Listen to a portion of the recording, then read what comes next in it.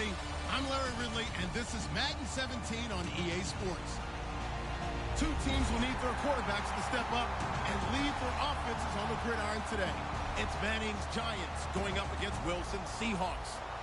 So let's get you up to CenturyLink Field in Seattle. On the call, here are Brandon Guyton and Charles Davis.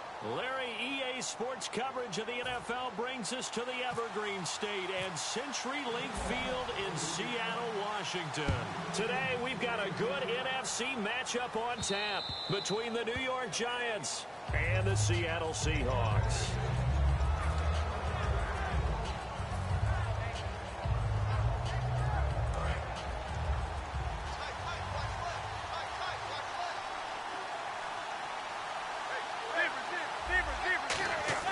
They go play action here on first down. Oh, he's going to air it out right away. It's caught inside the 25. Touchdown, Giants. Odell Beckham, 75 yards. And the Giants are going to take a first quarter lead. Not a bad way to start it. And I think that was part of their script, because so many teams script their opening possessions, and whether it's just that possession or even deeper into the half, sometimes it's 15 to 30 plays. That had to be one in there where they call a shot play. Go for the big one, and they got it done. And he'll take it a yard or so past the 20, call it the 21-yard line.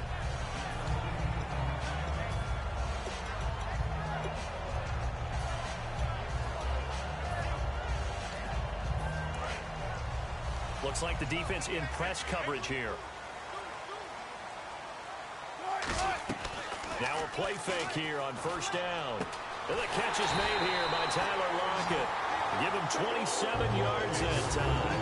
And it's good enough for a Seattle first. Never make the mistake that the slot receivers, especially the little guys like we're watching here, are just quicker than fast. A lot of them combine quickness and speed, and they catch a lot of footballs, as we just saw there. Here's Wilson. He's got time. He's going to go for a big play downfield. And that's Curse for the Seattle touchdown, hauling it in. Jermaine Curse, 52 yards. And the Seahawks just an extra point away from tying this thing up. It's good, and we're all tied at 7 apiece.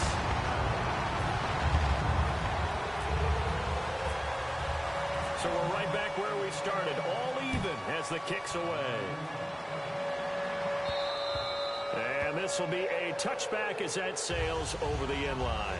The Giants offense now gets ready to head back onto the field. And last time the formula was pretty simple. One play drive, long pass. That maybe they just want to do that again, right? And that's exactly how you want to draw things up. Whether it's on your grease board, right, in your playbook, one play drive's exactly what you want on offense.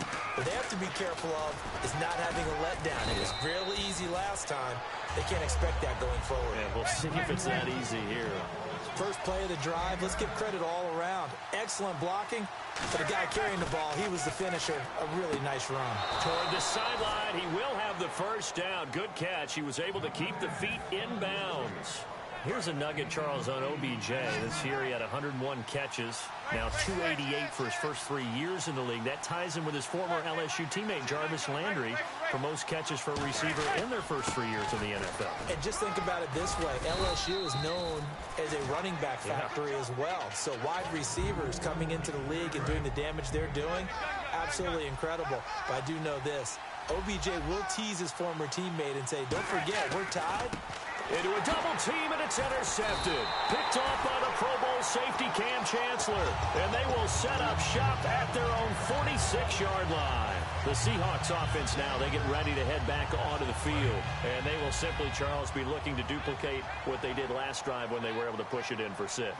And they hope it'll be that easy, right? To be able to take exactly what happened before, replicate it. They may have to make a few additional changes along the way because I'm sure the defense will make some adjustments, but they've got to have great confidence having scored the last time out.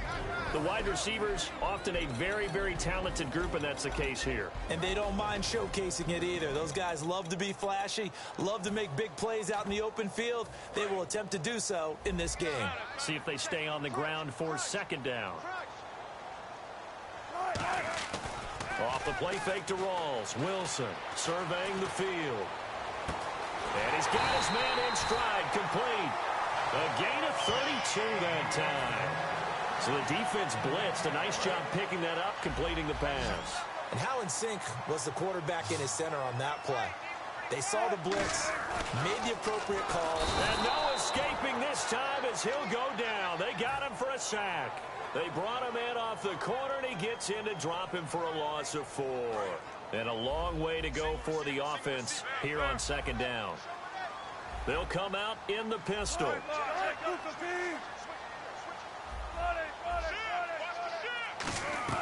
On second down, Wilson. Wilson hit. It's loose. It's out. Fumble. On plays like this where the ball comes free, it's often unusual for the team that lost it to get it back. Because this is the quarterback. The ball gets away from him. Everyone else is trying to execute what they're supposed to do on offense. They're usually looking in the other direction, downfield, or have moved away from him. In this case, though, a teammate is able to come up with the ball. Now they face a third down after the fumble on second down. Off the play fake. Here's Wilson. He's got time in the pocket. And he can't find anywhere to go with it. And he goes down. The corner blitz pays off there as they sack him for a loss of 5. The game plan for any defense is finding ways to make a quarterback uncomfortable in the pocket. When you bring pressure from all angles, you never know who's going to get home. In this case, the left cornerback, right in the face of him, puts him down. Sliding out of the pocket. And this is incomplete. The Seahawks go for it but can't convert. And the Giants are going to get the football back. And New York set to take the field. And following the interception, just any interception, are you a little bit more cautious when you start that next drive, or no, you just throw that out the window? I think you are. I don't think that there's any way you can run back out there and go, And he will take it on in for a Giant touchdown. Odell Beckham with his second touchdown of this opening quarter. And the Giants have taken the lead. And he puts it through.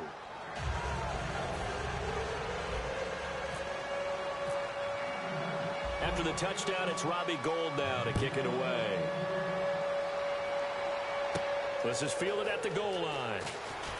And a pretty good return here. He'll be stopped just shy of the 25 at the 24-yard line. And out now come the Seahawks. And last time out, went for it on fourth down, turned it over, gave him great field position, turned it to 6 points, so they've got to recover here, Charles. It's amazing what one decision can do in the chain of events, right? The decision to go for it on fourth down, it caused every bit of it, but it showed confidence. Hey, I've got confidence in you guys. Go pick it up for them. Didn't happen.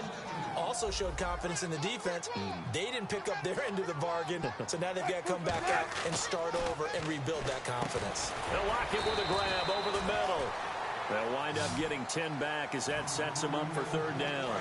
So completion on second down, that brings up third. One thing I can say pretty safely, that route is not called if you don't have a guy who can throw the ball and put some mustard on it. Because if you're going to lollipop it in the middle of the field, bad things usually happen. It takes a strong-arm guy who can rifle it in there, and they were able to successfully complete that one.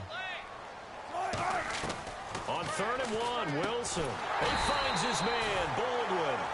It's a 7-yard gain there, and it's good enough to move the chains. I don't care how many times you tell the story, it never loses its luster for me. Doug Baldwin, undrafted out of Stanford, and plays like a #1 receiver should in the NFL. I don't care how you cover him. I don't care that his size isn't great. He's the one that typically comes up with the football. Absolutely. His roots go all the way back to Gulf Breeze, Florida, where he's from, right on the water near Pensacola, and then, of course, to Stanford, and, boy, he's been good. It's complete to Lockett. That catch good for only a yard, and it'll be third down. They get the completed pass, but still have more to go here on third down. And when you're playing a quarterback with some experience and some moxie, you enter the danger zone when you decide to blitz. Looking for Baldwin, intercepted. A great read, and it's picked off. And his crew will take over at their own 45-yard line. And New York set to take the field. And following that long touchdown pass, a one-play drive last time, see if the defense, you know they're ready. They don't want that to happen again. And you would have thought they would have been ready the last time. I mean, that's what you work on all the time. Make sure that no one gets behind remind you, that's the cardinal sin of defense, not giving up the long pass. They did. Let's see how they adjust. Credit him with a 1-yard gain there to make it 2nd and 9. A 1-yard gain can look like a disaster, but all depends on how the game is going. Is it a series of 1-yard gains running the ball? And this is caught. Manning to Beckham. A big play there. 54 yards. But he took a shot downfield towards the end zone, and he came up with a big-time catch, but he was tackled a little bit short of the goal line. Now the defensive guys, they got to pick their heads up and try and hold them to a field goal attempt. And he is in. Touchdown, New York. Eli Manning on his way to a monster game. 3 first-half touchdowns. And the Giants are able to grow their lead. And the lead will grow by 1 more.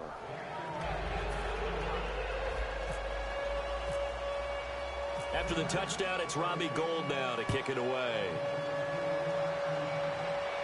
This will be taken to the back of the end zone. And he'll take it back to about the 19-yard line. The Seahawks offense now, they get ready to come back onto the field. And following the interception, we'll see what they can put together on this drive. I can hear my old college coach right now. He always used to tell us before every game, the team making the fewest mistakes will win. What they're hoping is that last mistake is their only one of the game. Coaches, that's all they talk about, turnovers, right? Minimizing those and maximizing opportunities. 2nd and 10 now. Wilson. Got a man, and he hits him in stride. And they're going to get this one all the way out across the 45. So after that big gain, let's see what else the offense has up its sleeve. Now Wilson on 1st down. Drops it underneath for Rawls. And able to break 1 tackle, but then quickly brought down for the nice little gain. Give him 10 yards on the pickup, and it'll be 2nd and very short. And the D-line pinching together must be expecting the run. Throwing again here, Wilson. Wilson hit. It's loose. It's out. Fumble. And they'll set up shop in enemy territory at the 45-yard line. Now out come the Giants. And they'll just simply be looking to build off the confidence of the last time out where they scored a touchdown. Man, confidence is powerful, isn't it? When you've scored once, you feel like you can go back out there and get it done again. Doesn't matter what the defense throws at them. They feel like they're in a groove right now, and they want to get out there and show it. Yeah, hoping to stay in that groove here this go-around. 9 yards is the pickup there, and they'll have a 2nd and 1. 2 minutes to play here in the first half. Back to CenturyLink Field after this. They come out here in the eye. They stick on the ground. Again, it's Vereen. And he'll go down here at the 35-yard line. 2 yards on the pickup there, but it's enough to give him a new set of downs. And the offense moving quickly to the line.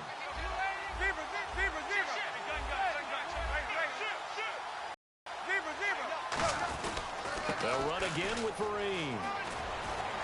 And he'll get down to about the 26-yard line. A nice run there, 9 yards, and it'll be 2nd down. Some runs are blocked so well, you almost forget that someone has to carry the ball to gain the yardage.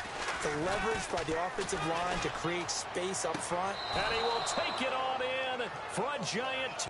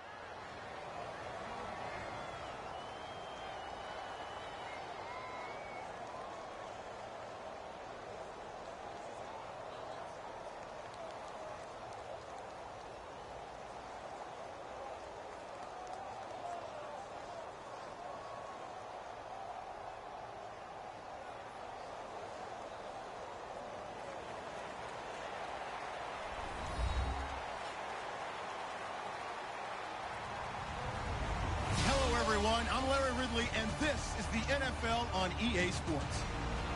Tonight's matchup features two quarterbacks who will be trying to lead their team to victory.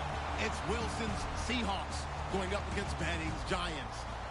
With that, let's get up to MetLife Stadium as we welcome in our guys, Brandon Guyton and Charles Davis. Thank you, Larry. Coming to you from just off the New Jersey Turnpike in East Rutherford. We are just about set for football on EA Sports from MetLife Stadium. Coming up, we've got a good matchup on tap between the Seattle Seahawks and the New York Giants.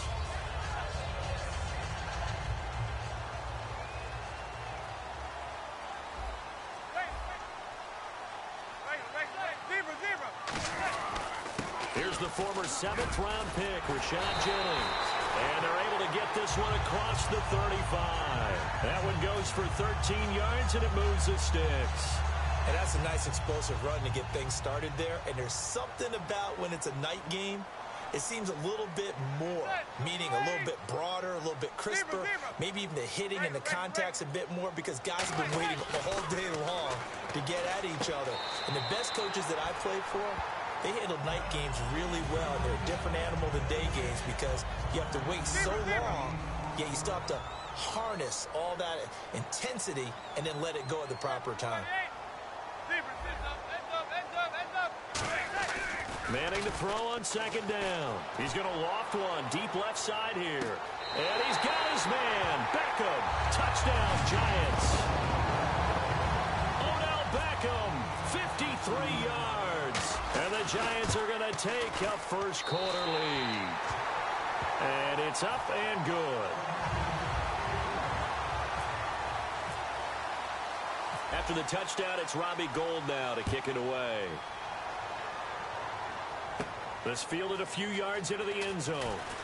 And last year, that would have been a net gain of 5 on the return. This year, he stopped where he would have been if he had taken a knee, and that's at the 25. Shift together here from the D-line. In the slot on the right is Graham.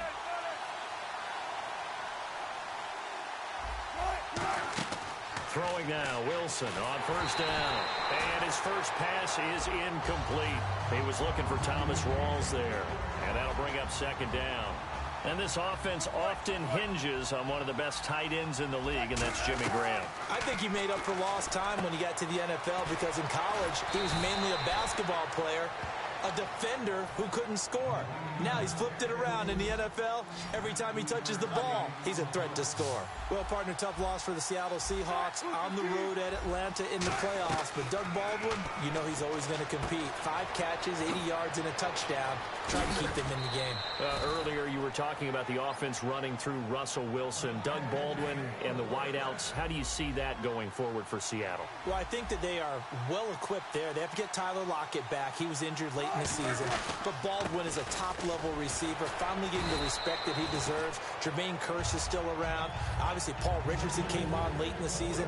They have plenty of targets out there. They may go for one later in the draft, but I don't think it's a priority. Charles, for the Giants defense here, looking forward to next season, what do they need to improve and where are they solid? I think that they'll want to continue to get better at the linebacker position. And I think they want to add another pass rusher because Olivier Vernon, who was a free agent pickup in 2016, did a tremendous job coming off the edge. I thought they really shored up their interior with Damon Harrison, a defensive tackle.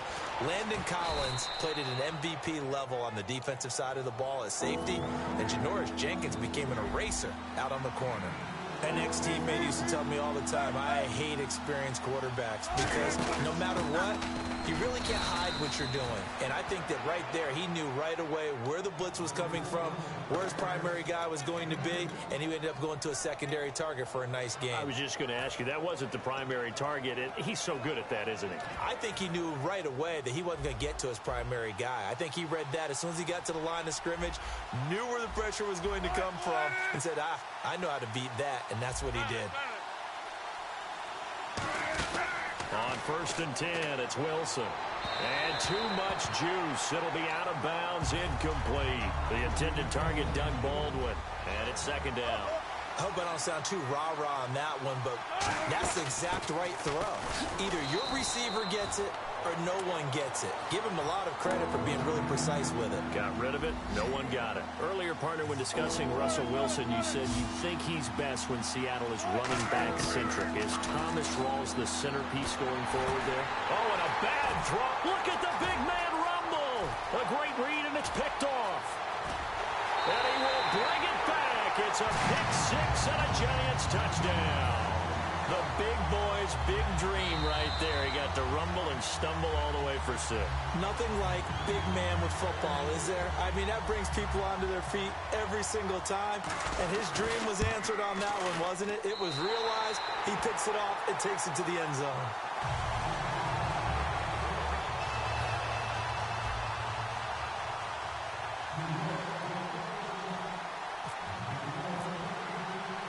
So they'll get another shot on offense following that pick six. And now the kick is away.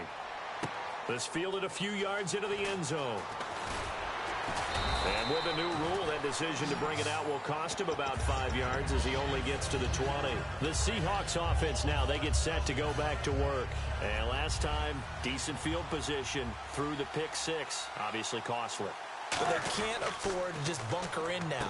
All right, good field position means go ahead and attack on offense. Try and press the advantage a little bit. They just have to be better with the football on this possession. So the last one, that didn't bother you too much last time? No, because it's exactly what you're supposed to do. You can't have good field position, not try to take advantage of it. Sometimes the defense makes a good play, too. First down, this is Rawls. And he stopped immediately there. No gain on the play. It'll be second down.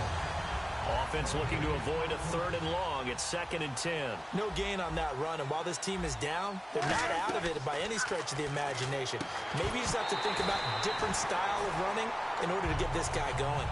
After watching him drop that slant, I can hear my old coach's voice ringing in my ears right now. You can't run with the ball until you catch it.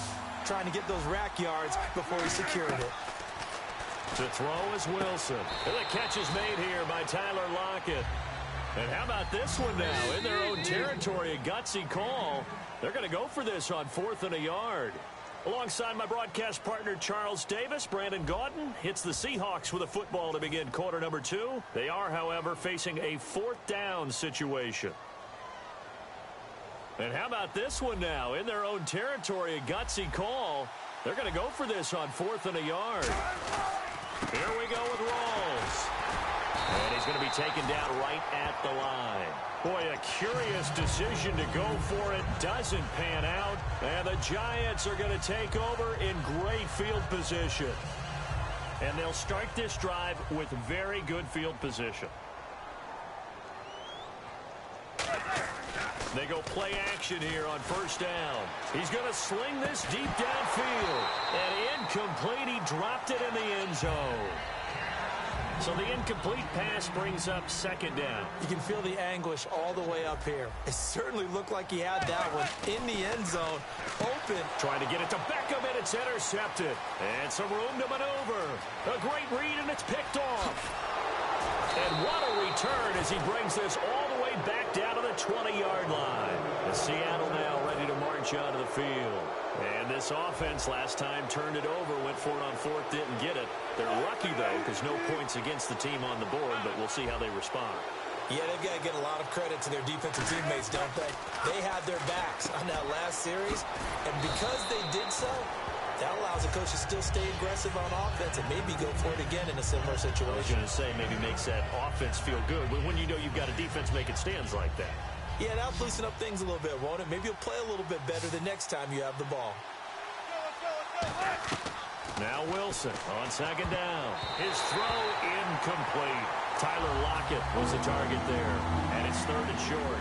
So a 2nd down incompletion now brings up 3rd down. All defenders get tired of hearing about their lack of hands and why they're playing defense instead of offense. And that's Curse for the Seattle touchdown, hauling it in. Jermaine Curse, an 11-yard touchdown. And the Seahawks have made this a one-score game.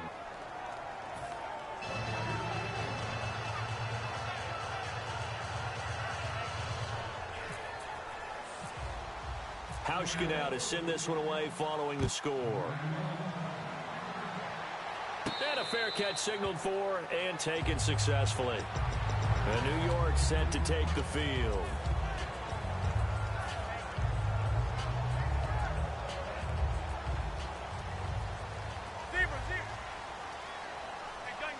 They come out here in the I. They'll begin the drive with Rashad Jennings. And he'll push his way forward to about the 32.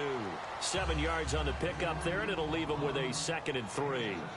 And that looked like some pretty easy yardage there right up the gut. And he's a guy that has some height to him. So when you don't have to drop a shoulder or create a 50-50 ball here, and it's intercepted. Picked off by Deshaun Shedd. And his guys are going to take over at the 34-yard line. The Seattle offense now set to come back out on the field. Last time they were out, they scored. Still trailing here, though, so some work to do.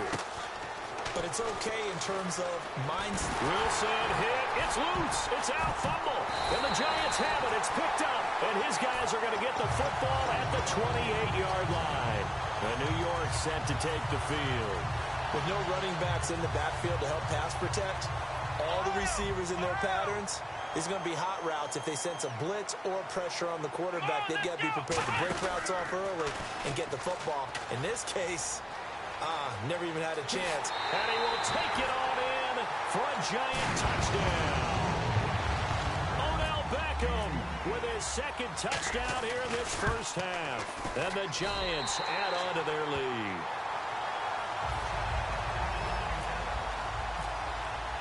After the touchdown, it's Robbie Gould now to kick it away. That's fielded in the end zone. And he'll take it back to about the 19-yard line. And the Seahawks get ready to trot out on the field. And they had the fumble last time that led to a touchdown. That's a no-no. We'll see what they do here this go-around. A big no-no. Put that in capital letters. Turning it over, the other team takes it down and scores. That can be a deflator for a football team. Now it's up to the offense to get back out on the field and pick things up. They're out there. We'll see if they can pick those things back up.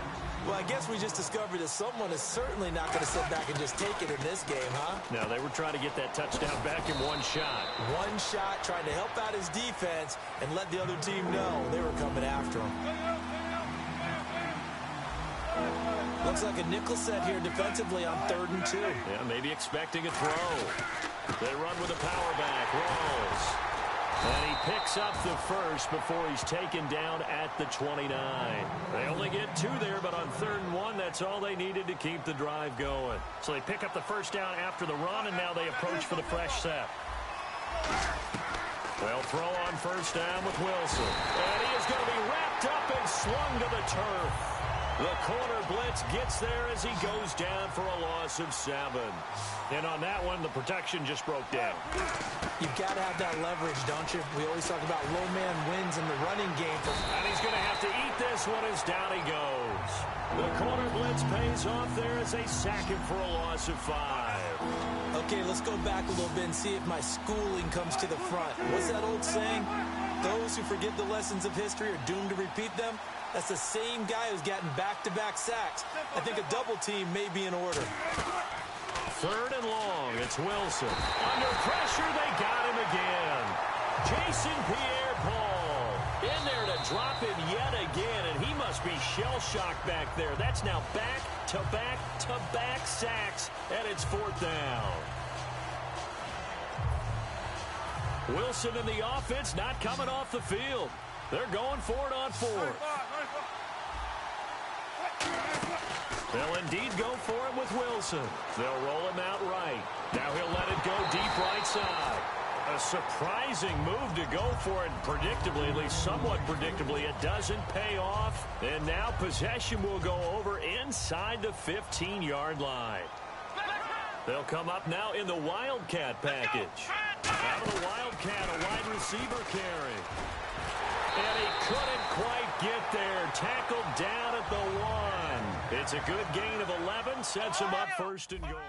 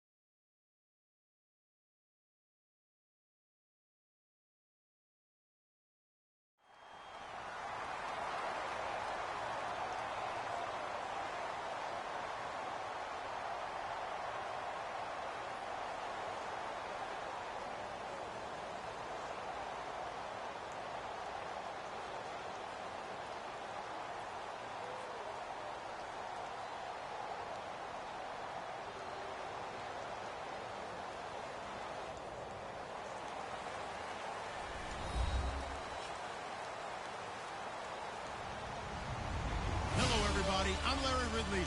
Welcome to the NFL on EA Sports. Tonight's matchup features two quarterbacks who will be trying to lead their team to victory. It's Roethlisberger's Steelers going up against Manning's Giants. With that, let's get up to MetLife Stadium as we welcome in our guys, Brandon Gaudin and Charles Davis. All right, Larry, thanks. We are across the Hudson from Midtown Manhattan at MetLife Stadium in East Rutherford, New Jersey. Coming up, we've got what should prove to be a good one between the Pittsburgh Steelers and the New York Giants.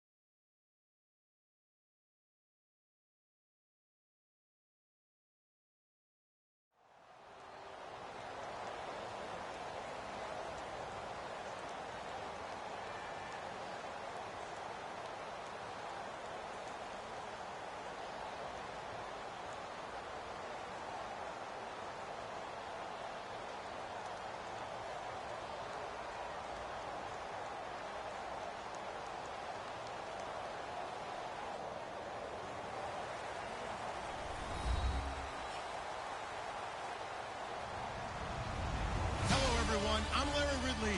You're tuned into the NFL on EA Sports. Anticipation is mounting for today's game, and we've got two quarterbacks looking to make an impact. It's Manning's Giants going up against Ryan's Falcons. With that, let's get you over to the Georgia Dome in Atlanta. Here are Brandon Gaudin and Charles Davis. Thank you very much, Larry. You are looking live at the Georgia Dome here in downtown Atlanta. Today, we've got a good NFC matchup on tap between the New York Giants and the Atlanta Falcons.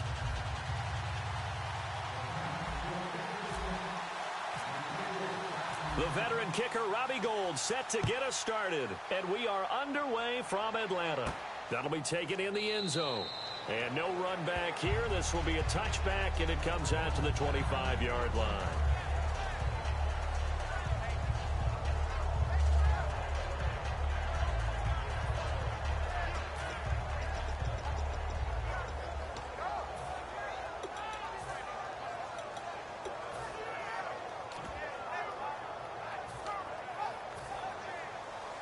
Looking to jam the receivers at the line here. Press coverage look defensively.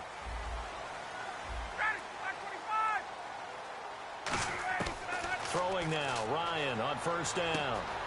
Middle of the field, it's Robinson. And they get him down, but not before he takes it across the 40-yard line. In recent years, the slot receivers really gained stature in the NFL because they can do so many things. Yes, they can line up wide like your normal wide receiver, but to have that kind of courage and toughness to run routes in the middle of the field and become dependable targets for their quarterbacks and move the sticks, those guys are worth their weight in gold.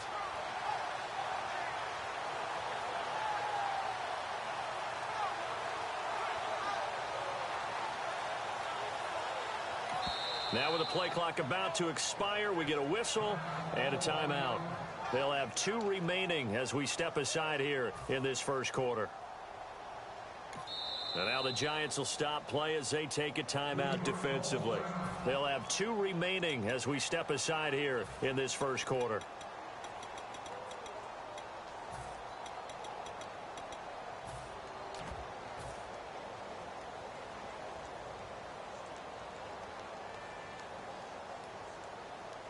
So the offense has it 1st and 10.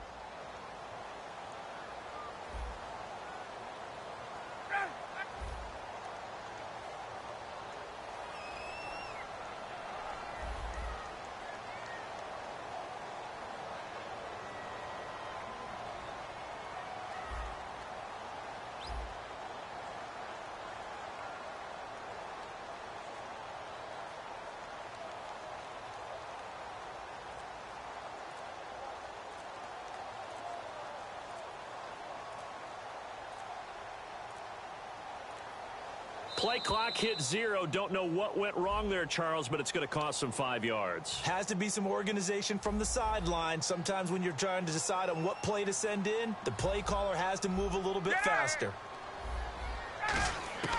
Out of the gun, it's Ryan. And he can't escape the pressure. Ryan goes down. And on the outside, they're playing press coverage. And plays like that really hurt play calling. They had a really nice gain on the previous play, but gave about half the yardage back on the sack. Excellent pressure up front. Nowhere to go with the football. Down he goes. A good pickup there, 26 yards. And on this first drive, looks like they want to get that vertical passing game going early. And they did, and what a warning shot they just fired. If you're not going to back up and play coverage deep, we're going to attack you all game long. And once you adjust to that and you start to back off, then that opens things up underneath. A really nice start for them. Great way to get the game going. And when this offense is clicking on all cylinders, the running back is in sync as well. The focal point. Runs, catches, blocks, sets the tone for the offense. He was trying to hit Taylor Gabriel that time. And now it's 3rd down.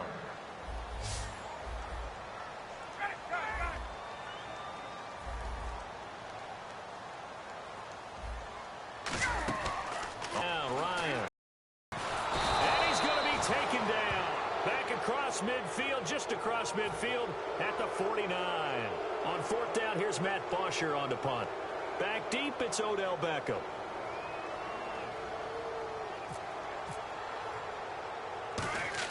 And look here, it's an opening drive fake. And he fires one that's intercepted. Picked off by the longtime Bengal, Leon Hall. And his guys will take over at the 25-yard line. They'll send Beckham alone to the left side. Now a play fake here on 1st down. And no, incomplete. Boy, they took a shot there on the first play, trying to start it out with a bang. But it's 2nd down. This offense has a lot to account for, but at the top of the defense's list is OBJ. I'm not sure how you really game plan for him because no matter what you do, he finds a way to uncover himself downfield. And the speed gets it from his mom, a former sprinter at LSU. One of the things that's really difficult for an offense is often identifying how to block a 3-4 defense.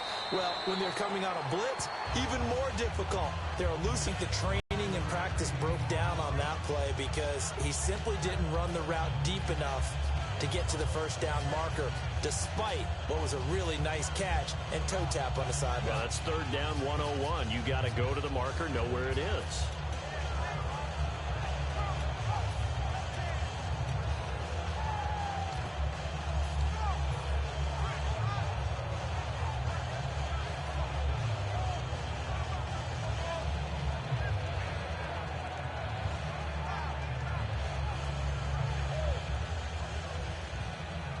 And how about the call here? They need 2 yards in their own territory on 4th down, and they're going to go for it. Here we go on 4th down with Manning. Now he'll dump it underneath to his running back, complete. Call it a gain of 5, and they're able to pick up the conversion here on 4th down. I don't know if I agree with that. I guess they don't care if I agree with that. But, boy, you have to be surprised by that, right? I definitely was surprised that they decided to go for it in this situation. But they must have either felt like they either had a great play call on or they're trying to show extreme confidence. Clock rolling as we hit the midway point of this first quarter.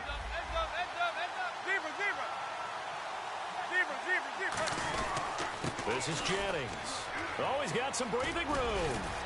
And he'll be taken down, but not before he gets into enemy territory. Give him 13 on the pickup there. And it'll give the Giants a first down.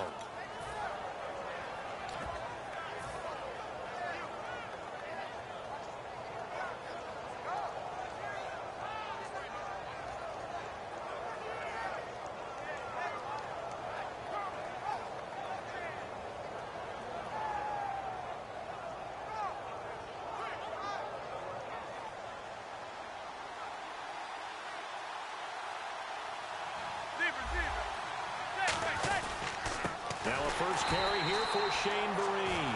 And that play will go nowhere. Losing yardage back near midfield at the 49. All right, partner, despite my eating habits, I'm not big enough to play offensive tackle, nor am I quick enough. But with the defensive ends nowadays and their speed, those guys have to be able to punch and dance, and it's a tough, tough job to contain them. And here comes play number 6 on this drive.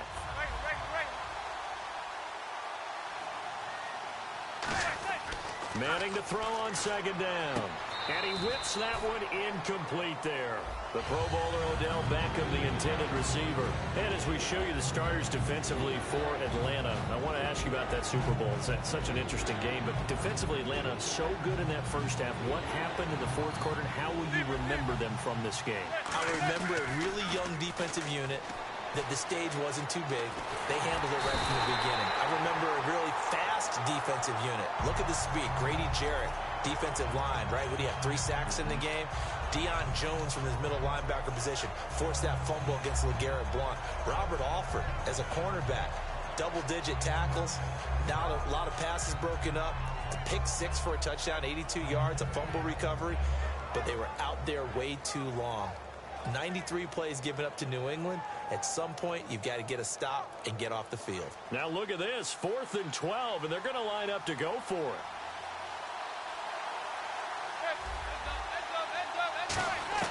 They do go for it. It's Manning. And it is incomplete. Boy, a real head-scratcher there. And now the possession will switch over to the Atlanta Falcons. And this offense so good for 3 quarters of the Super Bowl, Charles. At one point, the advanced metrics had them at a 99.5% chance to win. It just seemed like everything was going their way, and then the 4th quarter happened. I think when we review this game, and we say, okay, where did it get away from the Falcons? What was the number of plays the Patriots ended up running for the game? 93. And the Falcons ran 46. So they wore down their defense on that one. But look at what they did on offense. They were averaging big-time yardage, running it, passing it, had everything going their way. A 25-point lead should still be enough to win the Super Bowl. Yeah, almost 6 yards per rush, almost 9 yards per pass for the Falcons. They'll lose a yard, and it brings up 3rd. An extra defensive back in the game now here for 3rd and 4. The former Indiana Hoosier here, Tevin Coleman. And he will have a first down as they get him to the ground at the 37. Alongside Charles Davis, Brandon Gaudin, it's the Falcons in possession to begin quarter number 2.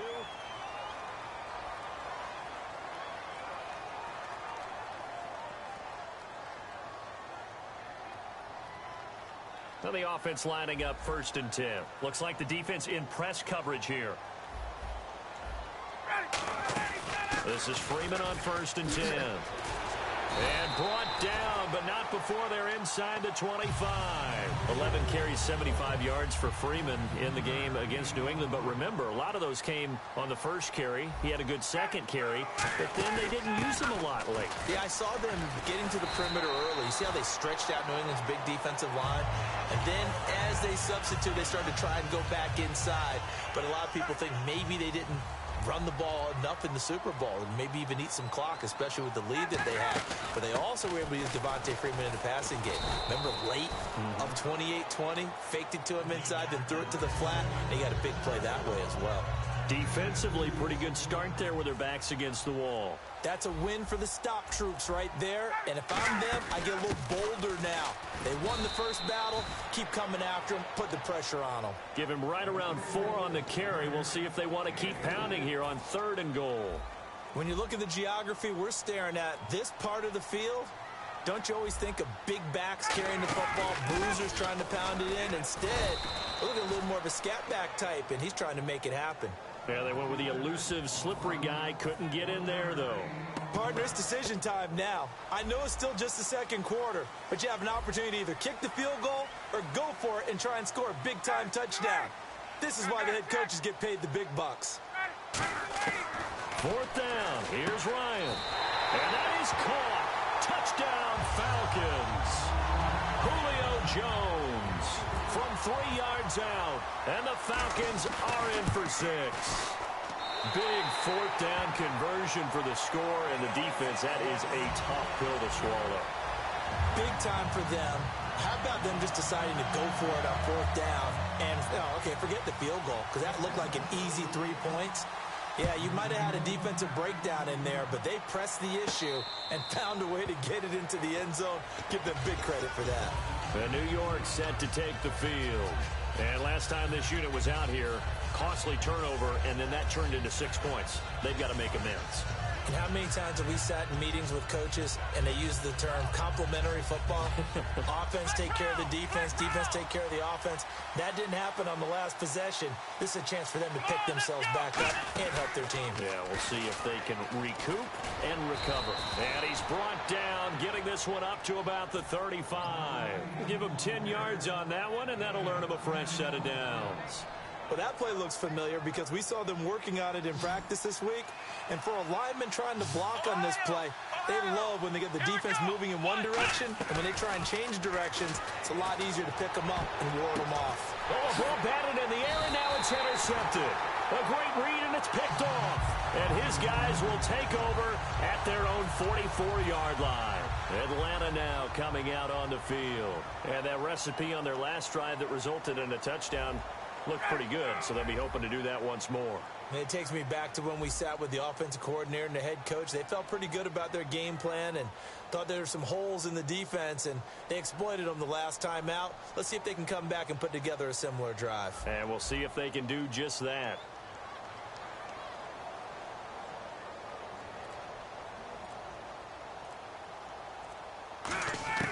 After the interception, here's Ryan. 2 minutes to go here in the first half. We're back to Atlanta right after this timeout.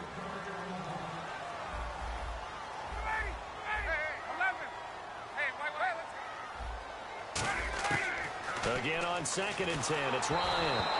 And he takes a shot on the release as this will be incomplete. Incomplete pass on 2nd down. Let's see what the offense draws up here on 3rd. From the gun on 3rd down, Ryan. And he's got his man in stride, complete. And no move by Dan Quinn to get the offense off the field. They're staying out there, and they're going for it on 4th. They're going on 4th down. It's Ryan. And Robinson with a big catch. It'll be a pickup of 10 yards. And on 4th down, they're able to convert and move the sticks.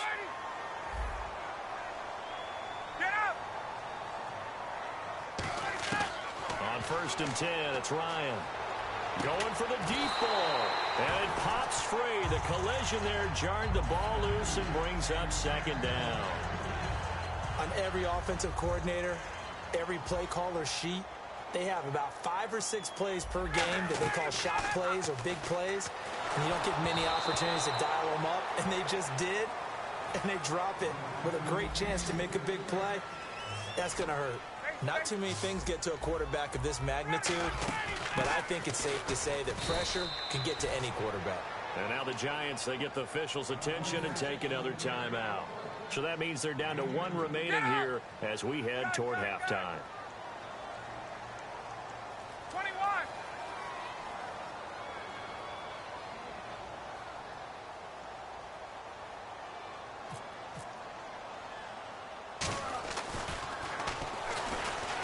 And they're going to fake it. He wants to throw it here. Wide open receiver complete. Touchdown, Falcons. Brandon, a lot of times coaches see these situations present themselves on film, but how often do they actually call it? We just saw it here, and what an end result. A huge touchdown off of a terrific call. Let me go ahead and show my age a little bit. I liked it when they would fake it from the 3-yard line, right? When you'd line up, go ahead, and oh, there's a fake, and he's going to get 2. That's great. But from the 15... the risk-reward is just not there. So risky to get 15 yards on a fake. Well, you see the result right there. Yeah, I know these young whippersnappers are trying to do different things in this game, but let's go back to old reliable. Kick the ball through the post. Get off my lawn. That's darn right. They'll send Beckham alone to the left side. They go back to the air here after the INT on the last drive. Trying to get it to Beckham, and it's intercepted. Picked off by Robert Alford. And his guys are going to get the football at the 23-yard line. Atlanta now coming out on the field. And we'll see how this is played. Offensively, they've got the lead. Not a whole lot of time left. What do you think, Charles? Well, it's tempting to try and add to your lead, but a mistake there, that could change things in a big way. I say go ahead, take the knee, get on out for the half. On first down, Ryan. The ball popped in the air and intercepted. A great read, and it's picked off. And the return stops at the 39-yard line. And the Giants ready to come out now. And last time wasn't pretty. One play and an interception. We'll see if they can do better. I want to see if they want to go ahead and throw the ball again now on this drive after what happened on the last one. Throw it on the first play. Give the quarterback some confidence. See what happens. Trying to shake off the interception from the last drive. He'll look to throw. Looking middle, and it's incomplete. It's always tough for the guys throwing the football when they think they've got a completion and the ball's almost there, and then someone sneaks a hand or two in and bats it away. Back to the air on second down. It's Manning. And he comes back with one complete. Now hold everything here. We're going to get a timeout by the offense. And with halftime on the horizon, they'll be out of timeouts from here forward. First down and 10 now for the offensive group.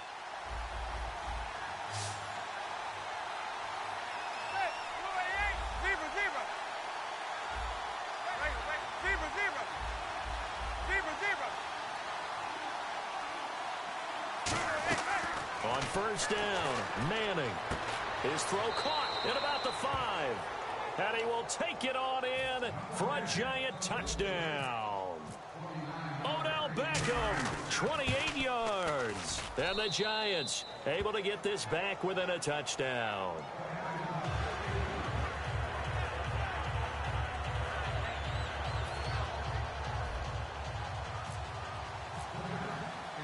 After the touchdown, it's Robbie Gould now to kick it away. That's fielded in the end zone. And no run back here. This will be a touchback, and it comes out to the 25-yard line. Atlanta now coming out on the field. And we'll see how this is played. Offensively, they've got the lead. Not a whole lot of time left. What do you think, Charles? Well, it's tempting to try and add to your lead, but a mistake there, that can change things in a big way. I say go ahead, take the knee, get on out for the half. They'll bring a tight end in motion left. The drive will start with a carry by Devontae Freeman. Shedding the tackler, and it gives him some room. And they're going to get this one all the way out across the 45. Now whistles come in. We're going to get a timeout here by the offense. So that means they're down to one remaining here as we head toward halftime. Now a play fake here on first down. He's going to loft one deep left side here. Into double coverage, and it's intercepted. Picked off by Dominique Rodgers-Cromartie. And New York set to take the field. And the ball backed way up. So thinking with this amount of time on the clock, probably just sit on it, and we'll see these two teams go to the lockers. Yeah, I don't think you want to overthink it in this situation. Either side of the ball. Just go ahead and finish up the half and get on out and talk about it. And here the hook up good to Victor Cruz. And a nice gain of 21 yards. But that's what you're looking for when you want to throw the ball downfield. You want one of those guys who can play out on the perimeter, can play out wide. And no escaping this time as he'll go down. They got him for a sack. So 2 quarters down, 2 remain. Charles and I return after the break. Welcome back. Charles and I settled into the booth, ready for quarter number 3. So both teams have their marching orders, and we'll get going again here in quarter number 3. Bobby Rainey now to return it. And a nice return sets him up pretty good here at the 30-yard line. And New York set to take the field. They're down here, but very much in this game. What's the tonality of a coach's talk when a game is within striking distance like this at intermission? Typically, what they're doing is emphasizing the things that went well in the first half and wanting more of that.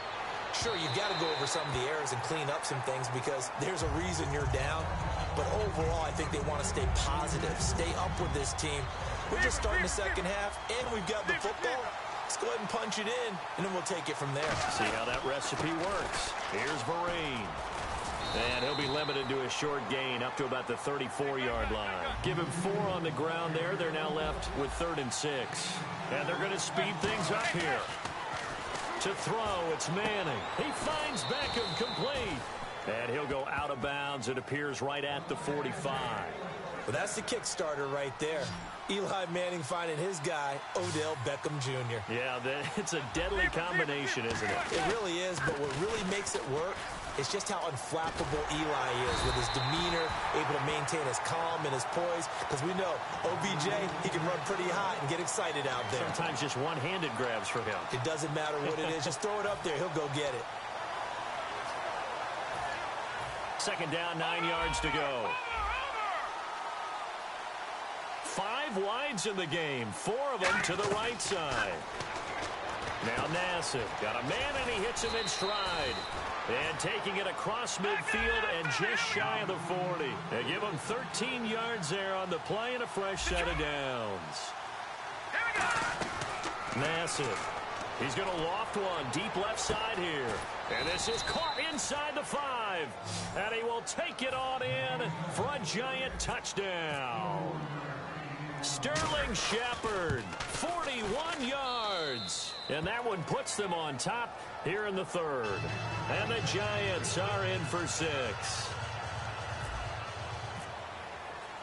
After the touchdown, it's Robbie Gould now to kick it away. That'll be taken in the end zone. And he'll take it back to about the 19-yard line. Now we take a glance at the offense as they work their way back out for their first possession of the second half. They trail offense, first time to touch the ball in quarter 3, and we'll see what they can do. And I can't wait to see what they have planned because some teams script to start a half. Other teams just go, okay, these are the sequence of plays we want to run. These things worked well for us. And sometimes they throw in that big chunk play right away. Shocker. Try and get after them early and try and create a big play to give themselves some momentum. See what they have up their sleeve.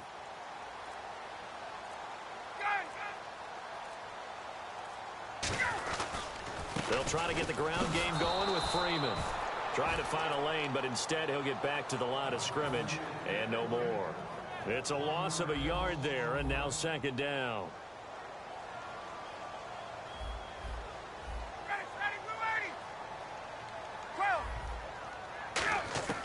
On 2nd down, here's Ryan. Eluding the pressure right. And his throw is incomplete. Trying to get that in the hands of Devontae Freeman that time. And it's 3rd down. Everything about that play tells you about today's NFL offenses and what they're asking out of running backs. You can't just be a guy who can run the football. You have to be able to catch it as well, and he didn't get that done on that play. It's a pickup of 6, but it's not going to be enough. And the punt team's going to be summoned on 4th down. And once again, leverage wins. The offensive line, lower than the defensive front. They moved them and found some good space for the guy carrying the ball. And they hit him as he throws, as this one's going to go straight down to the turf. Incomplete. New York sent to take the field. And they were able to punch it in the end zone last time. They'll be looking to do that again here for the defense. Obviously, they'll be looking to stop them from punching it back in the end zone. It always is punch-counter-punch, isn't it? And which team has the advantage? Well, let's just go back. Last time on offense, they rolled downfield, got into a good rhythm. You can see a little more bounce in and out of the huddle. You can see the sideline really get into the game.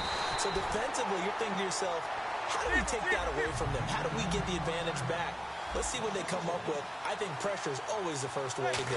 You love pressure. I love it. Let's see if they dial it up this drive. And he will take it on in for a giant touchdown. Victor Cruz, 25 yards for the touchdown. And the Giants are able to grow their lead.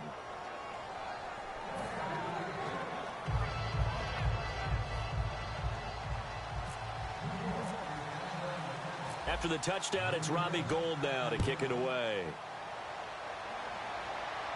That's fielded in the end zone.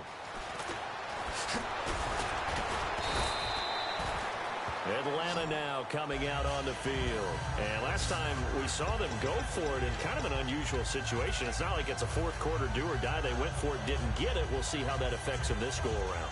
Partner, I'm wondering if we're starting to see the effects of analytics coming into play here, where people are studying the number of possessions, how many times you should go for it, what position it leaves your team in.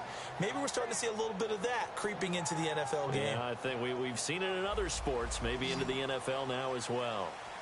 They come out 5 wide, 3 of them to the right side. On 1st and 10, it's Ryan. And this is game not before he takes it across the 40-yard line. That was a nice completion on an out route, and those types of plays are the result of arm strength by the quarterback and timing by the receiver. And he's going to be intercepted a 3rd time. Picked off by Janoris Jenkins. And he will bring it back. It's a pick 6 and a Giants touchdown.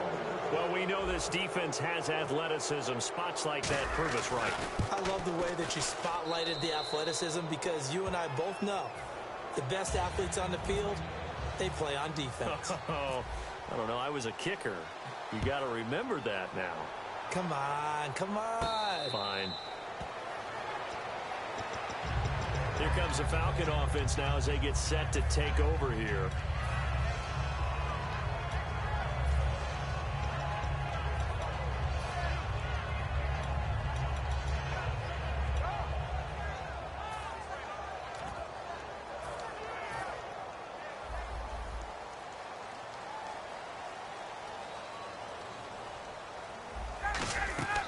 They'll run with Freeman here to begin the drive.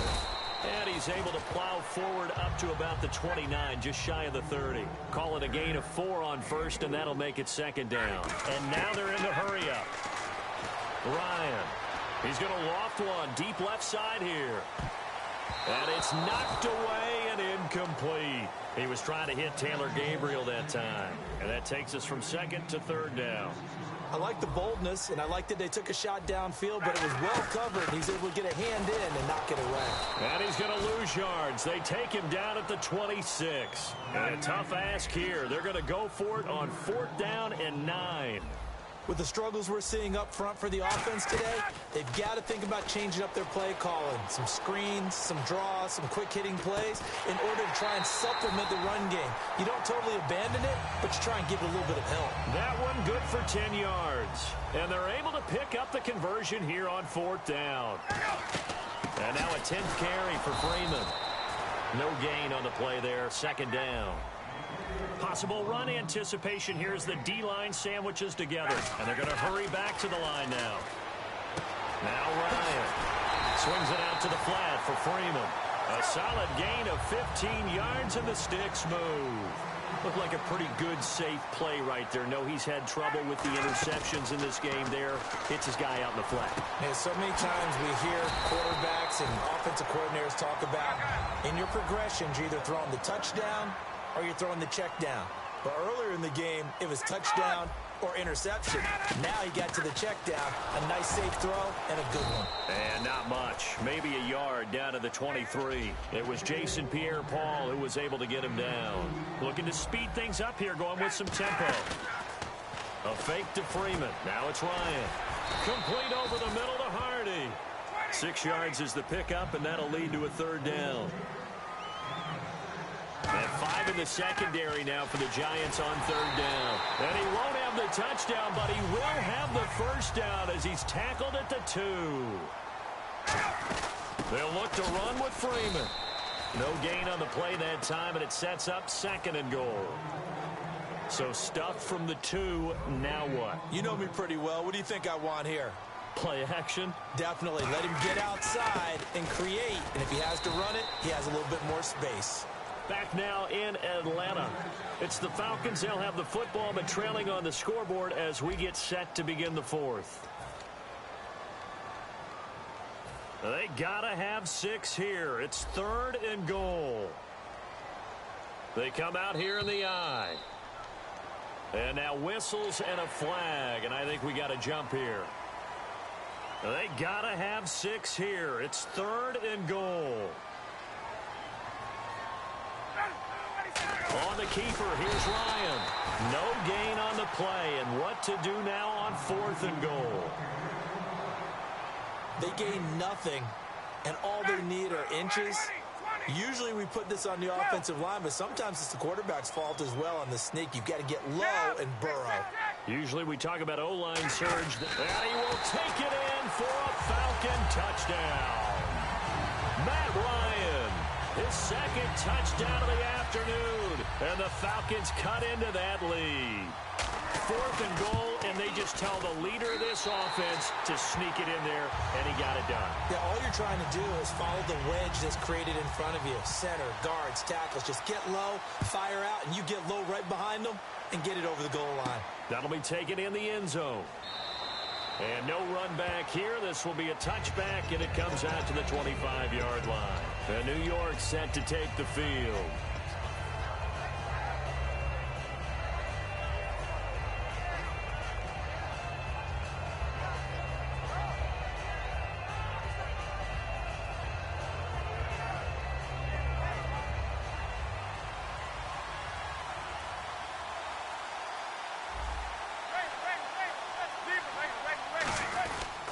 First down. Here's a handoff to Vereen.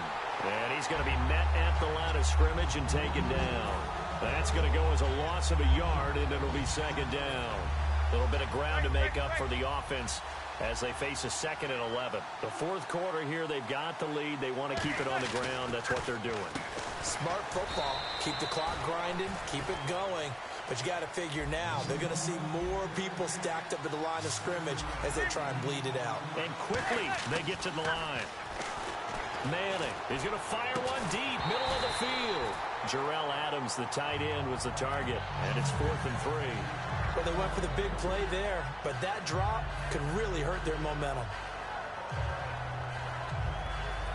And here's a big one now. Trying to hold this lead. They're going to go for it here on 4th down. They come out here in the I. Now Manning. He's going to take another shot here. And no, it's incomplete. Boy, it looked like he had it and dropped it. And the Falcons will take control of the football in great field position. And the Falcons now making their way back out onto the field. And that last drive, a long drive, but not just that. They had a great air attack going. Do they stick with that? I would think that they would, because if they were confident enough to do it on the last drive, starting backed up in their own territory, why would you change anything? They've got to be confident about what they're presenting and continue to do so. Yeah, because the secondary, they really looked clueless. And that was amazing because that drive went and went, no adjustments, and no big plays by the defense to knock the ball away. Give them a couple on the carry there, 2nd and 8. They're going to hurry back to the line now. That's a good play by the guys on the defensive side of the ball. Held them to a gain of 2. And that changes the playbook a little bit now for the... And his pass is intercepted for the 4th time today. Picked off by Janoris Jenkins. And they have the football and will take over at the 24-yard line. Here's the Giant offense now as they get ready to take over here. And last time they were very fortunate, this offense. They went for it on 4, turned it over in their own territory. But the other guys held up. They didn't give up any points. So how about the guy with the #1 headset on the sidelines, the head coach? That was planned going into it, not necessarily to not get the first down or to have the defense have to hold up. But he trusted his defense. Trusted his defense very much, and I think that's how he's going to play this game. Go for it, be aggressive, because I've got the Wild Bunch backing me up over here on my own sideline. We'll see what his offense can do. Cruz has it over the middle. A gain of 32 that time. There will always be a place for methodically marching the ball downfield. But when you can pick it up in big chunks and strike like that, have explosive plays, that's often the difference in winning and losing. Those types of plays that can knock a defense off balance, that'll drive a team towards a victory. And he is going to lose yardage here. It's a loss of 4 there, bringing up 2nd down. And in this situation with the lead 4th quarter, they're liking keeping the ball on the ground, I'm sure. That's just smart football, but you know the defense has to know it as well. They've got to stop them here. So now we're going to see that loading the box in a big way. 6, 7, 8, 9, whatever it's going to take, puts a little bit more pressure on your big offensive line. Caught left side, it's Beckham. A really nice pickup of 14 yards, and it moves the sticks. If you're running out route, it's likely you're going to end up near the sideline. And what did we just see there? Toe tap. You got it. The benefits of practice. Toe tapping, foot dragging, picking it up, and making sure it was a catch. And the offense here just looking to stay in bounds, complete the short passes, and put this game on ice. They'll run it now out of the gun. And brought down, but not before they're inside the 25. Give them 12 yards on that one. It earns them a fresh set of downs. Absolutely love the run right there. This guy's known for his quickness, but also for his speed. And he's able to get to the 2nd level almost before you blink if you give him any type of blocking. Always talk about slot receivers, and they're usually known as quicker than fast. In this case, we've got a guy who's quick and fast, and he used it to great advantage. They come out 5 wide, 3 of them to the right side. Manning now to throw. Steps away to his left. And look at this. They get the turnover they needed. It's intercepted. A great read, and it's picked off. And they get the football, but not much on the return here as he stopped at the 7-yard line. Atlanta now coming out on the field. And tough starting field position here.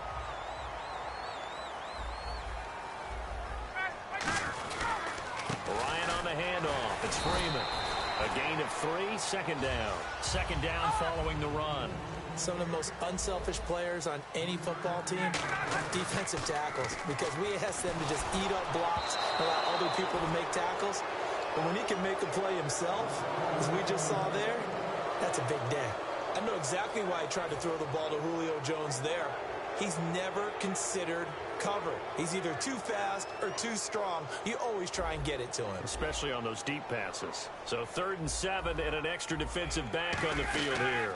Definitely want to play coverage here. This is Coleman. And he'll have the first down as he's up to about the 18.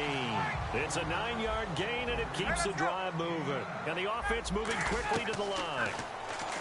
He'll look to throw. He couldn't quite hold it. Got hit. Ball pops out, incomplete. So incomplete on first. Let's see what 2nd down has in store. And he still doesn't have a catch. We're into the 2nd half. I think it's a little bit of a surprise to me, but that was one he should have caught. Absolutely. That was his best opportunity right there. He dropped it.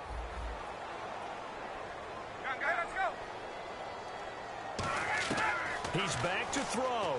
Now a desperation throw. And got his man complete. And he'll be taken down, but not before he gets into enemy territory. And now it looks like they're going to be in the hurry-up. And at this stage, down in the 2nd half, looks like they just wanted to find a way to get it in the hands of their... And he can't get a throw off. He's taken down. down. What a huge play at this point in the game. Offense needs something here on second down. It is second and long. They'll run it now out of the gun. And able to push his way forward here for a good little gain. Now hold everything here. We're going to get a timeout by the offense. It's just their first. They've got 2 more to use here in the final stages. Here comes the 7th play now of this drive as this is 3rd and 10. Get up! Back to throw. This one complete to Mohamed Sanu. And he's into the end zone. No flags. It's a touchdown. And now a 2-point conversion. And we'll be tied here in the final minute. Do they have one big call left? Here we go. So they'll look to convert that and then hold on here in the final minute to force overtime. And let's check the nerves of not just the guy kicking the ball, but how about the snapper and the holder as well.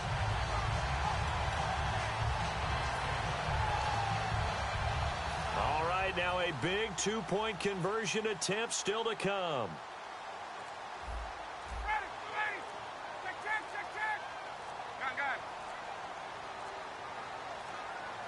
And now a timeout called here with a play clock down to 2. That'll leave them with 1 remaining.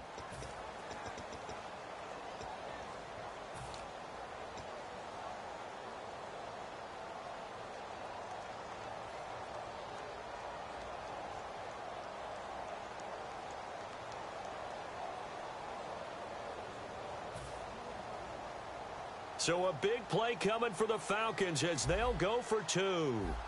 Get up! Ready,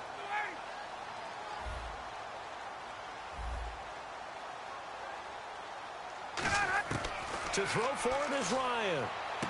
And it's caught. And with it, we are tied here in the 4th. Set to go now with the kickoff. These 2 teams all even again as we continue in this wild 4th quarter. And no return on this one as the fair catch is signaled for and taken.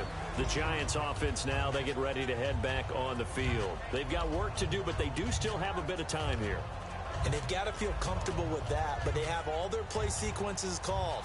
If they get out of bounds, that allows them to huddle and call another play. But if they don't, it's hurry up to the line of scrimmage and either spike it and stop the clock or continue to move it downfield in order to try and get in range and win this game. See if they can do just that. That goes for a gain of 31. Now that play will end up on the highlights and you'll see it all over the place.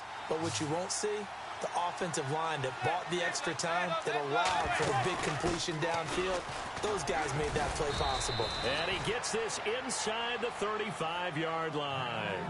Now whistles come in. We're going to get a timeout here by the offense. It's just their first. They've got 2 more to use here in the final stages. Manning to throw. Caught right side. It's Lewis. Give him 9 there on the first down completion. What's fun to watch is these college receivers. Now hold everything here. We're going to get a timeout by the offense. That'll leave them with just 1 remaining in this 4th quarter of play.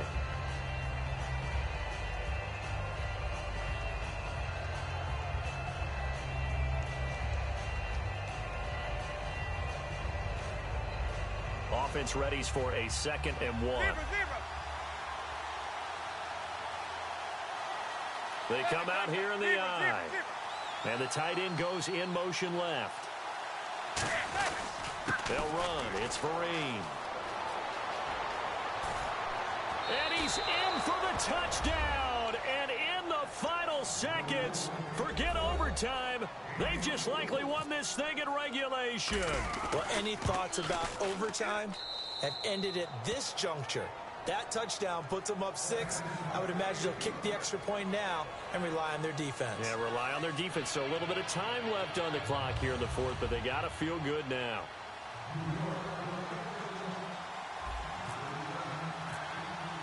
After the touchdown, it's Robbie Gould now to kick it away.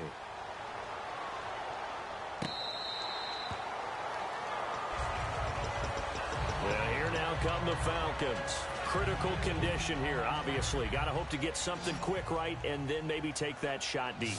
And once they do take the big shot, you've got to worry on defense. Of course, no one getting behind the defense and make it an easy throw. But nowadays, it's not just the ball being tipped in the air and people in the end zone in a cluster. It's that guy that's short in the end zone who comes up and ends up making the play because he goes unguarded. So there's a lot to think about if you're playing defense in this situation. We'll see if they can cover all their bases. Back to throw. Finding time. He's going to let it fly. And that'll be incomplete with just 6 seconds left on the clock. We know it's not an easy job to go out and catch passes when people are trying to tackle you and knock the ball away. But the bottom line is, that's a pass he's got to have and a pass he should have caught. They'll look to throw. Finding Gabriel complete. And he will have a first down as they get him to the ground at the 37. Now whistles come in. We're going to get a timeout here by the offense. That'll be their third and final stoppage here as we step aside. Defense maybe trying to guess the snap count there, and it costs them 5 yards. One receiver left, 3 to the right. Now hang on here. Timeout called by the defense. That'll be their third and final stoppage here as we step aside. 59, ready.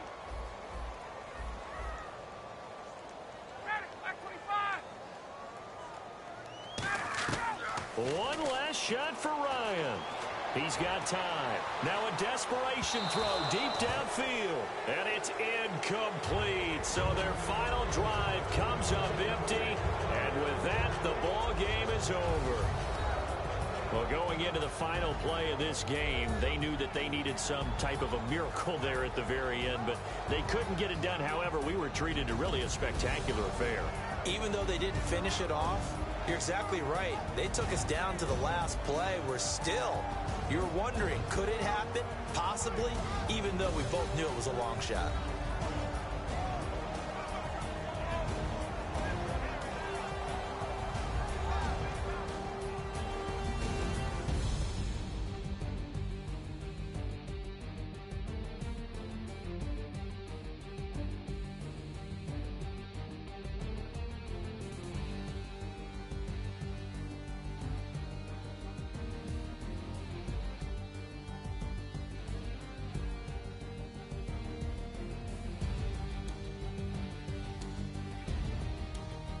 That'll do it for us. For Charles Davis and all our hardworking crew, I'm Brandon Gaudin. You've been watching the NFL on EA Sports. For more, find us on Twitter at EA Madden NFL.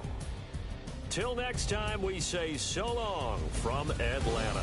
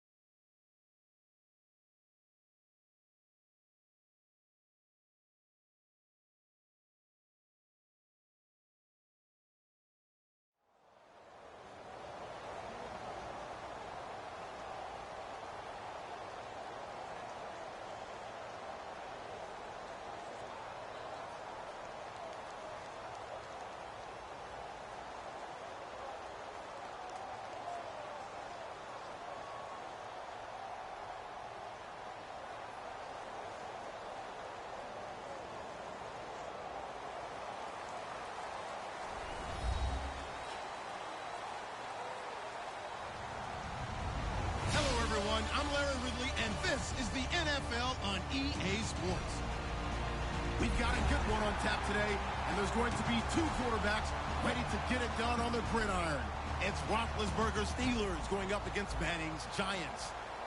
With that, let's get up to MetLife Stadium as we welcome in our guys, Brandon Guyton and Charles Davis. All right, Larry, EA Sports coverage of the NFL finds us at MetLife Stadium in East Rutherford, New Jersey. Straight ahead, we've got a good one on tap here between the Pittsburgh Steelers and the New York Giants.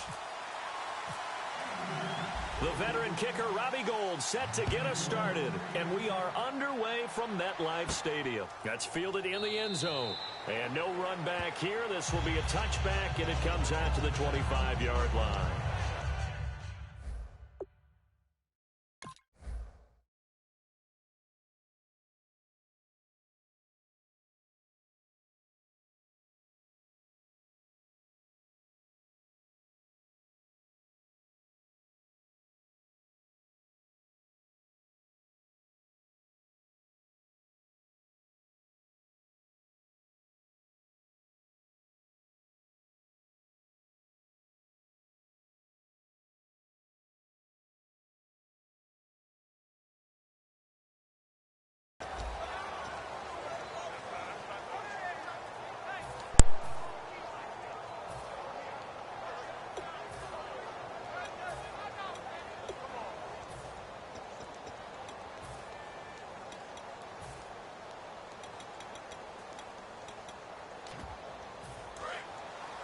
Looking to jam the receivers at the line here. Press coverage look defensively.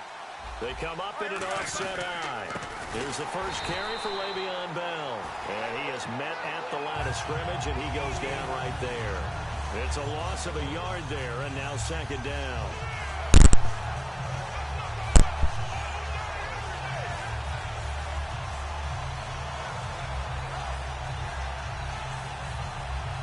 And the offense behind the chains here a touch on 2nd and 11.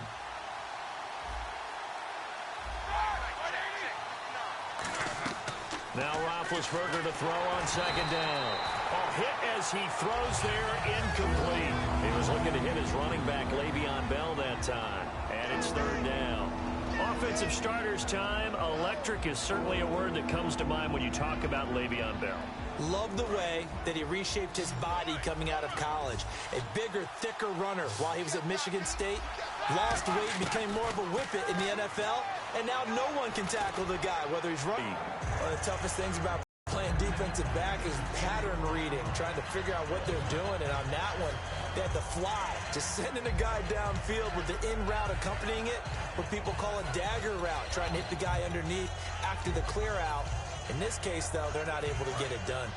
Yeah, they said forget the underneath route. They went for the guy on the fly, but as you said, incomplete. Here we go on 4th down with Roethlisberger. A surprising move here on the opening drive of the game, and the Giants are going to take over in great field position. And, partner, I'm not really sure what in the world they were thinking on 4th and long there at this stage in the game, but you think social media may be firing up a little bit right now? Oh, the coach is trending right now. Right? There's no doubt about it. People wondering what that decision was. But it takes me back to a number of years ago. A very successful coach in the league had told himself before a playoff game he was going to be aggressive. No matter what, he's going to be aggressive.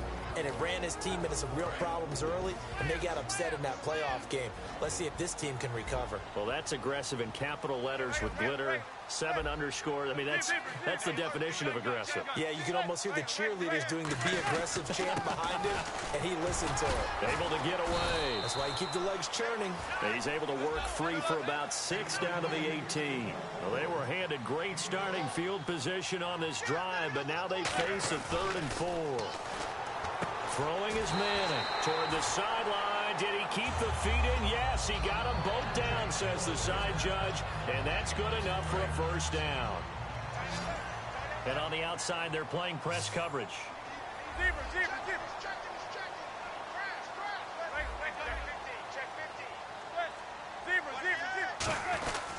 Jennings. And he's able to find some room as they get him down after a good run. Give him 9 on the carry that time, and they're set up with a 2nd and 1. Okay, he didn't break that one all the way, but you got to know that he feels like he's right on the verge, and that's probably exactly what he's telling. And that is caught. He's got it for a giant touchdown. Will tie from 3 yards out, and the Giants are going to take a first-quarter lead. Sometimes those tight ends are a mismatch. They found the mismatch there. And that's exactly why you want to drop those types of plays, because coverage is just going to go to the natural guys, the guys that make the big plays on the outside. If you work your tight end into it, that's a tough one for a defense to handle. Tough. They couldn't handle it. It worked out for 6. After the touchdown, it's Robbie Gould now to kick it away. This fielded a few yards into the end zone. And he'll get it up past the 20 to the 22-yard line. And Pittsburgh getting set to take the field. And last time, went for it on 4th, didn't get it. Let's see if they can pick themselves up off the mat and do better this go-around. Sometimes I have this vision of coaches writing notes to themselves before a game. And sometimes that note says, be aggressive, stay aggressive. Maybe that's what we saw in the last possession. Yeah, they were very aggressive. This time, will it result in points? We'll find out. And Bryant's got it over the middle. Only 3 yards on the catch. It's 3rd down. And that's one of his advantages of a passer, is it not? With his height, setting back there in the pocket, firing it over the middle, he can really see everything clearly. It is, and I know that other quarterbacks get it done different ways, all right? You don't have to be his height to make a great play, but what he does is he takes away having to make those slide steps in the pocket to find angles to throw the ball through. He just throws right over the top of it because he can see everything, and sometimes that saves time and gets the ball to a receiver quicker. They come up in an offset eye. Needing the tough yards, they run it with their fullback. A gain of 4 on the play, and on 4th down, they're able to convert and move the sticks. So disappointing there for a defensive unit. You hold them to a 4th down in their own territory, you figure you've gotten yourselves off the field, and all of a sudden, here's the offense staying out to go for it. And they wind up getting a 1st down. In 12 regular season games this last year for Bell, averaging over 150 yards from scrimmage. First 2 games in the playoffs were great, but, you know, getting injured in the final game probably leaves a bad taste in his mouth. Leaves a bad taste, gives him fuel for the next season, though, because, remember, for the last few years, he hasn't been able to play a full season for various reasons. Now, going into next year, imagine those numbers over a 16-game season and heading into the playoffs. Le'Veon Bell can set new records.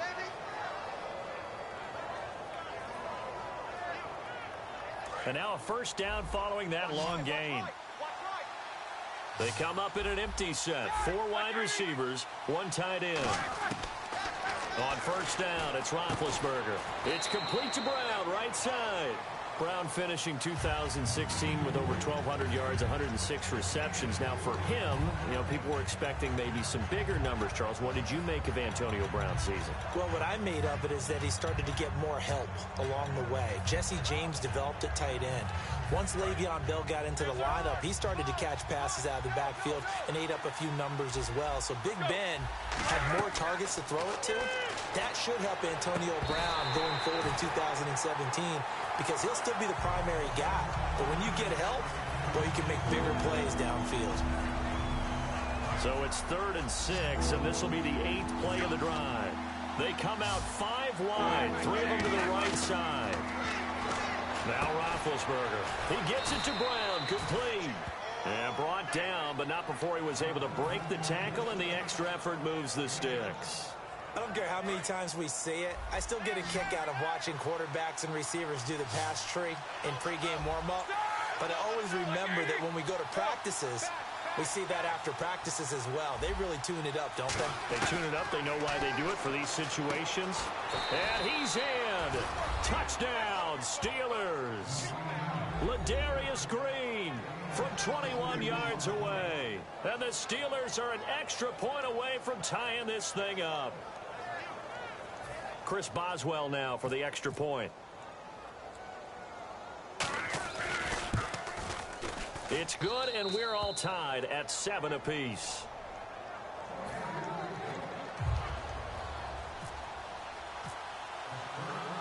So a tie ball game here as the kick's away.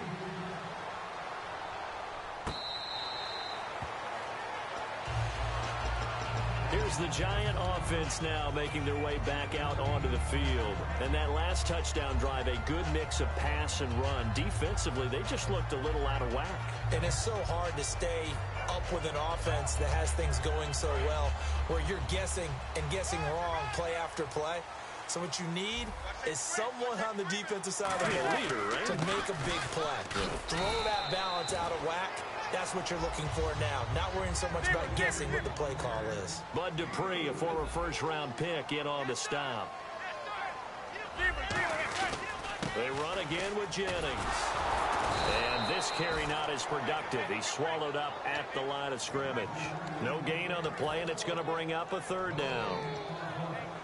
Off the corner. Where'd he come from? Well, I guess he came off the corner, but really nice play. I like when you're able to pose a question and answer it at the same time. That's exactly where he came from, but it's not something that you normally see.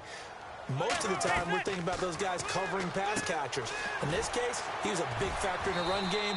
No gain. A loss of a yard, and it brings up fourth. And never good on a pass completion there to go the wrong way. Lost yardage. No, for some reason, it seems to work better when you throw it downfield or you can move the ball downfield running it that way, doesn't it? But in this case, if you're the defensive guys, you're energized, executed well, and you caused a lost yardage play. That's going to feel good and look great in film. So it looks like the offense isn't going anywhere. They're going to go for it on 4th and 7. Now Manning, and he's got Will Tye complete. It's a gain of 9 yards. And they're able to pick up the conversion here on 4th down. And this should be the final play before the quarter ends.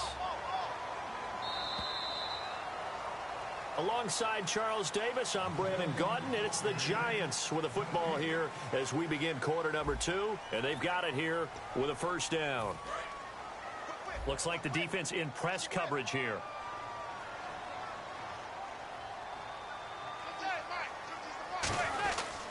Here's Jennings. Just a yard on the pickup there, and it'll bring up a 2nd and 9. Now that's the type of play that'll fire up the defense. Hold them to 1 yard on a first down run. It'll be interesting to see if the offense decides to press the run at all, or if they'll abandon it now after gaining only 1 on that play. Manning to throw on 2nd down. Surveying the field. He's going to loft one. Deep left. Man, it's caught inside the 10. Manning to Beckham. A big play there. 56 yards. Well, we know he's got the speed there. He needed the speed and the hands. A great catch. And because of that speed, you have to respect it as a defender. So you have to either play off or make sure you're somehow in contact with him. And he's able to do exactly what you said. Use the speed to his advantage and go up and get the football. That's a big-time play right there.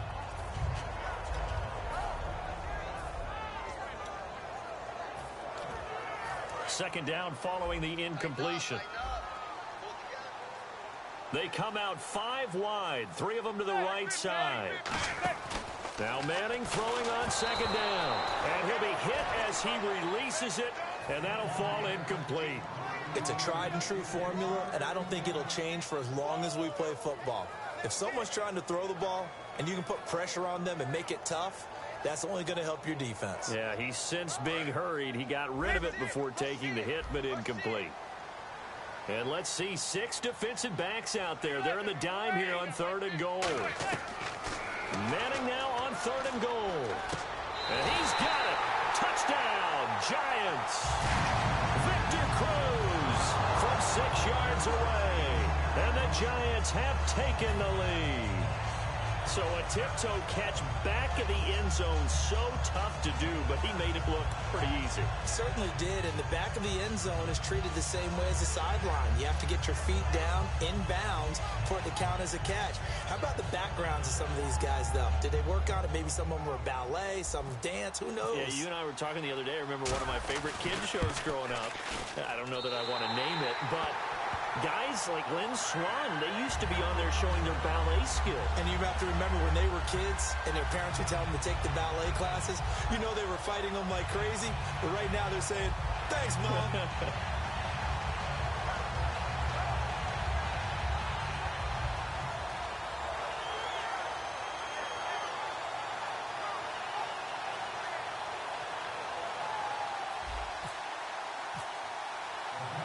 After the touchdown, it's Robbie Gould now to kick it away.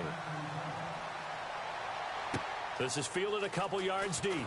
And he'll take it back to about the 19-yard line. And Pittsburgh getting set to take the field. And they're going to need another score. Got one last time, but still down here. When you're playing catch-up, every possession becomes crucial, doesn't it? It's vital. Get back out on the field, punch it in the end zone again. They know it's not easy, but what they do have going for them, they did score the last time. They think they've got a good formula working. And what about the defense? Well, now you're just saying to yourself, okay, we gave up a score last time. What adjustments do we need to make to slow them down now and get the ball back for our own offense? Is it more pressure? Is it more zone? What do they have to do? They're trying to figure that out themselves. We'll see if they can figure that out right here. Now Roethlisberger to throw on second down. Looking for Green, and it's intercepted. A great read, and it's picked off. And they will take over at the 26-yard line. And here comes the Giants offense back out onto the field. And that last drive, so effective in the passing game, resulting in the touchdown. Maybe not many people were focused on the trenches. There was good protection there. Excellent protection. So now defensively, you've almost got to get down to those starters blocks like you're a sprinter. Get lower than those guys on offense and find a way to roar through them or around them to get into the face of the passer. Easier said than done, though. Way easier said than done. But they've got to try something because right now they're just cutting them to shreds.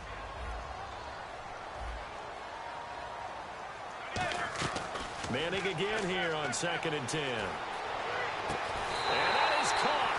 He's got it for a Giant touchdown. Victor Cruz. 2 catches, 2 touchdowns here so far. And the Giants add on to their lead. It's good, and it is now 21-7.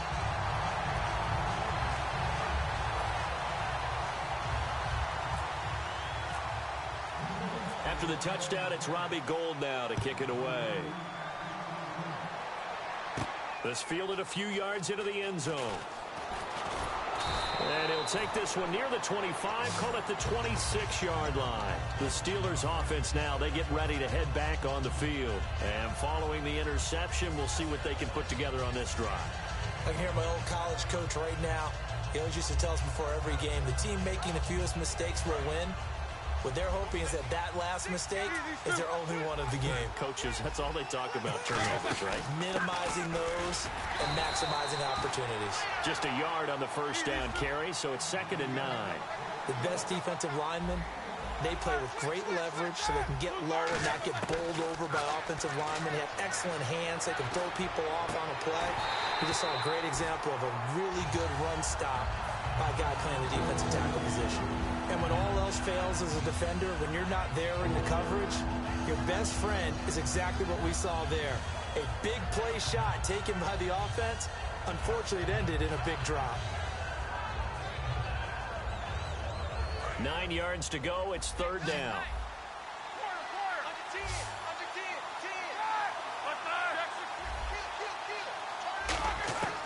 On 3rd down, Roethlisberger. And he dropped it. Now it was tipped. Altered the ball a little bit, but he dropped it. And now 4th down. Well, they've had a pretty frustrating first half here offensively, and then just continued there with that incompletion. Yeah, definitely frustrating for them, but heartening for the other guys. Those stop troops, they're enjoying things right now because they made it very difficult for them throughout the half. They'll break the huddle here and go for it. This is 4th down.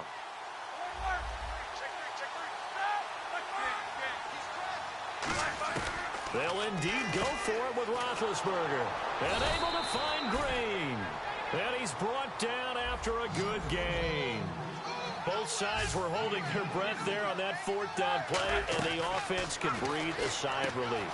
And both knew exactly where the first down markers were. You know the defense is trying to guard those sticks and try and keep people in front, but somehow, some way, those guys found a way to pick it up. Well, clearly one of his advantages as a passer is his height, sit back in the pocket, fired over the middle. That makes things tougher defensively, doesn't it? It really does, because your goal is to move the quarterback off his initial spot when he gets his drop back completed. But when you have that type of height, he can stay in there. If he's willing to take the hits and just fire over the top, which saves him time and actually completes a play a little bit quicker than it normally does for a quarterback who has to slide and find open space to throw. Now Roethlisberger. That is caught at the 7-yard line. 5 yards on the catch there, brings up second down.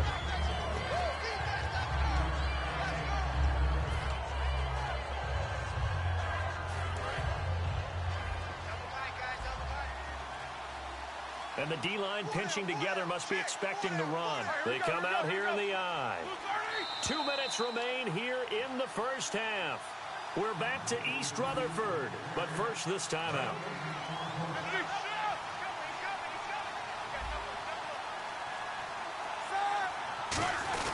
And they'll turn to a power game to try to get in. Call it no gain that time, and now it's 3rd and goal. Partner, when it's a goal-to-go situation, if you're on the field on defense, you have to know that you may be called on to make a tackle at any time.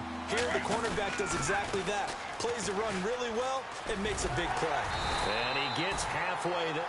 And now the Giants will stop play as they take a timeout defensively. It's just their first, so they'll have 2 remaining here before we get to halftime. The offense is staying out there. Here we go on 4th and goal from the 1. They'll go for it with Bell. And he's in. Touchdown, Pittsburgh. Le'Veon Bell punching it in from a close game again. So they went for it from and they got it done. Is this the new like it? I know that quarterbacks across the league have spent the entire offseason and even during the season lobbying their coaches to go for it more on 4th down. Let's go get it. Because nowadays, you've got to score points to win games in the NFL. You can't just rely on your defense to hold them. I think the quarterbacks want to eliminate field goals inside of 30 yards, probably. Well, listen, they have enough confidence in themselves that they can call plays and make plays that they won't need those field goals inside the 30. The defensive line disperses a little bit here, maybe expecting a pass. They'll send Beckham alone to the left side. They come out here in the I. Now a first down run here. This is Vereen. And they're able to get this one across the 35. 13 yards there on the pickup. And it'll be first down Giants. And they're going to speed things up here. On the run, here's Vereen. And that play went nowhere. Losing yardage. It'll be back at the 36. That's going to go as a loss of a yard, and it'll be second down. So now 11 yards to go for this offensive unit. It's second down.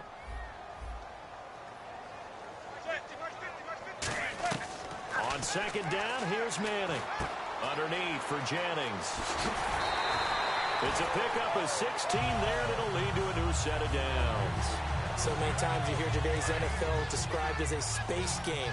Get your best players into space with the football in their hands. That's why sometimes you just swing it out to your runner, get him out in the flat, and let him have a chance to make people miss an open field. Throwing now is Manning. Trying to get it to Beckham, and it's intercepted. Picked off by Mike Mitchell. And a big turnover there as his guys will get the football back. Out comes the Steeler offense now, ready to see what they can do here. And the ball backed way up, so thinking with this amount of time on the clock, probably just sit on it, and we'll see these 2 teams go to the lockers. Yeah, I don't think you want to overthink it in this situation. Either side of the ball. Just go ahead and finish up the half and get on out and talk about it. The wide receiver moving to a new spot. After the interception, here's one. And he goes down. It's a sack. They get him back at his own 3-yard line. And now the Giants, they get the officials' attention and take another timeout. So that means they're down to 1 remaining here as we head toward halftime. Looking to jam the receivers at the line here. Press coverage look defensively. Brown, the lone receiver left. Here's Roethlisberger. A screen to Bell. And he's got some space here. And he'll get it up a little shy of the 15. They'll spot him down at the 14-yard line. That one good for 12 yards. And all of a sudden here, it's 3rd down. And play is stopped here. Timeout. It's the defense calling the timeout here.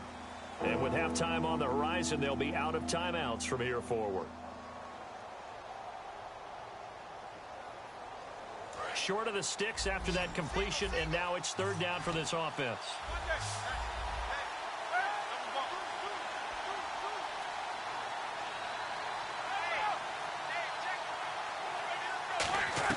Here's Roethlisberger to throw. He's going to look deep down the field. Into a double team, and it's intercepted. A great read, and it's picked off. And his guys have got it back at the closing stages of the first half. And New York set to take the field. And from this spot in the field with the clock where it's at, you think we're just going to see a knee and that's it? And I think in this situation, that's the proper play. But we do know there's some risk takers out there that may want to take one more shot before the clock runs out. He's going to go up top again. Oh, and this ball's tipped and intercepted. A great read, and it's picked off. First half in the books. You're watching the NFL on EA Sports. Welcome back. Halftime over. We are ready for quarter number 3. Alongside Charles Davis, I'm Brandon Gordon. Both teams appear ready for the fight ahead, and we resume action here in quarter number 3. The return man here, Dwayne Harris. They'll bring it back to just about the 25, call it the 24-yard line. The Giants offense now gets ready to head back onto the field. They have the lead. Now they'll be looking for some separation here as we begin the third quarter. I like the way you term that, because now I think they go a little bit deeper into their playbook. They like what they did in the first half. That worked okay. But in order to get the separation that you just talked about, change things up a little bit. Change your tendencies, try and hit them a little bit more with some things they didn't see in the first half. Let's see if they do just that. Now Manning, and bringing it in right side here, Beckham. A good pickup there, 8 yards on the first down completion. And a pretty simple completion there underneath, but a successful one for the offense. Partner, doesn't have to be the big shots downfield all the time. Having that safety net underneath is a great thing for a quarterback.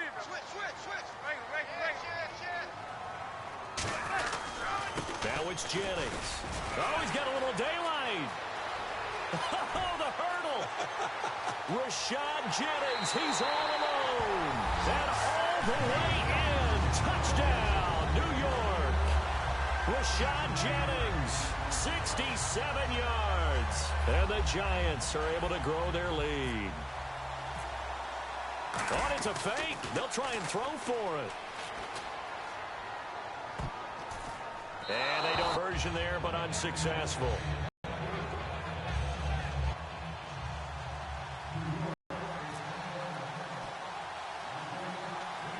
After the touchdown, it's Robbie Gould now to kick it away. It's a short kick, taken at the 15. And a nice return sets him up pretty good here at the 30-yard line. Time for the Steelers offense now to get set for their first possession of half number 2. They're down in this game. A chance for the offense, though, to put something on the board, get some momentum here in half 2. Try and get things kick-started for them. And you know at the half, they discussed how they were going to get that done. This is where scripting comes into play a lot of the time. How many plays do you script coming out of the second? Most of the time in the first half, you're scripting 12 to 16. I think in the second half, you're really scripting more like 8 to 10. Kind of a starter or an opener, whatever terminology they use. Just something to get you off to a quick start. And now they're in the hurry up. Not your conventional play call, but that's okay. You probe the defense. Now bad hit, and he lost the football. It's loose. And now the rookie's free. And he is not quite going to make it all the way in. They'll mark him down right up.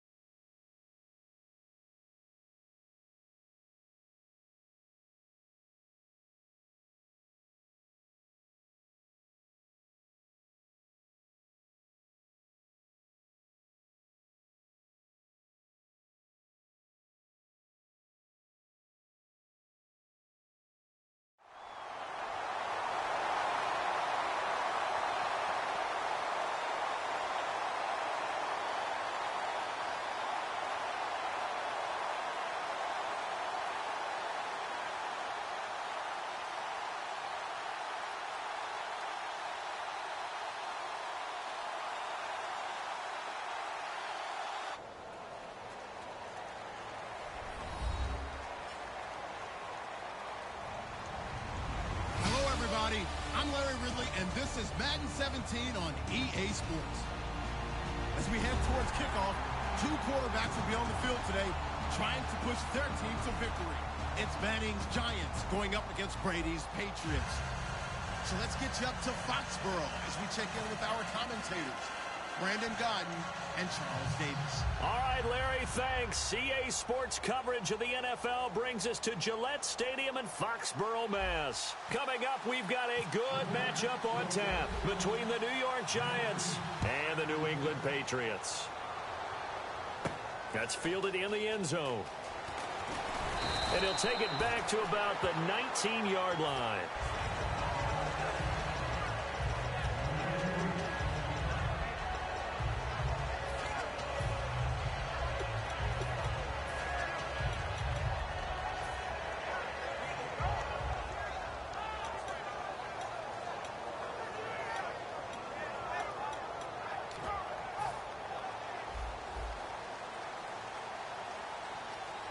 They come out 5 wide, 3 of them to the right side. To throw is Brady. To the right side, and he's got Edelman. No gain there on the completion, 2nd and 10. And the Buffet boys, the O-line. Hopefully they're ready today. Listen, you got to feed them first. But if you do, you usually get a great product out on the field. And when they play well, the quarterback can't wait to feed them afterwards. On 2nd down, here's Brady. In trouble here, and down he goes. Back at the 8-yard line. They'll wind up losing 10 on the sack, and it'll lead to a 3rd and long. And I don't think this is the script they had in mind for their opening drive. This is 3rd and long. Shotgun now for Brady. And that is incomplete. Julian Edelman, the intended receiver, and 4th down coming up. And that one was knocked away, and I think the defenders are going to be a little upset with themselves. They made the play on the football, but that one felt like a forced pass by the quarterback. Thought he had someone open. He really wasn't. Maybe an example of having too much confidence in his receiver that no matter what, I'm going to throw it to him. And that was a play made by the defense, and it could have been a bigger one. Here's Beckham. Nice job bringing that one back. 14 on the return. And it'll be Giant football, 1st and 10.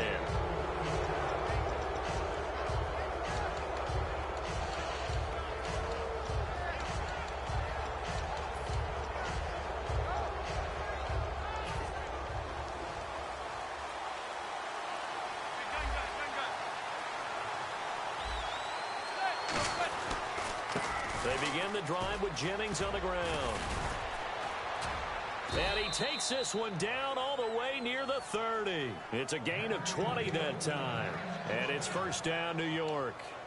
All right, I've got to be careful here, all right? He's on the plus side of 30. There may be a little gray in the beard, but that's not slowing down his speed as far as he's concerned. When he's saying I'm on the plus side of 30. Well, if you're on the plus side of 30, you don't know what I'm on the plus side of. All I know is that run right there let us know there's still some life in those legs. Absolutely, still got a lot of life left in those legs.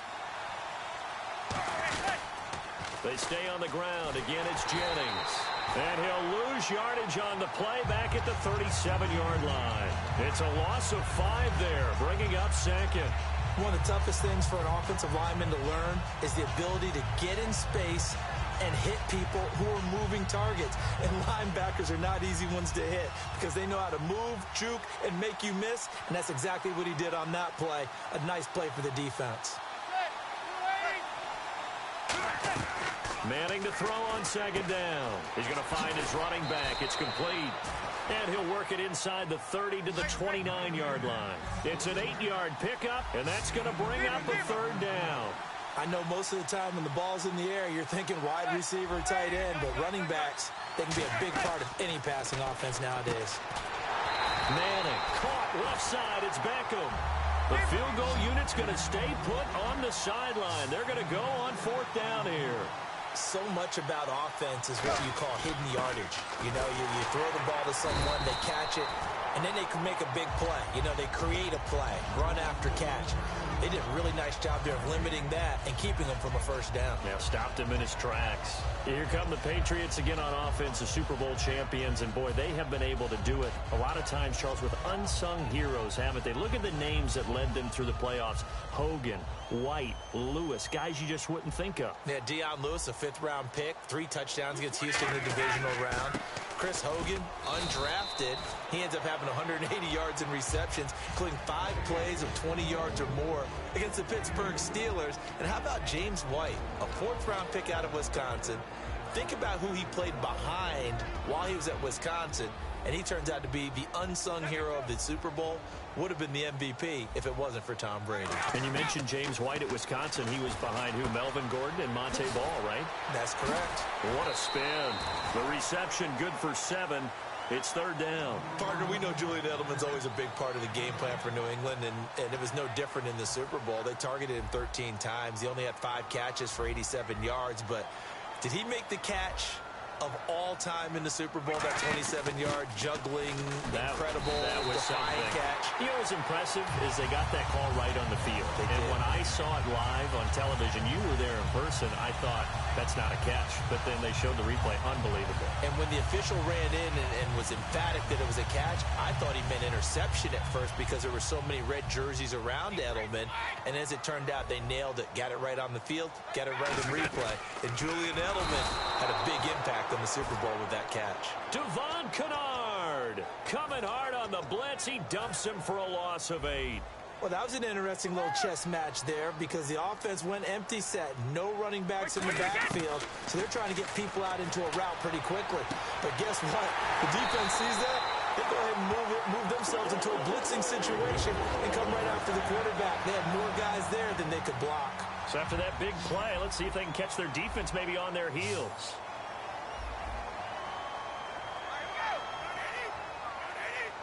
Well, we looked at each other right when he flinched. We knew that that flag was coming.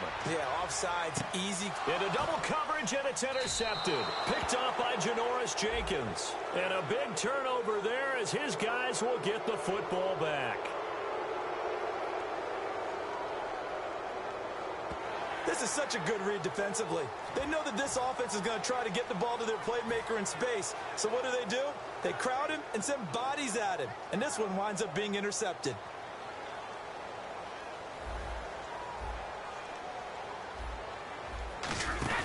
They'll run it now out of the gun. And it's a fumble. And the Giants have it. It's picked up. And they are going to set up shop at the 32-yard line. Now out come the Giants. And on the last drive, they were in field goal range. They just opted not to kick it, didn't get it. How does that change the mentality this go-around? I don't think it changes much for the head coach because this is what he preaches all the time. Attack at all times in any spot on the field, and he likes touchdowns, not field goals. Now, your field goal kicker, you've got to make sure you nurse him through and say, okay, don't worry about it. When we need you, you've got to be ready to go. And the team, of course, loves to see points on the board. So let's see if it changes a little bit if they're in the same spot again. Yeah, we'll see what the decision is here if they get to that spot. They come out here in the eye. In motion left is Beckham. And they'll try the ground game here with the running back. 3 yards is half of what they needed. Now can they get the other 3 here on 3rd down? We always like to talk about defense in terms of levels. First level defensive line, second level linebackers, third level defensive backs. On that run, that was what we call a first level run, and it was stopped by a second level player.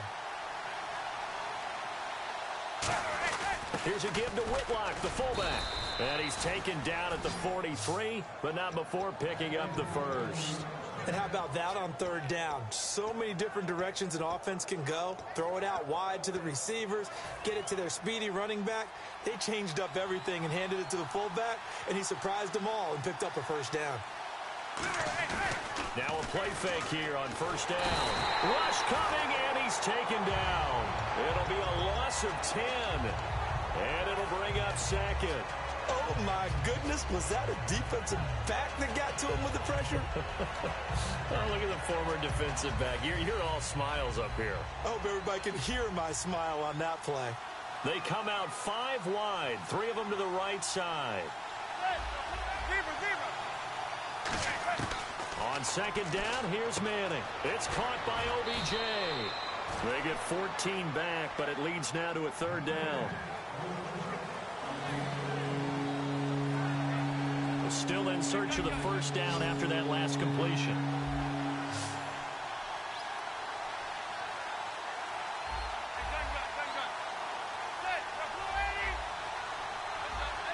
And with the play clock winding down, we're going to get a timeout.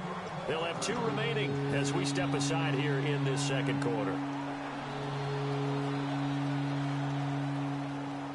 It's 3rd down, 6 yards to go for the offense.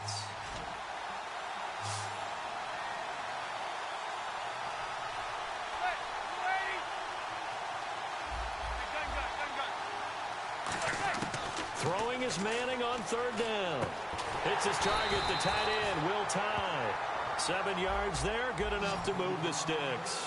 I feel like Eli Manning has just gone from downfield bomber to a guy who can complete everything. He can hit him underneath now, can't he? Yeah, we just saw that there with that pass completion. The maturity of a veteran taken with the defensive given. He was looking for Odell Beckham that time. And now it's 2nd down.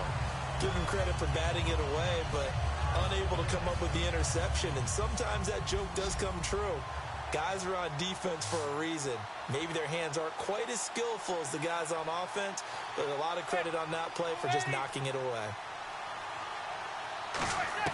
Manning again here on 2nd and 10. And incomplete there. A nice hit. Jars the ball free and brings up 3rd down.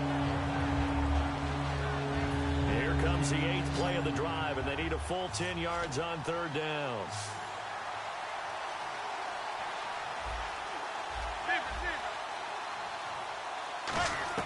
Again, it's Manning. He rifles one that's intercepted. Picked off by Eric Rowe. And to the 40-yard line, that's where the return stops. The Patriot offense now set to come back out onto the field. And they got across the 50 last time, but fumbled and turned it over, so they'll be looking to have a short-term memory here, Mr. Davis. Not only a short-term memory, but a whole lot better ball security. Because if they take care of the ball, continue to move it, their chances of scoring some points, they've got to feel pretty good about. They thought they had things moving in the right direction last time. Fumbles, they don't just affect you on offense, they affect your overall team, because now your defense has to make that stand up. On 1st down, Brady, and a dump off to White. And he'll go down shy of the 40 at the 41. Partner, Brady was deserving of the MVP, don't get me wrong, but James White on any other day was probably the MVP. 3 touchdowns and a 2-point conversion. The number 3 tailback on their depth chart. And so his performance in the game, in a lot of ways, shouldn't surprise us, because that's the New England Patriot way. People pop up in big ball games that maybe you didn't expect, and James White did it in the Super Bowl. His ability to catch the ball in the backfield and gain additional yardage, as well as run it. And what a game for him. What was that, 2 days after his 25th birthday when he accomplished that?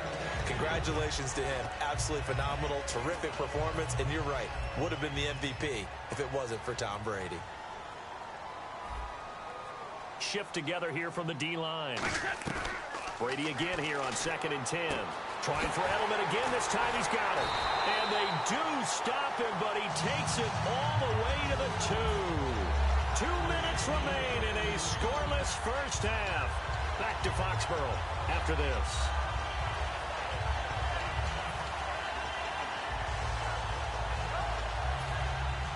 Defense showing blitz.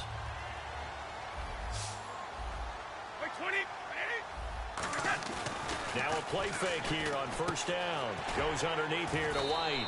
And he is going to lose yardage here. That's going to go as a loss of 4, and it'll be 2nd down. That play was well covered. Just tried to check it down. Unfortunately, not able to find any yardage on that one. They come out with 1 back and 3 tight ends. Again, they'll throw with Brady. This is caught. Gronkowski.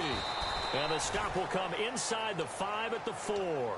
Only 3 yards on the catch. It's 3rd down. Got to give credit where it's due. Really nice defense on that play. The pitch and catch was successful, but not any run after it.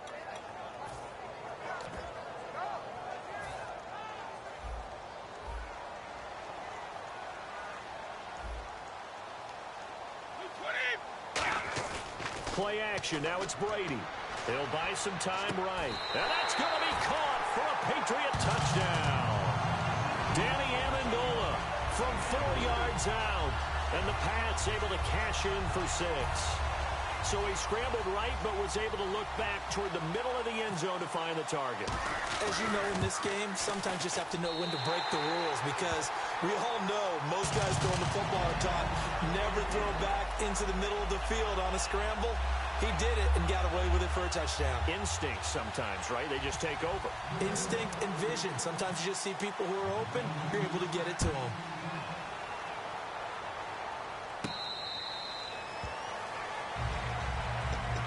The Giants ready to come out now.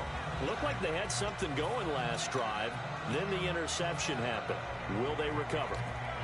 The memory they need to keep with them is that they did have something going. They were moving the ball on offense, had a nice sequence going.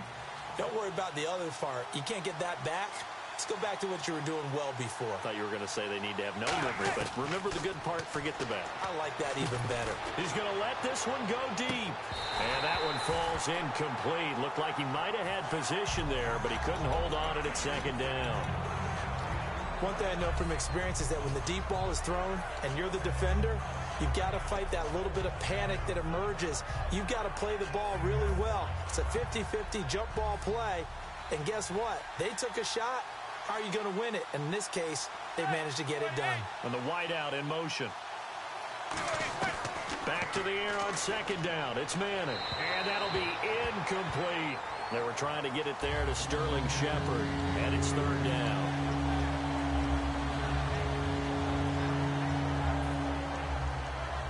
So still a full 10 yards to go here for the offense on third down.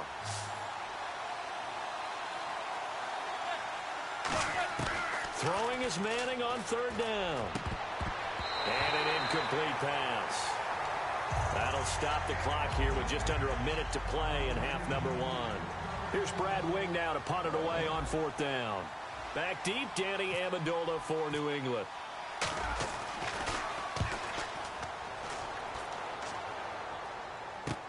Fielded at the 20. Officially, that'll go as a 52-yard punt. Not too shabby. And the offense will come back onto the field for the 1st and 10. Out comes the New England offense to see what they can do this time. And we'll see how this is played. Offensively, they've got the lead. Not a whole lot of time left. What do you think, Charles? Well, it's tempting to try and add to your lead. But a mistake there, that could change things in a big way. I say go ahead, take the knee, get on out for the half. Quickly to Gronkowski. That's caught. 7 yards, the pickup on the pitch and catch. So much goes into a successful play, doesn't it? How about that play action there? Freezing the defense just enough to bring the tight end free downfield for the completion. 9 yards on the pickup there, and it keeps the drive alive. Now hold everything here. We're going to get a timeout by the offense. It's just their first, so they'll have 2 remaining here before we get to halftime. To throw, it's Brady. The throw left side, complete to Hogan. Falcons did a pretty good job of containing Hogan. 4 catches, 57 yards. Of course, that was coming off a 180-yard performance in the AFC title game. I wonder if that thigh injury he had going into the game hampered him at all. And now a fumble. Brady loses the football. And the Giants have it. It's picked up past the 20. And this is taken into the end zone. A fumble recovery and a Giants touchdown. And give some kudos to the defensive coordinator, I think, here. They bring the blitz, they dial it up, and it turns into 6 points for them. It's so nice to hear you actually give kudos to the defense. It is so nice. You're such an offensive guy like that. I love it. He dialed things up, and boy, a big play resulted for his guys. Well, you like the credit to the defense there, right, my friend? Yeah, do I ever? And his kick is good.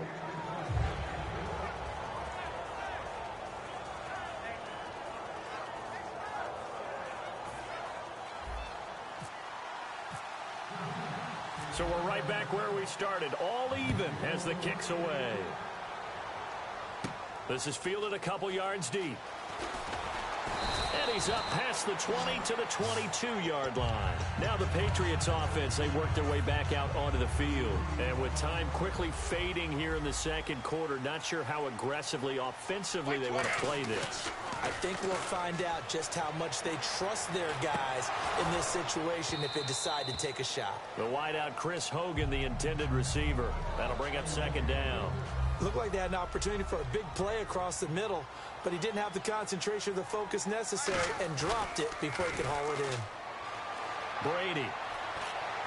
On the crossing route, that's caught. Julian Edelman. And he's able to get this one up to the 45-yard line. So we've hit intermission. It's halftime. This is the NFL, and it's a presentation of EA Sports. So both teams have their marching orders, and we'll get going again here in quarter number 3. That'll be taken in the end zone. And no run back here. This will be a touchback, and it comes out to the 25-yard line. And New York set to take the field. They have a chance to break our tie here as we get a look at the first drive of quarter 3. And it's such a tone setter, isn't it? Because both sides trying to seize momentum to begin the half.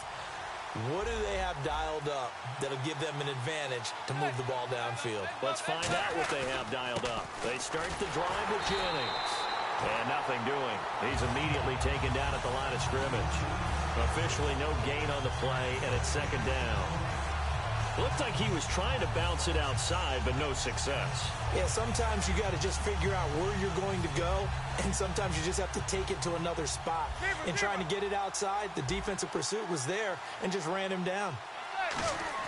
Now Manning throwing on second down. Receiver, third down here.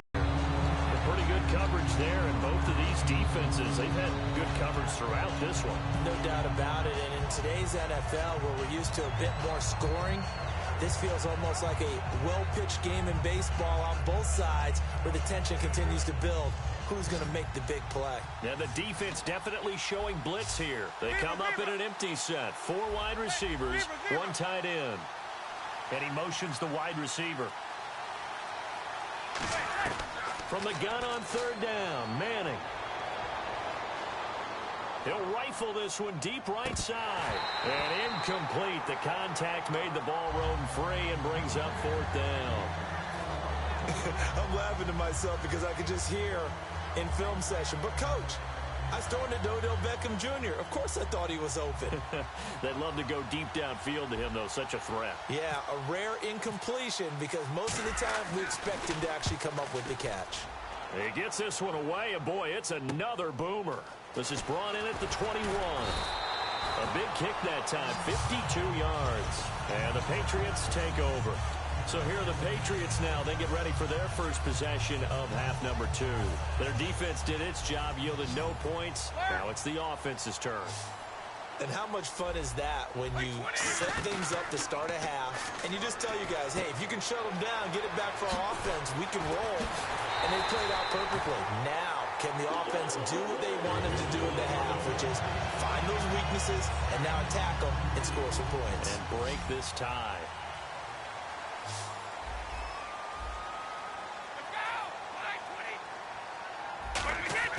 On 1st and 10, here's Brady. Oh, the ball comes out on the hit, but they'll say it's incomplete. The former Bill, Chris Hogan, the intended receiver. And that'll bring up second down. They got pressure there and only rushing 3. And there's a defensive coordinator right now who is celebrating not just getting home with 3 there, but realizing if that's the type of pressure he can get in the entire game, then his pass defense is going to be excellent. You drop an 8. Where are you going to go with the football? Only a yard on the pickup there, so it leaves them needing a conversion here on 3rd and a tough 9. And they'll need to get to the 35 if they want to keep this drive going on 3rd down. So many times we look. And now the Giants will stop play as they take a timeout defensively. It's just their first, so 2 remaining as they burn one here in this 3rd quarter. And defensively, it's a nickel formation here on 3rd down and 9. Brady going to throw. Over the middle, Julian Edelman. It's complete. The completion good for only 6, and that'll bring up 4th. Field goal would have been a decent length at 55 yards. They keep the kicking unit on the sideline. They're going for it. Brady to throw for it on 4th down. And he's brought down. Can't do anything with a football. It's a sack and a turnover on downs. Here's the Giant offense now as they get ready to take over here. And a tight game after punting last time. See if they can get something going on this drive. As they head to the field now, with the game this close, you've got to feel there's a sense of urgency for them going on offense right now. But they have to do it without letting panic creep in and affect their play. And he is going to lose yardage here. It's a loss of a yard there, and now second down. The insistence of speed at every position is really seen at the defensive end spot. These guys in the old days were often outside linebackers. They just pushed them forward because they wanted to play fast and get to the quarterback or the running backs quicker than ever before. Manning to throw on second down. Caught left side. It's Beckham. That one good for 16, and the drive will continue. But it appears that they read man defense and went to the out route, and what you have to do on that one is the receiver's got to make sure he works the defender towards the middle of the field to give himself space to cut to the outside and have that ball delivered with good timing, and they got it done. So here we go, 1st and 10 now.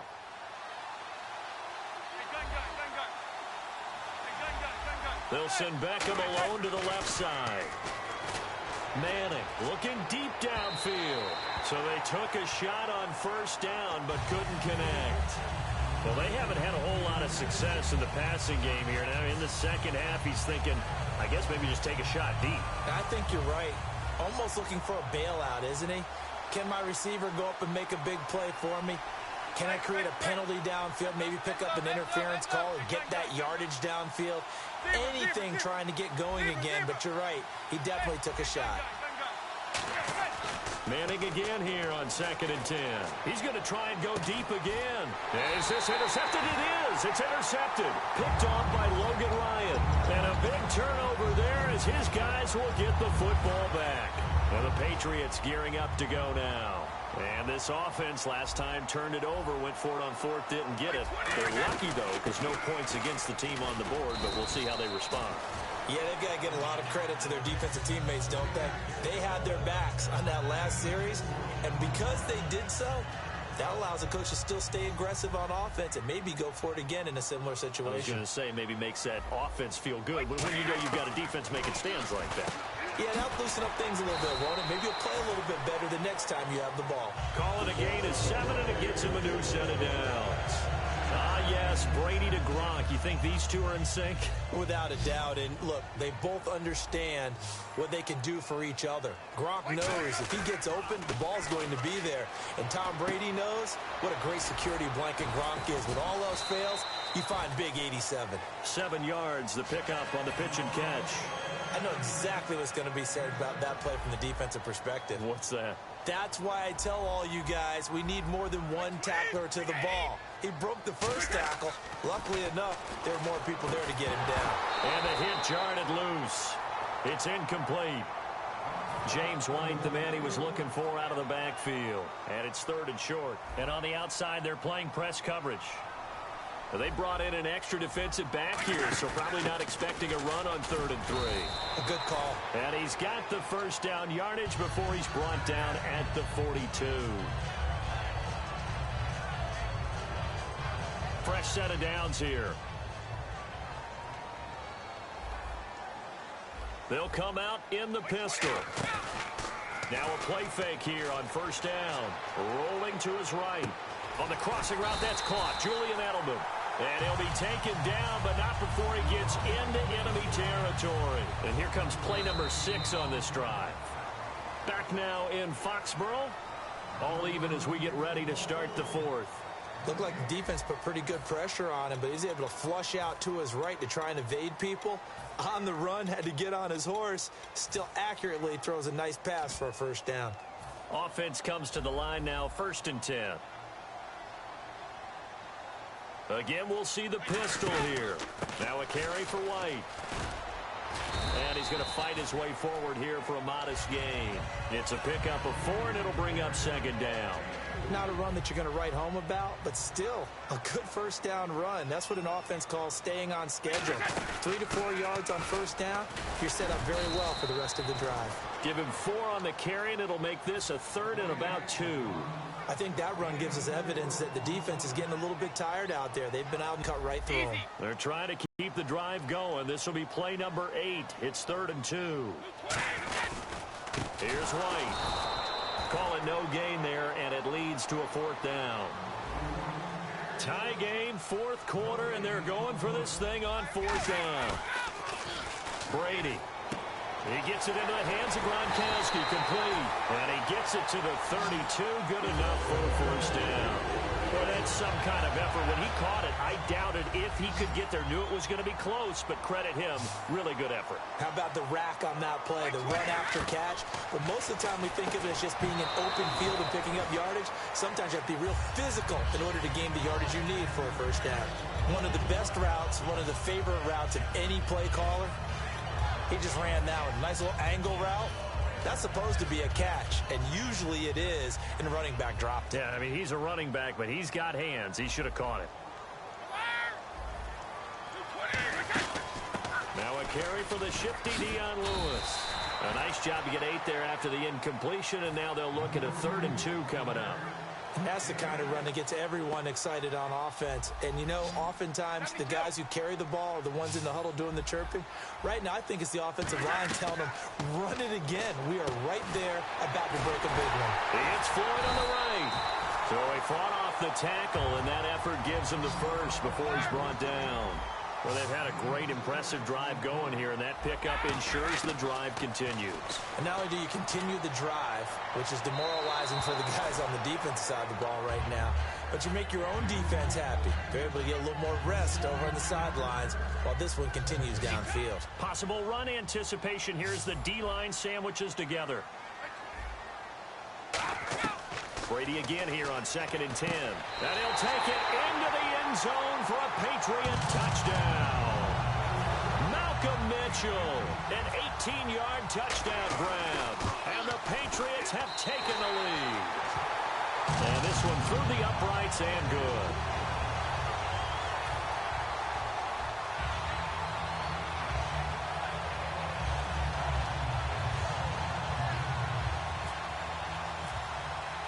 Gostkowski now after the touchdown. He'll send this one away.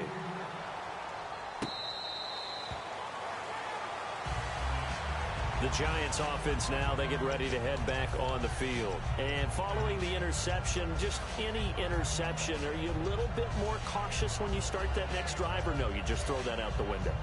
I think you are. I don't think that there's any way you can run back out there and go, totally didn't affect me. Let's just go ahead and be loose with the football again. You're going to take care of it, but you have to be careful about being too cautious because now you can't run any offense at all. Still on attack. We'll see how they attack him here. That's going to go as a loss of a yard, and it'll be 2nd down. And they're going to hurry back to the line now. Manning to throw on 2nd down. He's going to loft one deep left side here. And incomplete there. A nice hit. Jars the ball free and brings up 3rd down. And you just know when that play call came in, their eyes lit up because anytime you get a chance to take a big shot downfield, that's a lot of fun, and they missed an opportunity. They come out 5 wide. 3 of them to the right side.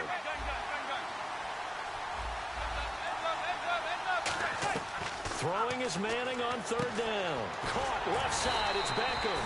2 yards is all they'll get on the completion. It's 4th down. 1 score down. Here we go. They're going to go for it here on 4th down. Looks like the defense in press coverage here. Now Manning. Got to have this one. It's caught. Shepard. And he'll go out of bounds across the 35-yard line. I remember in pregame when we were talking to him on the field, and he took his gloves off and showed us his fingers. A few misshapen ones in there, and now we know why, trying to catch those types of bullets. That was a dart. Yeah, even for a talented receiver, those are tough to hang on to. And a good swarm to the football defensively as they get him down at about the 40. 2 Patriots there to bring him down.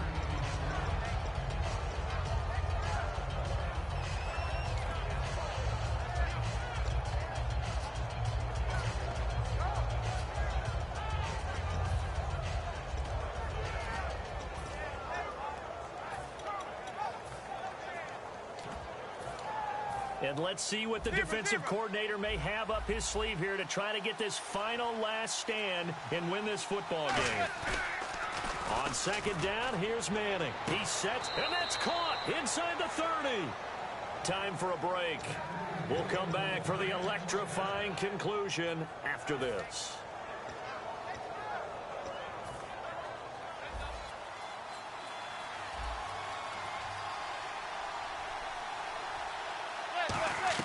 Back to throw. And he can't hang on to it. That would have sealed it. Instead, second down. I know that interception was dropped, and it would have been their third of the game, and I will guarantee you, in the huddle, on the bench, all the defensive guys have been talking about is, we've got this guy right where we want him. Who's going to get the next one? It almost becomes a challenge, and they missed a golden opportunity.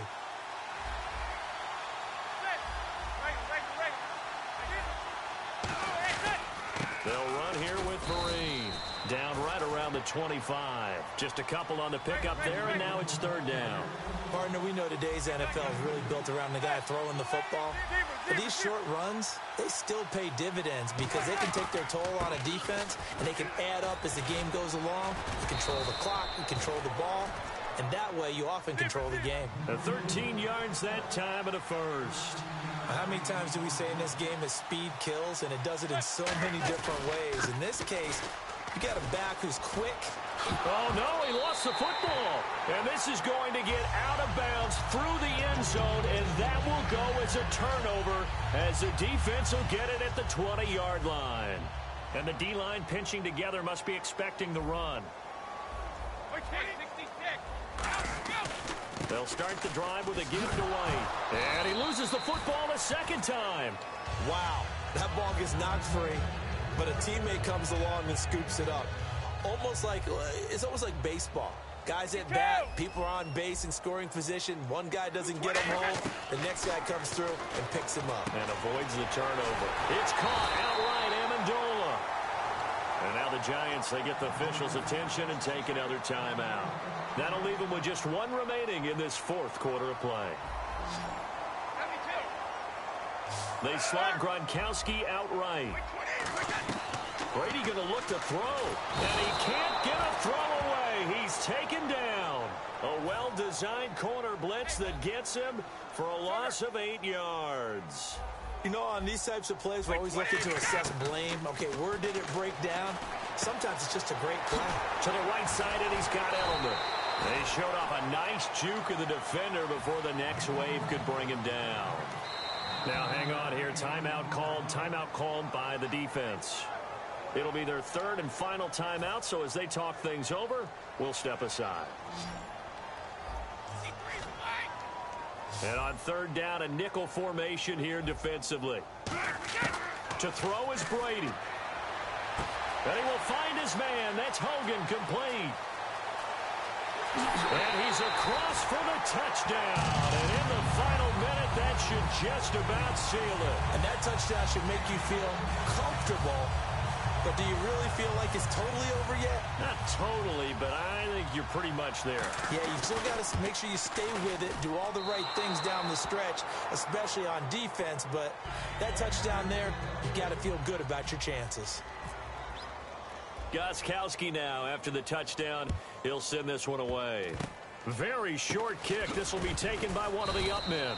And they'll be set up with good field position here as he gets this up over the 40-yard line. Here's the Giant offense now making their way back out onto the field. They can't do much at this point, partner. This one is going to go down in the loss column. You don't make up for what has happened during the game in this sequence here. Maybe you hand it off and let someone run the ball if you so choose. But otherwise, just kneel down, call it a day, and try and prepare going forward. Manning now on first down. A dump off to Vereen.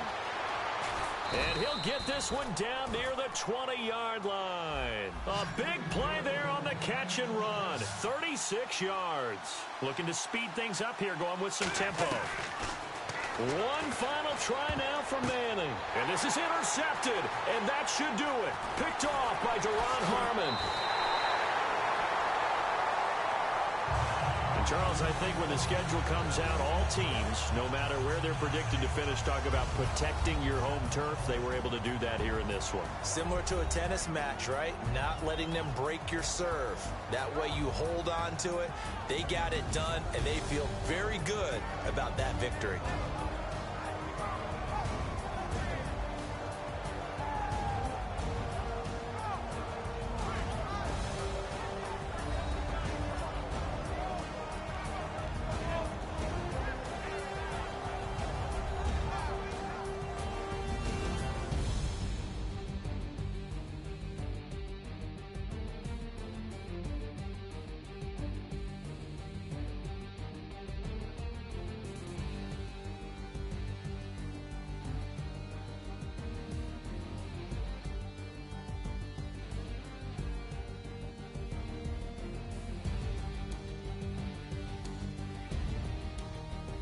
So that'll do it for us. For my partner, Charles Davis, and all the hard-working men and women on our crew, I'm Brandon Gaudin. You've been watching the NFL right here on EA Sports.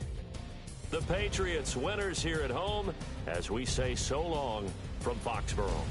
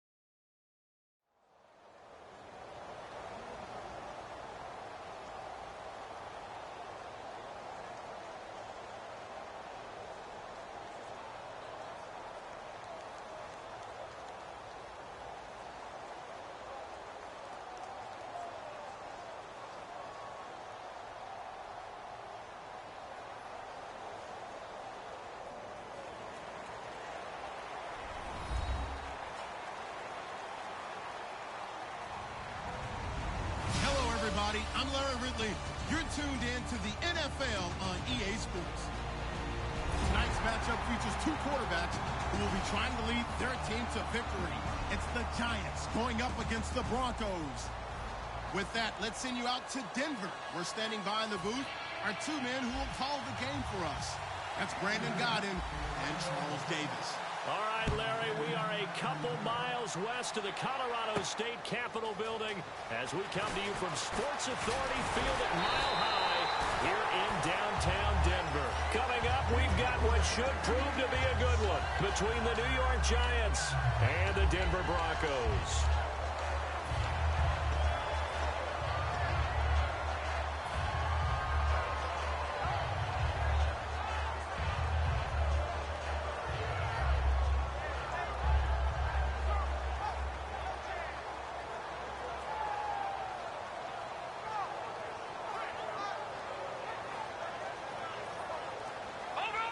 Looking to jam the receivers at the line here. Press coverage look defensively.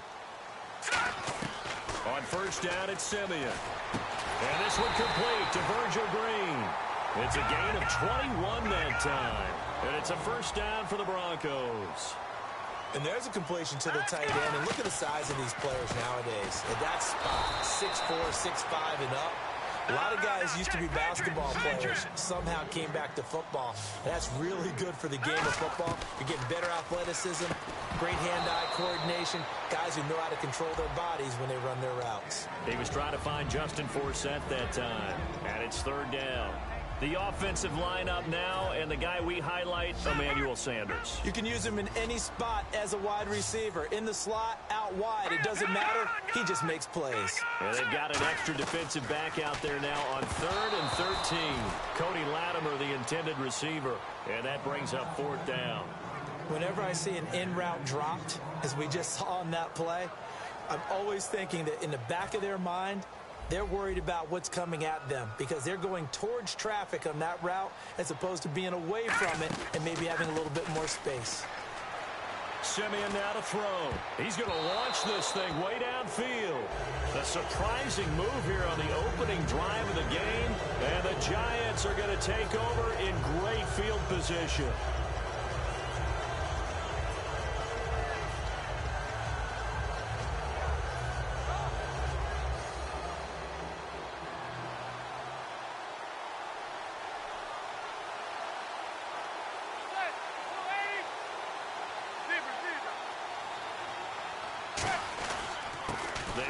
Fifth-round man, Paul Perkins. And able to push his way forward here for a good little gain. Brandon, it's early in this one, but Paul Perkins is a guy that I saw play at UCLA. And you know when he did his most damage? Late in the ball game. He's one of those guys that's a high-volume ball carrier and really wears people down and produces big as the game's on the line. Had some good moments for the Giants this year. Question, though, is he just a complimentary piece going forward, or can he ever be the guy? I think he can be the guy, but I don't believe the Giants are just going to settle for that. They're going to bring in more competition and make him earn it. And it looks like we've got a dime set here defensively. 6 DBs in the game. Now a first carry here for Shane Vereen. Just a gain of 2 there, and it's going to bring up a fourth down. Feeling like they're not quite in field goal range yet. They're going to go for it on fourth. To throw, it's Manning to the sideline, and he's got it. They say the feet are down. Yes, the line judge says they're in. That'll be a first down. So Manning to Beckham in this defense, they better hone in on that connection. It's almost like an electrical charge for him, isn't it? When he catches the first one, I'm talking about OBJ, he just goes to the huddle and says more, more, more. And really, he's just one of those guys that once he gets going, look out. And no escaping this time as he'll go down. They got him for a sack. And their inaugural sack of the game coming from an unlikely source. You mean it wasn't a linebacker? It wasn't a defensive end? It was somebody like you. Oh, my goodness. Yeah, that's a surprise for the offense. And at the 7-yard line, the catch is made. A very nice pickup of 33 yards. A great job pulling that one in from a guy, as we know, who can really blaze. He's got a lot of speed. And that speed can work for him so many different ways. Sometimes he just takes off and goes and just runs past. Trying to get it to Beckham, and it's intercepted. They find some open field here.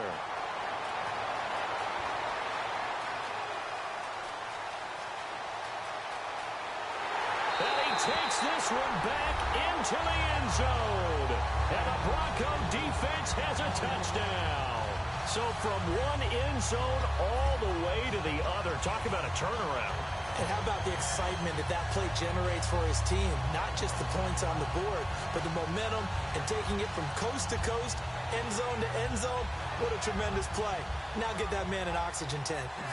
That's your boy Old Mo. You said momentum, right? Old Mo, I think he's kind of limping across at the end because of that distance, but he made it. They'll run for it with Anderson. And he will get in to make it 8-0. And there's a quick momentum swing. INT return for a pick six, and then the two-point conversion good. And even if you're keeping your wits about you, you're thinking to yourself, okay, extra point block team going into the game now. All of a sudden you're hearing defense. Everyone's scrambling for their helmets and throwing down their cups of water. That's a great position for them to be in, trying to score against that team. A little bit disjointed.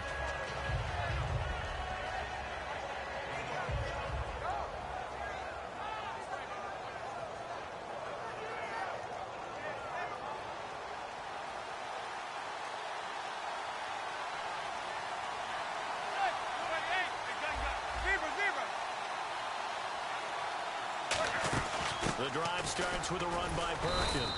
Only a couple there as he'll be brought down about the 28. Derek Wolfe there on the tackle. Not a big run on the first play of the drive, but that doesn't necessarily mean it was a bad play. Sometimes you're just trying to settle in, get your guys a little bit of contact, and get things moving. So the offense now dealing with a 2nd and 7.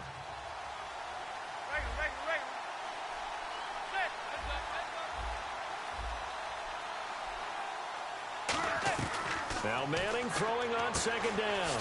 And he's got his man in stride, complete. Touchdown, Giants.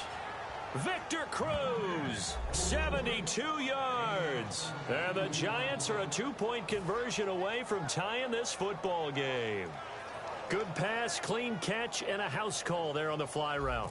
And not that much room to operate. So that tells you about his acceleration. We always talk about being able to go from 0 to 60 real fast. It took him less time than that to get to top speed and complete that play. After the touchdown, it's Robbie Gould now to kick it away. Fielded about a yard deep. And coming out now, the Broncos. And last time this unit was out here, costly turnover, and then that turned into 6 points. They've got to make amends. And how many times have we sat in meetings with coaches and they use the term complementary football? Offense take care of the defense, defense take care of the offense. That didn't happen on the last possession. This is a chance for them to pick themselves back up and help their team. Yeah, we'll see if they can recoup and recover. And the linebacking core could certainly be crucial today. They do everything really, really well. Fly to the football, defend the pass, you name it, they do it, as well as set the defensive front. That one goes for 24 yards. Partner, it's a lot of fun watching the NFL now, isn't it? Because when the big fella runs routes, it used to be when we were kids, he'd run about 3 different routes, and that was it. Now he can run anything and catch the balls we just saw there. The goal of a wide receiver screen is get enough blockers in front to create a wall and let him pick his spot to run the football. How about the defense there, swarming to it and not allowing that to happen? Did not let him get downfield. Oh, man, for him to be that wide open and drop it. Sometimes you have just too much time on your hands, right? You end up thinking way too much, and your hands get shaky. And, yes, he's a tight end, but that's a catch he should have made. Nickelback added defensively as they look to stop this 3rd and 8. Now it's Simeon. And he can't get away from the pressure. The Giants get there. And how about this? 4th and long, and they're going to go for it. Well, they go play fake. The problem is nobody was faked out. And now the Giants will stop play as they take a timeout defensively. They'll have 2 remaining as we step aside here in this first quarter. And they're going to at least line up to go for it here on 4th down. One receiver left, 3 to the right. Simeon looking for Sanders here on the deep ball. A surprising move to go for it. Predictably, at least somewhat predictably, it doesn't pay off. And the Giants are going to take over in great field position.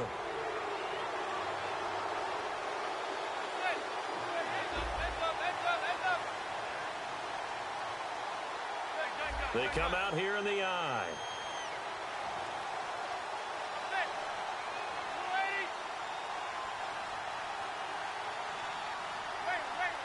The wide receiver moving to a new spot.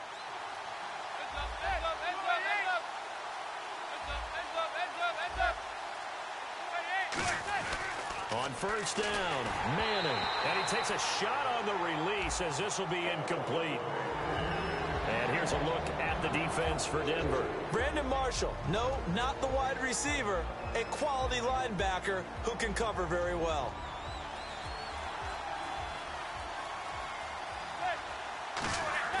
Manning will try again on second down. The left side throw complete to Adams. And he's going to be out of bounds down inside the 5 at the 4. An excellent pickup of 34 yards. Coaches really don't care from what position they get this, but run after the catch ability, rack ability, is often the difference between winning and losing and changing field position.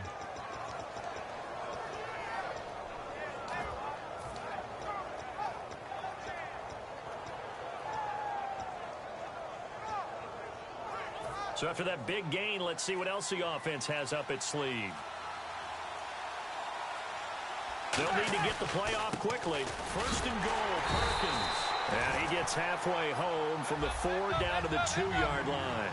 Good first step there defensively, but they're still knocking on the doorstep, so maybe another run here? I think so. One of my favorite coaches used to say, son, if you could darn near lay down near the end zone and get in, give me my best power running play with my best back right now. Call it a gain of a yard as they get a little bit closer here. It's 3rd and goal.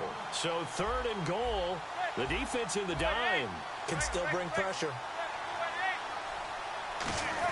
They'll try to run it with Vereen. And he takes it into the end zone for a giant TD. Shane Vereen taking it in from a yard out. And the Giants have taken the lead. And it's up and good to make this now a 14-8 ball game. After the touchdown, it's Robbie Gould now to kick it away. This will be taken in at the 1. And he'll be brought down at the 23, make it the 24-yard line. So the Broncos coming out now. And last time out, went for it on 4th down, turned it over, gave him great field position, turned into 6 points, so they've got to recover here, Charles. It's amazing what one decision can do in the chain of events, right? The decision to go for it on 4th down. Caused all of that. It caused every bit of it, but it showed confidence. Hey, I've got confidence in you guys. Go pick it up for them. Didn't happen. Also showed confidence in the defense. They didn't pick up their end of the bargain, so now they've got to come back out and start over and rebuild that confidence.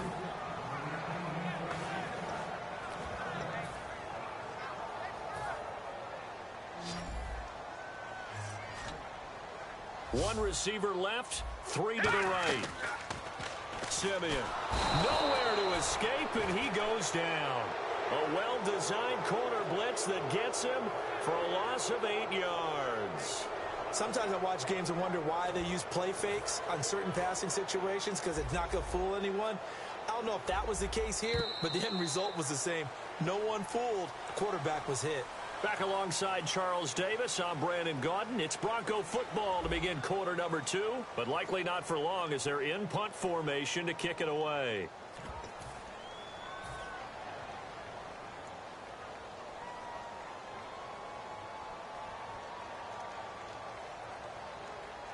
So 4th and 15, but the offense is staying out there to go for it. Here we go now. They are going to go. It's Simeon. And this is caught to Demarius Thomas. And he's brought down after a good gain. He's come a long way since his time at Georgia Tech. What did he run at Tech? He ran hitches and go routes, essentially. Yeah. I mean, but he ran them really well. He averaged well over 20 yards a catch while he was there. And he still creates downfield in the NFL. That big body and that willingness to go catch the football. He's pretty impressive. And his friends call him Bebe, a nickname his uncle gave him back in the day. Demarius Thomas, the intended receiver, and it's 3rd down. When defenses get to the quarterback that quickly, a lot of times it's called a jailbreak. It wasn't quite that fast, but fast enough that he had no time to look downfield and set himself to throw the ball. And as he tried to do that, he was hit and forced an incompletion. They set up the screen to Booker. And he'll be brought down, losing yardage back at the 40. And a loss of 3 to bring up 4. I love the intelligence the defense just showed there. Read their keys, saw the screen developing, ran to it, and smothered it. What a third down stop by them. And now they're going to go for it. This isn't 4th and inches. This is 4th and 14. All right, here we go. Blue line it. Blue line. Leopard. Indeed going for it. Simeon nowhere to escape, and he goes down. Boy, a real head-scratcher there. Able to disrupt yet another pass play. His 3rd sack of the afternoon. Really nice starting field position here for the offensive unit.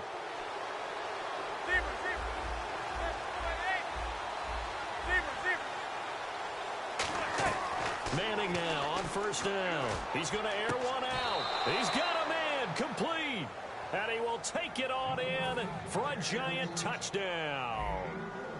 Odell Beckham, 33 yards. And the Giants add on to their lead.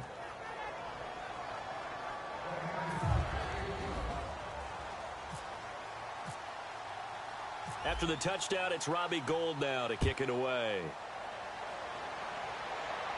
This will be fielded on the back line of the end zone. And he'll take it back to about the 19-yard line. And now the Broncos offense, they get set to head back onto the field. And last time we saw them go for it in kind of an unusual situation. It's not like it's a 4th quarter do or die. They went for it, didn't get it. We'll see how that affects them this go-around. Partner, I'm wondering if we're starting to see the effects of analytics coming into play here, where people are studying the number of possessions, how many times you should go for it, what position it leaves your team in. Maybe we're starting to see a little bit of that creeping into the NFL game. Yeah, I think we've seen it in other sports, maybe into the NFL now as well. He was brought down by Devon Kennard. Well, I think we know by now that every run is not going to be broken and get all the way to the end zone. But these short ones still have their value. You can still set up the play action and throw the football. You control the clock because you have the ball and they don't. And often the physicality sets the tempo for the game. So he makes the grab and the chains move forward. Nice job by the offensive line giving them time to complete that 1st down pass. And he's got it. Got his man on the end route. Complete. It's a gain of 11 yards that time, and it produces a new set of downs.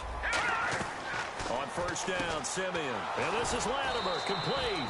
And he'll lose yardage here. Back at the 47. That's going to go as a loss of 2, and it'll be 2nd down. Well, that was well defended, and as a cornerback, what you're taught when you see a wide receiver screen, either you get underneath the play before the blocking forms, or you're going to have to fight your way through it by getting through some blocking. That was a really nice play there. 12 yards to go on 3rd down, and on the outside, they're playing press coverage.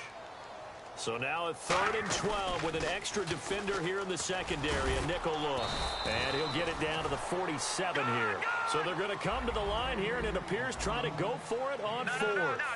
I know the toss play begins with the guy taking the snap and turning around and tossing it to the runner. But where the real intrigue is, can they seal the edge? Whether it's an offensive tackle or a tight end in the direction they want to run the football. If they do that, that's the result that you get, that type of a gain. If they don't, oftentimes it's not a very successful play. Now it's Simeon. A hit as he throws there, incomplete. Well, the pressure, the hits, the sacks have been coming at him all game long. I'm frankly surprised that they haven't found a solution yet to create more time for him to throw it or maybe change what they do on offense. And that's one of the biggest differences in this game and why they're losing right now. They'll get nothing out of that one, and it's going to lead to a 3rd down. Well, the stats that matter on this play don't help a team very much unless, of course, you're playing defense. If you're getting points per reception, you got a reception, but yeah, no yardage. Great job by the defense, though. They read through that one. They read through it, gave up no yardage, and people got credit for tackles. Pretty good deal. Oh, long drive. The defense just cannot seem to catch a break and get off the field. All right, here we go. On first down, it's Simeon. Out to the flat. That's complete to his running back. It's a loss of 2 there, bringing up second down. And quickly, they get to the line. Well, they try to swing it out left into the flat, complete, but really nice open field tackling. And they played that one like a great bot. Looking for Sanders, and it's intercepted. A great read, and it's picked off. And a big turnover there as his guys will get the football back.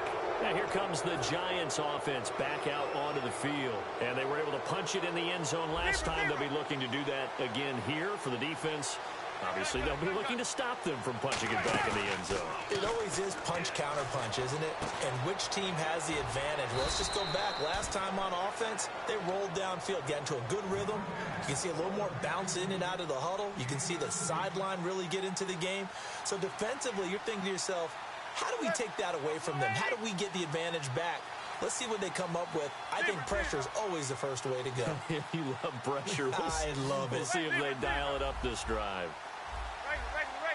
They'll send Beckham alone to the left side.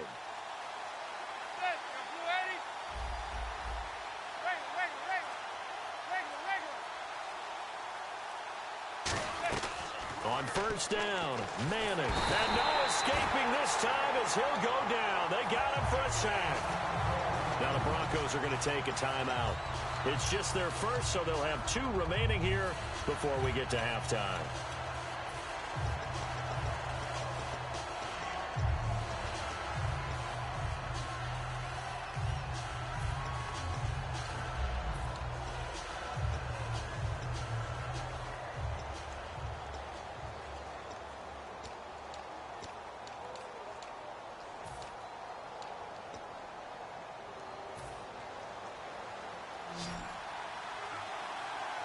They come out 5 wide, 3 of them to the right side. Manning to throw on second down. Going down the middle, and it's complete. And able to get this one across the 45 before he's brought down. And now with that completion, he's north of 200 yards here in the first half. And he's going to break our statistician, Marvin, isn't he? Because Marvin right now is just tallying it up. Hope his hand doesn't hurt too much doing this, or keeps hitting the calculator, but my goodness, what a start he is off to. By the end of this game, he could have monster numbers. He just wants to continue to be accurate. I want to sneak in a note here on the officials while time permits from the Super Bowl game. I know that you had high praise of them. Really, you know they did a good job when no one is talking about them on Monday. You're exactly right, and in fact, they're being praised almost universally for getting a couple of calls that were really difficult to make in real time correct. And I'm talking about the Julian Edelman catch. Emphatic that it was a catch. Replay confirmed it. And then, of course, the James White touchdown in overtime. Trying to get it to Beckham, and it's intercepted. Picked off by Akeem Talib. And a big turnover there as his guys will get the football back. Now this Broncos offensive unit ready to head back out onto the field. It's a 5-receiver set, 3 to the left, 2 to the right. And the ball backed way, looking for Green, and it's intercepted. A great read, and it's picked off. And they have possession, and they have it at the 38-yard line. And New York set to take the field. And where the ball is now, you got the field goal pretty much in the bag. Now do you try for the end zone a couple of times? I don't think there's any question about it. You might get a gift of 6 points rather than the 3 that you just noted that you feel like you already have. Be aggressive. Go after. Now whistles come in. We're going to get a timeout here by the offense. So that means they're down to 1 remaining here as we head toward halftime. They let their receiver run it out of the Wildcat. And he is going to... And now the Broncos will burn another timeout here. So that means they're down to 1 remaining here as we head toward halftime.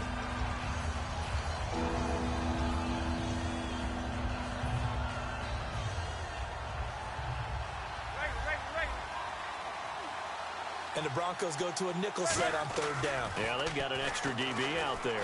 He'll rifle this one deep. And for the 3rd time here this half, it's intercepted. Picked off by Akeem Talib.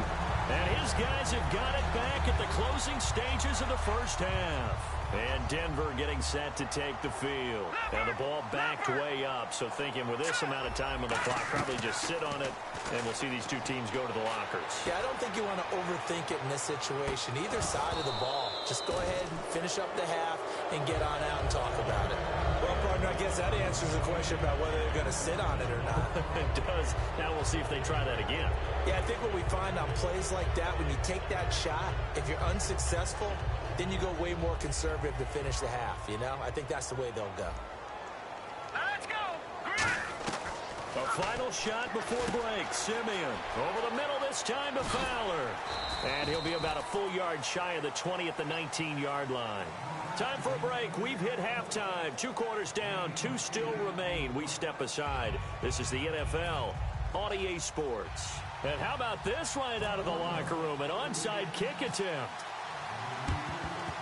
And this is going to be covered up by the Giants. A very interesting call and one that backfires. I know they're losing, Charles, but boy, to start the second half with the onside kick, risky. Felt like a sense of urgency from their side, coupled with, you and I both know the special teams coordinators. They sell their key plays each and every week to the head coach, don't they? And I'll guarantee he's been selling this one. We can get it, coach, we can get it. And that came together with that sense of urgency you talked about. Here's Perkins on first down.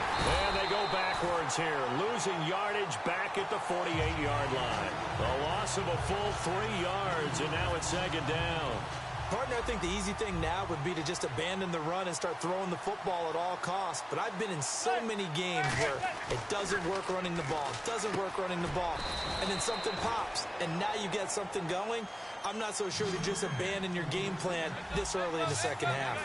They're going to hurry back to the line now.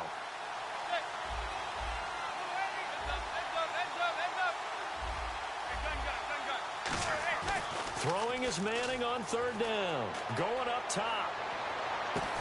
And his pass is intercepted for the 4th time today. Picked off by the free safety, Darian Stewart. So now a look at the Broncos as they head back out there for their first possession of the second half. They come up in an offset eye. To throw is Simeon. Blitz coming, and down he goes. They dial up the corner blitz that time, and it delivers to the tune of a 9-yard loss. Well, the beauty of screen passes is they take a little time to develop, and they can often hit big, but sometimes they take too long to develop, and sometimes you get sacked. Yeah, what's perfectly called for a defense to attack a screen? Typically a blitz, and even though people think that the screen operates against the blitz, if you have the blitz called and you still cover the screen, now that allows your blitzers to get there. And some secondary help here for the defense in the nickel on 3rd and long. Simeon.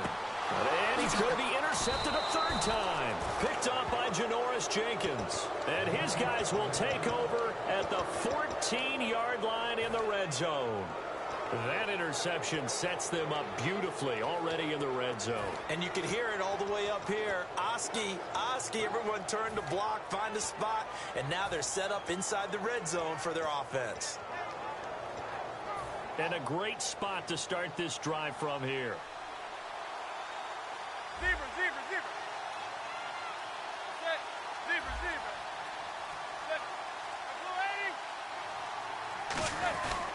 They pitch to Perkins, and he is going to lose yardage here. It's a loss of a yard there, and now second down. There's so many things that go into playing the position of linebacker. Some of them are actually subtle. Doing the drill work that you do all the time in practice and carrying it over to the game. Get rid of blockers and get to the ball carrier and knock him down for a loss.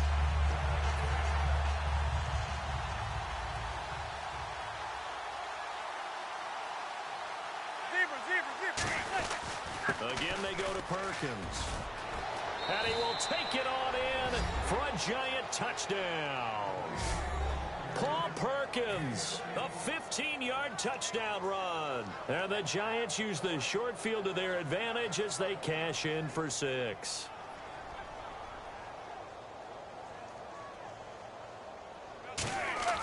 Eli's going to throw. And this one incomplete. So they went for the two. They don't get it. Protection was great. He had time to set up a campsite. But in the secondary, though, they were ready. And I think that in most places on the field, if you have that much time to throw the ball, someone's going to shake free and you'll find an open receiver. But condensed near the goal line on a two-point conversion, all that extra, there's not any extra field. So it kind of closes in on them, and that allows you to cover a little bit better. Looks like the defense in press coverage here. They go back to the air here after the INT on the last drive. And he will find his man on the end route, complete. And the offense moving quickly to the line. One of the feature points of the end route is being able to make a nice throw to the middle part of the field. And for a quarterback, that's one of the better throws and better looks that he'll get. But he has to be careful not to wait too long and let his receiver wander into some tough territory. If he's late with the ball, he can get his receiver hit and hit hard. Underneath, he hits for Sam. A nice pickup there of 11 yards, and it'll move the sticks. And at his size, he's a smaller back. You can get him the football. He can kind of get lost, make someone miss. It's good for him. Yeah, it's great for him. I like what you said there. Sometimes he gets lost in the traffic a little bit, but get him out in the open field into some space. That plays to his strengths the best and keeps him out of it where all the big boys are, make him make someone miss in the open field.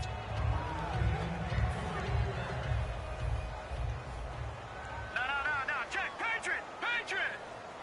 Here we go now! No, check, Patriot! Thomas, the lone receiver, left.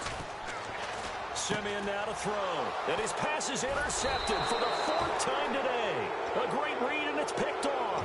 And they are going to set up shop at the 40-yard line.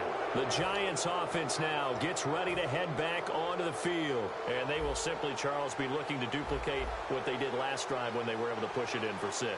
And they hope it'll be that easy, right? To be able to take exactly what happened before, replicate it. They may have to make a few additional changes along the way because I'm sure the defense will make some adjustments, but they've got to have great confidence. It's caught inside the 25.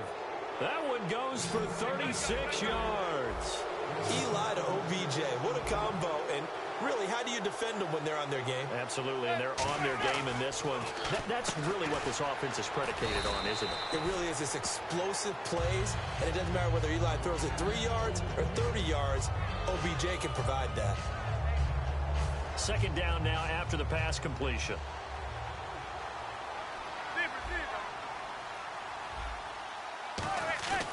On second down, here's Manning. And he'll be hit as he releases it, and that'll fall incomplete. Well, the numbers have been good in the passing game, and certainly a big reason why they have the lead. But now here, third quarter, maybe go to the run game a little more? Yeah, perhaps. I mean, after that incompletion, a little credit to the defense for shutting them down on that play. Maybe you try and run the football a little bit more in this spot. But they have to feel good about how they've been throwing it overall. Well, the offense is not leaving the field. They're going to stay out and go for it on 4th and 3. They'll try and run with Whitlock, the fullback. And he will have the first down before he's tackled at the 12.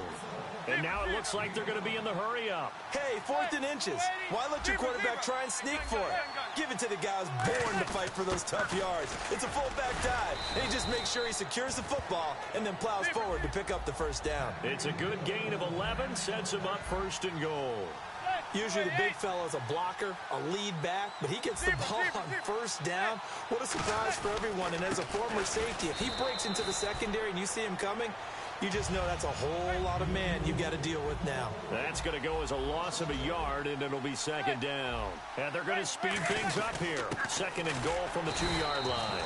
And they'll bring him down after just a short pickup. Call it a gain of a yard as they get a little bit closer here. It's 3rd and goal. Defense may be thinking pass. They come out in the nickel on 3rd and goal.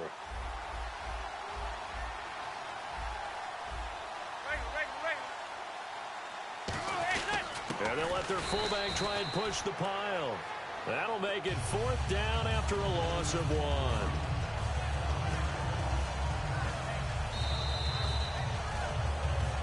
Back now at the home of the champs, Sports Authority Field in Denver. It's the Giants with the football and also the lead as we get set to start quarter number 4.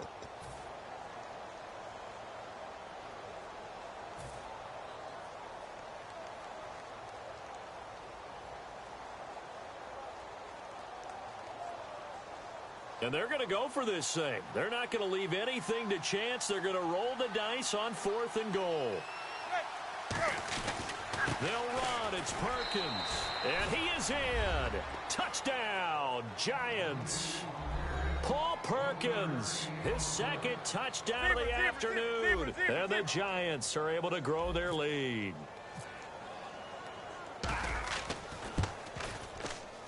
And that will bump the lead up to 26. After the touchdown, it's Robbie Gould now to kick it away. And you combine a big leg with a mile-high air, there's the outcome. This will sail out of the end zone for a touchback.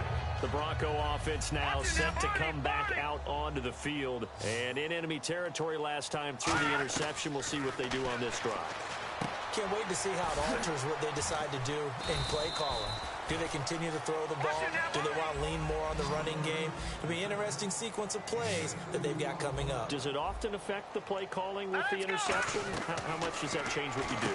I think it does, depending on why the interception was thrown. Sometimes it's just a matter of the defense made a great play, so you continue to come back. But if it's on you, if the offense just doesn't have the confidence, if they're a little bit shaky, maybe try and take the pressure off and run the ball a little bit. He's going to hit his man out of the backfield, complete. A good pickup there at 22. And now they're in the hurry-up. Everyone's got to be able to catch the football. Doesn't matter what position you play, but if you're on offense, be aware a ball may come your way. And he gets this one all the way down inside the 20-yard line. A nice job there, Charles. They picked up the blitz, were able to complete the pass. That had the total feel of a quarterback in control.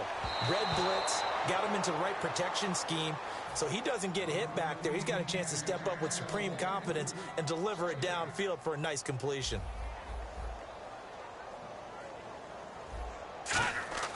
On 2nd and 10, Simeon.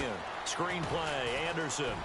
And he's brought down just outside of the 10 at the 11. They get 7 there on the screen. It'll set up a 3rd down. For a second there, I thought that might break big. Screen pass. Looked like it was coming together. Looked like there was an opening. Still, ended up with a solid game. They'll send a receiver in motion left. Anderson.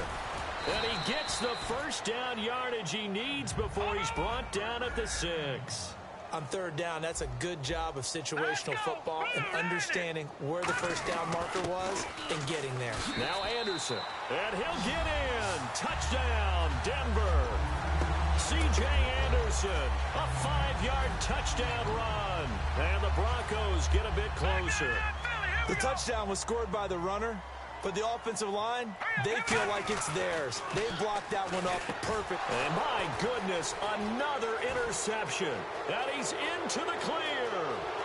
He's at the 50. And a great return as he gets this all the way down close to the 30-yard line. Well, there's some excitement, right? Go for 2, and instead it gets picked off. And how about the return?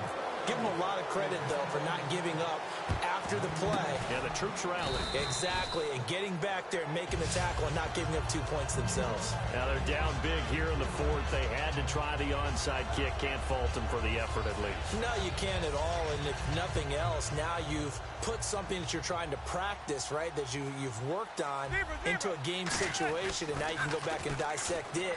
So if you need it again sometime, maybe you'll find a bet. And now here is another interception. Picked off by Akeem Talib. And a big turnover there as his guys will get the football back. And Denver getting set to take the field. And that last drive, a long drive, but not just that. They had a great air attack going. Do they stick with that? I would think that they would, because if they were confident enough to do it on the last drive, starting backed up in their own territory, why would you change anything? They've got to be confident about what they're presenting and continue to do so. Yeah, because the secondary, they really look clueless. And that was amazing because that drive went and went, no adjustments and no big plays by the defense to knock the ball away. Back to the air, Simeon on 2nd down. Green's got it over the middle. He's at the 40. The 20, 10, 5, and he takes it down deep into enemy territory. Here comes the D swarming to the line. I don't know whether I want to be a fly on the wall or not when they hear the explanation of how he one of the bigger targets on the... And he is into the end zone for a Denver touchdown. Their dangerous wide receiver from 3 yards out. And the Broncos turn that interception into a touchdown. And they'll get set here looking for the 2-point conversion. They'll look to throw. And he's got it for the 2-point conversion. So they tack on a pair more here to narrow that deficit a bit further. After the touchdown, here's McManus now to kick it away.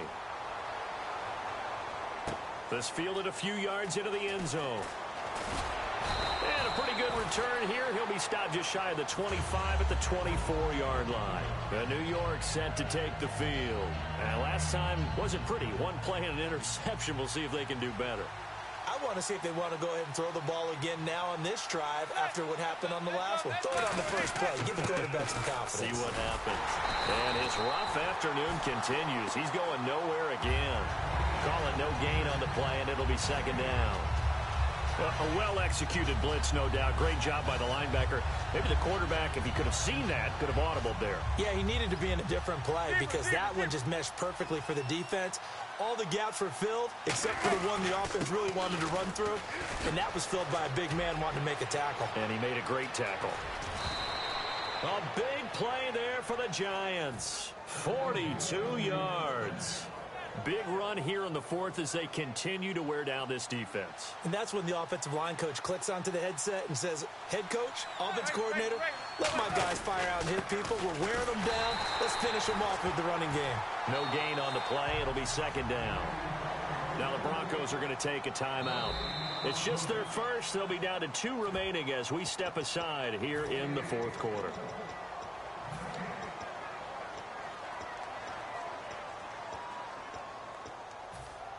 So they're still at the original line of scrimmage here. Second down and 10.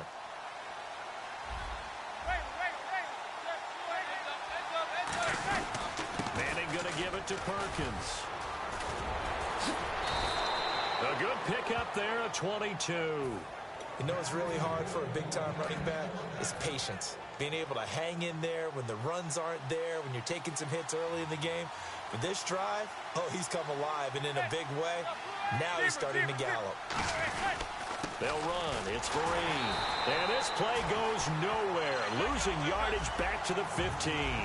That's going to go as a loss of 2, and it'll be second down. And they're going to hurry back to the line now.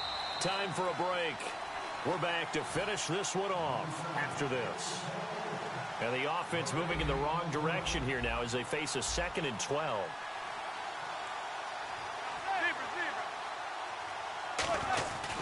They stick on the ground. Again, it's Vereen. And effective running here. He'll take it down inside the 10. And play is stopped here. Timeout. It's the defense calling the timeout here. It'll be their 3rd and final timeout, so as they talk things over, we'll step aside. And here comes play number 6 on this drive.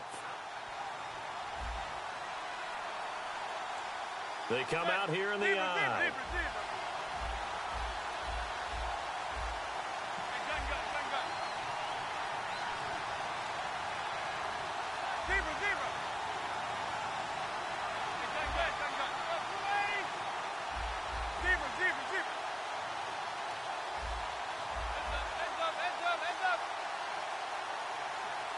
In motion comes the tight end left. Now Manning. That's going to be caught at the 10-yard line. The completion there winds up a wash, and it'll bring up 4th down. Now the old pass completion for no gain, not something you want to call up out of the playbook too often. Yeah, most offensive coordinators don't have that on their play sheet, so they've got to go back and scramble after this one. But right now, with what they're telling receivers about making sure you take care of the ball in open field, sometimes the fighting for extra yardage doesn't come as a result. That and good tackling can lead to no yards gained. And that one, oh my goodness, that was almost too easy. Yeah, and you're not going to have too many attempts shorter than that one. I don't think anyone got a finger on it. That's about as bad a miss as you can have. Looking for his running back, and he's got it. Sheds a second man. He's building up some momentum, isn't he? It'll be a gain of 8 yards, and it'll bring up a 2nd down. I'm going to show my age here a little bit. We used to talk about running backs catching the ball as safety valves. Nowadays, they're a big part of the passing offense. Quit acting like you're so old. You're only 65. Now, that has to be fun for a head coach to watch. They've been working on clock management since the first day they went to camp. And guess what? It all came together there. A team that understood the situation, got out of bounds, and stopped the clock.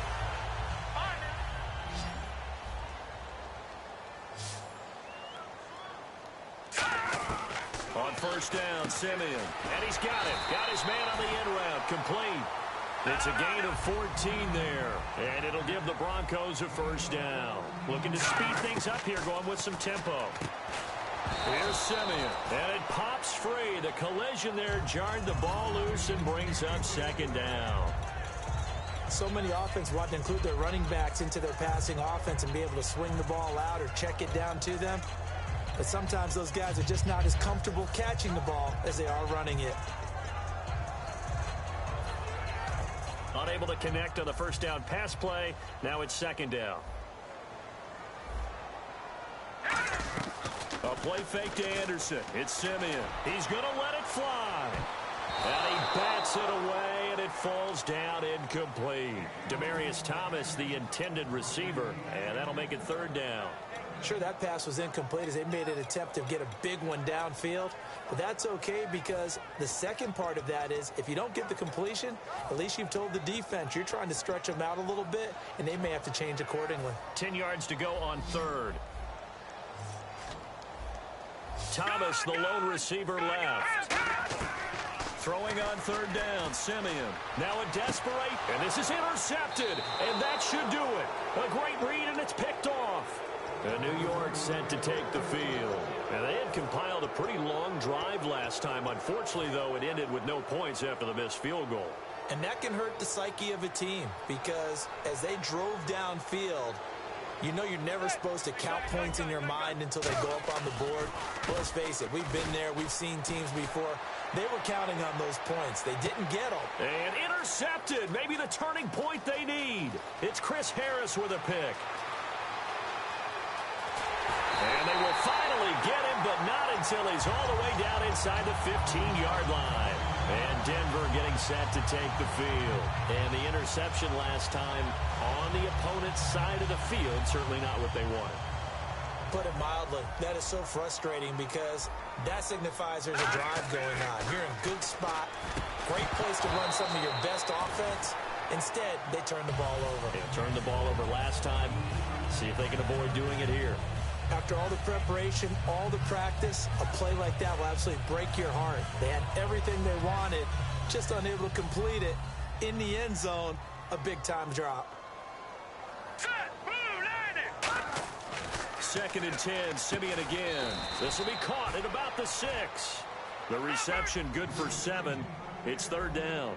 Looked like the screen pass was taken away there, and that was a nice job of improvising, but it's not normal. Usually when a screen pass is taken... And this is caught down for a late touchdown. So hold everything here. This one's not over yet. And there's the touchdown that they needed, so they'll celebrate. But the guys on the sidelines, they've got to stay focused. The onside kick team, they need them to get the ball back. Yeah, part one of the equation done. Now they need to convert and get that onside kick. Here we go now as we get set for a big two-point conversion. And movement by one of the Broncos up front, and in comes the flag.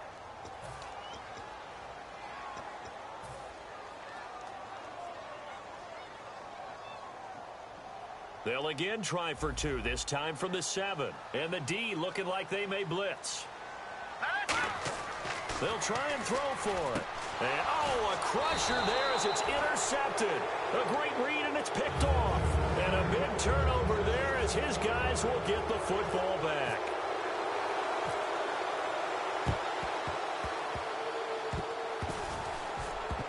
And this is going to be recovered by the hands team. And that should just about put a capper on this one. One of the most frustrating things for a special teams coach, the ball did not go 10 yards there on the onside kick. And they'll start this drive with very good field position.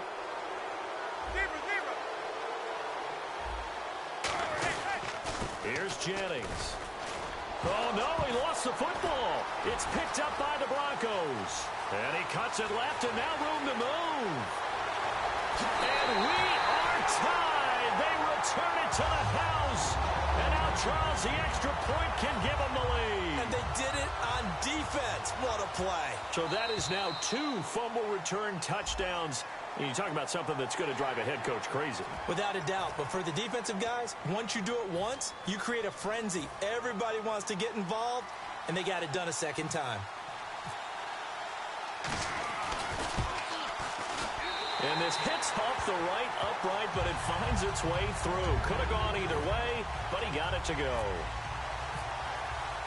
So here's the kickoff now as he'll get it again following that fumble return for a score.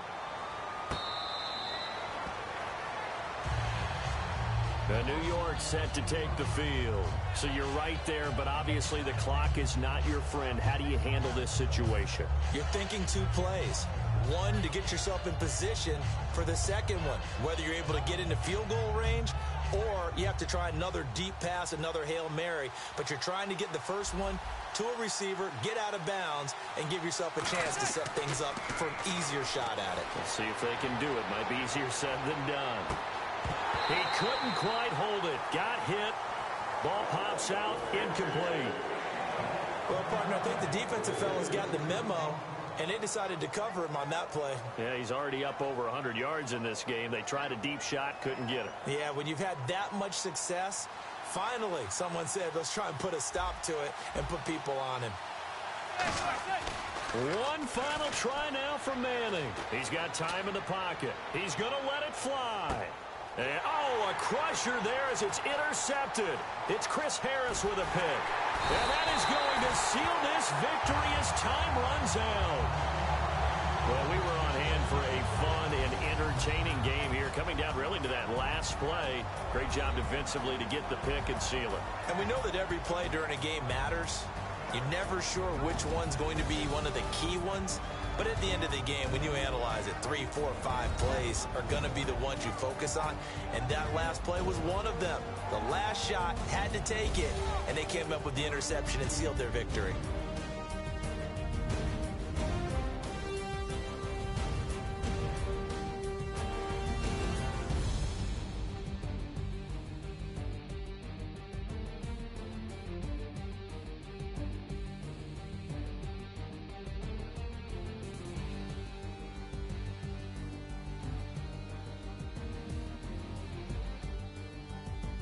So that'll do it for us. For Charles Davis and all our crew, I'm Brandon Gaudin. You've been watching the NFL on EA Sports.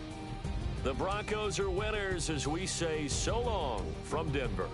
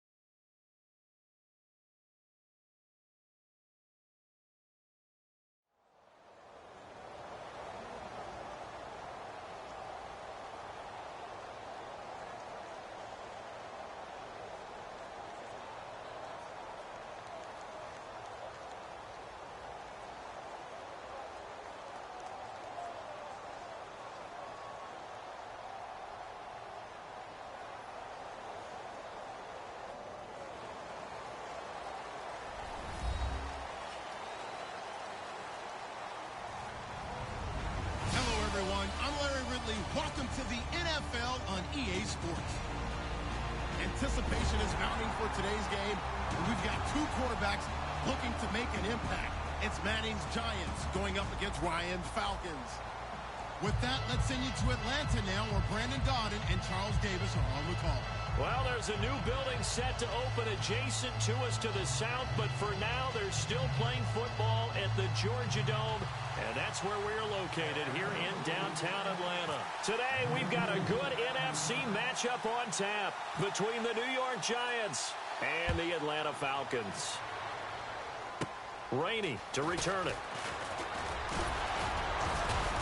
And they'll be set up pretty nicely here as they have it up to the 35-yard line.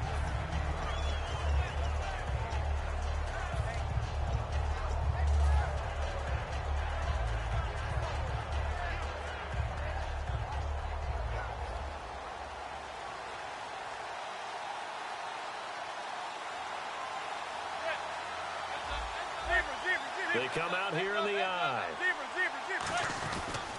A first carry now for Paul Perkins. And he'll be brought down just shy of the 45. A nice run there, 9 yards, and it'll be second down. Now, that's a run that warms a play caller's heart because you're actually set up to do whatever you want on offense. You can come right back and run essentially the same play because you have momentum. Or you can fake that running play and throw something deep over the top. Or you now feel like you have an extra down to play with. Because if you go ahead and just throw it and you don't get it, come back and try and pick it up on third down. Let's just go ahead and state the obvious. You're going to want a big game out of that guy. Big-time run to get things started. But even more importantly, coming in on the road, trying to silence the crowd, take them out of it a little bit, slow down the emotions of the game, and get yourselves under control and feel like, yeah, we're going to be okay on the road. A nice pick up there, 10 yards, and it'll move the sticks. It's so important to establish the running game early in a contest because when you do that, that just opens your playbook so big for your offensive coordinator. And to be frank about it, they like calling pass plays better than they like calling running plays. And with the way that they're running it right now, that's going to open things up to do whatever they want through the air as this game goes on. Throwing on first down is Manning. Looking for his receiver sharp, and it's intercepted. It's Desmond Trufant, and he's free going down the left side. It's a foot race. And he takes this one back into the end zone, and the Falcon defense has a touchdown. And the defense could not have written a much better script than that first drive, pick six. The offense never got a chance to really get oiled up there, did they? But the defense, they certainly got in gear. What a big-time play and a great way for them to start. And now the offense, they've got to turn things around and figure this out because your backs are on the ground real quickly. Yeah, usually when you're starting the game getting the ball, 0-0 is the only score you're worried about. Now the second time you get it, you're already down a touchdown. So they'll get another shot on offense following that pick six. And now the kick is away. And it's a short kick taken out beyond the 20. And they're going to have really good starting field position here as that's taken up close to the 40. And now out come the Giants. And following the pick six, and they had decent field position in throwing that pick six. We'll see how they attack this drive. And I think all you say to your guy is, listen, let's just take care of the football a little bit better. Make some better decisions on this drive, and they'll probably help him a little bit with maybe some really high percentage throws early to let him get settled back in. But they told him and they told us they've got confidence. That's not a problem. Yeah, not a problem at all. They just want to make sure they get things settled down a little bit for their offense and give their defense a little bit of a chance to rest. Zebra.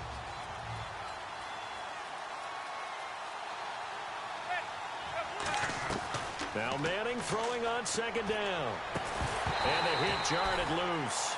It's incomplete. Offensively, the starters for the New York Giants, and one guy that's definitely hoping to stay on the field more this year, Victor Cruz. And they would love to have him on the field. Just 6 games played over the last 2 seasons, starting with a horrific knee injury. And then when he came back last year, had a calf injury that sidelined him for most of the season. He's trying to get back in form, and the Giants would love to see that. Would it be safe to say that as precise as routes are supposed to be run in the NFL, maybe they're not quite as precise in college ball? That's accurate, yeah. And I think we saw a college route in the NFL there. Just find the soft spot, find the dead zone, and find the first down. And that's what he just did. Here's Vereen. And look out. I think he's going to go. And all the way in. Touchdown, New York. Shane Vereen, 50 yards. And the Giants are an extra point away from tying up this football game. It's good, and we're all tied at 7 apiece. So a tie ball game here as the kick's away.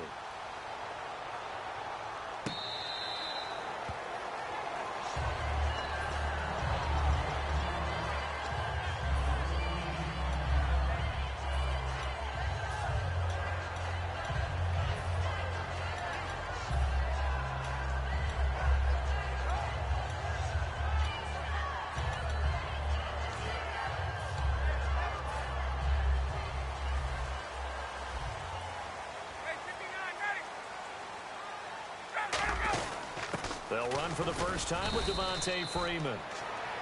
2 yards on the carry there. It'll be second down. Here's the offense, and we talk about the tight end, Jacob Tammett. A lot of people thought of him as simply a safety valve receiver.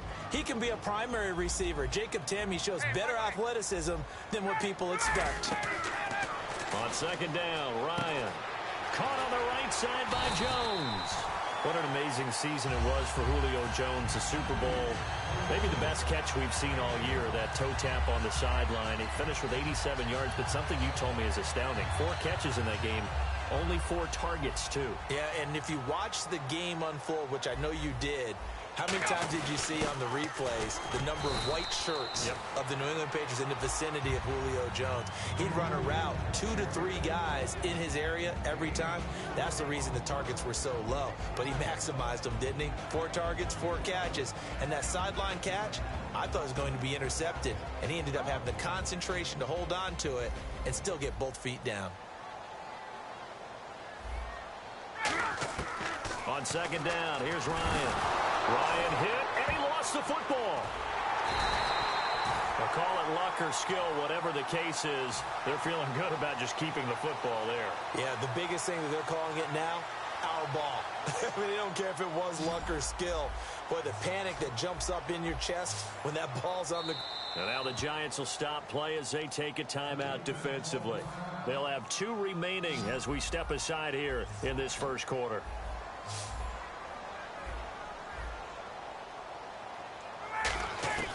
Third and long. It's Ryan. Nowhere to go here. He lost the football. Come on, not fair. And he will score. Touchdown, Giants. Second time he's lost a fumble. This one hurts more. It's returned for 6. He's been under a lot of duress, hasn't he? Pressured, hurried, harassed the whole game. Well, the offensive line not giving him a lot of help. Not a lot of help, but the bottom line, he's got to take care of the football. And you can bet they're preaching 2 hands on the ball here as the kick's away following that fumble return. This is fielded a couple yards deep. The 30. Now the Falcons offense, they get ready to head back out here. Shift together here from the D-line.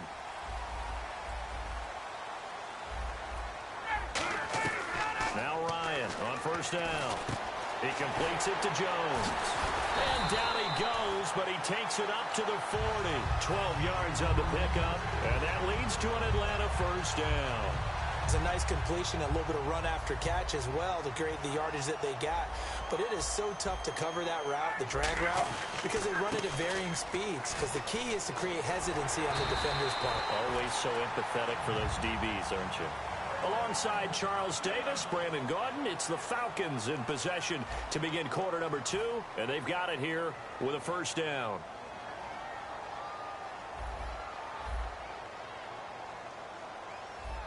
They come out here in the eye. Freeman again, a first down carry. And very little there. He might have gotten a yard. Yeah, I think he got a yard to the 41. Olivier Vernon brings him down. And after the play on the ground, that brings up second down here. Now Ryan on second down. And complete on the right side. It's Tammy. And able to break 1 tackle, but then quickly brought down. But a nice little gain. That coach is always harp on the quarterback reading the defense and getting it to the open man. That's good recognition there. And how about what he did after the catch? Yeah, hit your tight end, let him get some rack. Yeah, when he gets moving, not many guys want to come over and put a hit on him, do they? 3rd and inches, they just hand it to the big battering ram there. That's football 101, isn't it? That's bread and butter. Turn around and hand it to the big fella and let him get forward for a first down. Ryan turns and gives to DeMarco. Trying to run inside, but nothing there.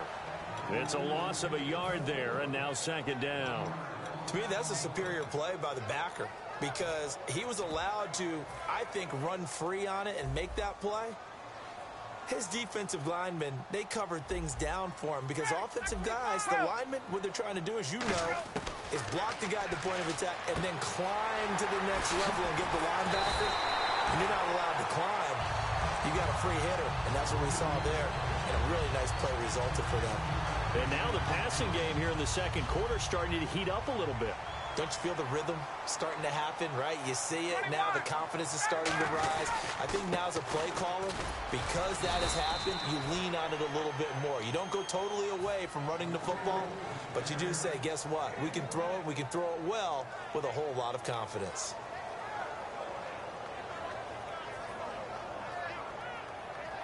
So what will they do? On the ground, through the air, let's see. 2nd and 9.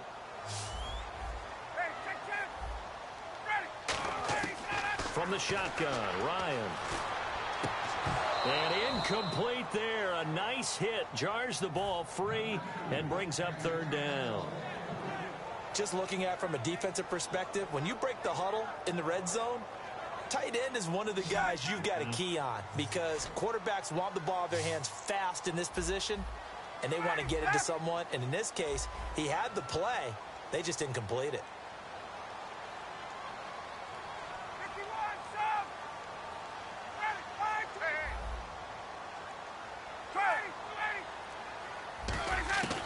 On 3rd down, Ryan.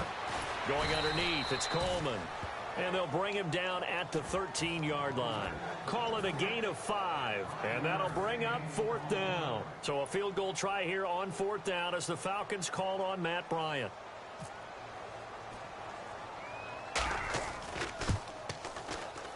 And the kick for the 41-year-old is up and good. And they'll cut the lead back down to 4 now at 14-10. And that field goal caps an 11-play drive. That's a lot of offense to run to only get 3 points, but they'll take them. Anytime you can put anything on the board, you run to your sideline somewhat happy. New York set to take the field. And that recipe on their last drive that resulted in a touchdown looked pretty good, so they'll be hoping to do that once more. And it takes me back to when we sat with the offensive coordinator and the head coach. They felt pretty good about their game plan and thought there were some holes in the defense, and they exploited them the last time out. Let's see if they can come back and put together a similar drive. And we'll see if they can do just that. Rolling to his left. They were looking to find space there for Paul Perkins. Partner, while we have a second, I live in Atlanta. The day after the Super Bowl, everybody was talking about one thing, the play calling at the end of the game. Should Atlanta have run the football more? What did you take away? And I do believe you're talking about Atlanta up 28-20. 1st and 10 on the 22-yard line of New England after that nice drive from deep in their own territory. I thought run the football there. 3 points was paramount. Run the football, eat up some clock. Don't snap the ball until late in the play clock. Run it and have Matt Bryant come out and kick a field goal and put them up 11 at that point. At least that's the attempt. Instead, they try and throw the football, ran themselves into some problems, had to punt it away, and here comes Tom Brady and the Patriots, and they tied the game up. And here comes, that's caught at the 25. Touchdown, Giants. Odell Beckham, 70 yards, and the Giants add on to their lead. And correct me if I'm wrong, that was just a simple fly route, wasn't it? No, there's nothing to correct at all. You've got it down pat, and I just remember as a player, when I'd be in practice sessions and I'd hear 9 from the receivers, that meant fly route, go, look out. That was the 9, and he just kept going all the way into the end zone for the touchdown.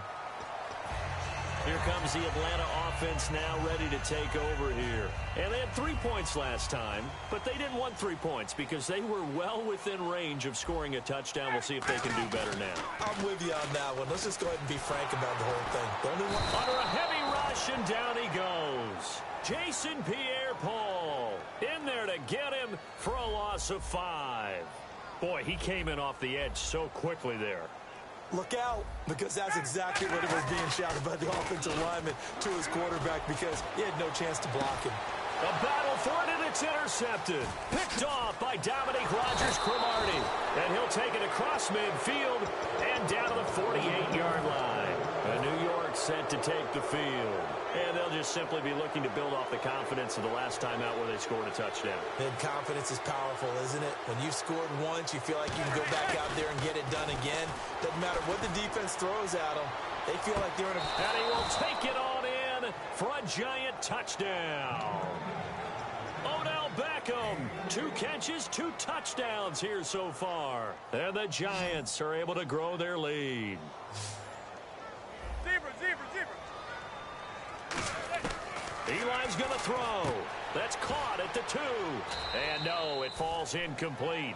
So the 2-point conversion, no good. I don't know about you, but I can't wait for a few years of 2-point tries and see what the data tells us, because a lot of teams want to throw the ball in this situation. This time, unsuccessfully.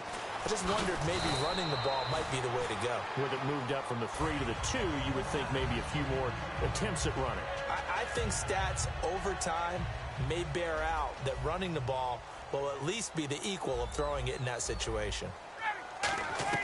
Trying to shake off the interception. He'll look to throw. The Pro Bowl wideout Julio Jones, his intended receiver. Hey, we got a second here, overlooked by the Super Bowl. Some of the awards given out. Matt Ryan, obviously the MVP, but interesting to see Dak and Zeke finish 1-2 in Rookie of the Year, and you expected that. Yeah, we expect that. Offensive Rookie of the Year, but I loved how Dak handled it. Said he wished he had a knife so he could split it in half so both could have it. And Joey Bosa was the Defensive Rookie of the Year. And then Man of the Year, that was split between Larry Fitzgerald and Eli Manning. Yes, and both of them well-deserved it. I mean, it was fantastic to see both of them on the stage getting that award. And the league loves to acknowledge the Man of the Year, because it's not just about what you're doing on the football field, what you're doing in the community, how you're making this place a much better world. Drops it off for Coleman. And he's able to get out to the 32, brought down there. An incredible play there. They do get big yardage, but they're still stopped a yard or 2 short, and it's 4th down. And how about this one now? In their own territory, a gutsy call. They're going to go for this on 4th and a yard. They'll run for it with a fullback, DeMarco. And he will have a first down as they get into the ground at the 37. I tell you, on 4th and 1, when you're way back on your side of the field, I thought this might just be an attempt to draw them off and get the first down that way. But they were going for it the whole time, and they wind up getting it. Now it's Ryan. He's going to wind up and air it out. And almost intercepted. It would have been his 2nd pick of the game. Instead, it'll be 2nd down. Well, he just threw an interception last drive. Nearly another pick. But things aren't very even right now, are they? It's a little bit sloppy out there, isn't it? It's kind of different driving on those paved roads. Now hold everything here. We're going to get a timeout by the offense. It's just their first, so they'll have 2 remaining here before we get to halftime. It's a 5-receiver set. 3 to the left, 2 to the right. Now Ryan. And almost intercepted. It would have been his 2nd pick of the game. Instead, it'll be 2nd down. A pretty rocky start in this game for the guy throwing the ball. Already has thrown 1 interception. Almost threw a 2nd one right there. All he's doing right now is giving the defense a whole lot of confidence. And the hit jarred it loose. It's incomplete. And here comes the 8th play of the drive, and they need a full 10 yards on 3rd down. Throwing again, Ryan. Finding Gabriel, complete. And he gets this one all the way down inside the 20-yard line. Now whistles come in. We're going to get a timeout here by the offense. So that means they're down to 1 remaining here as we head toward halftime.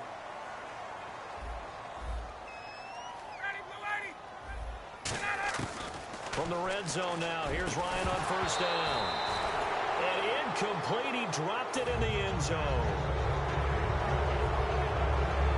So 3 seconds here remain in the half. On is the field goal unit to see about getting 3 points. From the right hash, just a 34-yard attempt.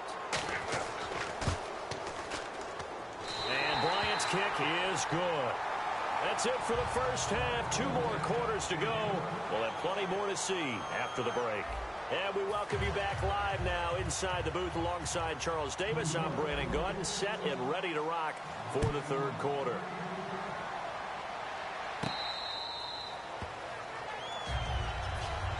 Atlanta now coming out on the field. They have the ball here for the inaugural drive of the second half.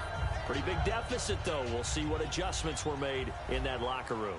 And I never want to make something more important than it actually is, right? I don't want to create more hype than what is there. But this is I'm doing it, though.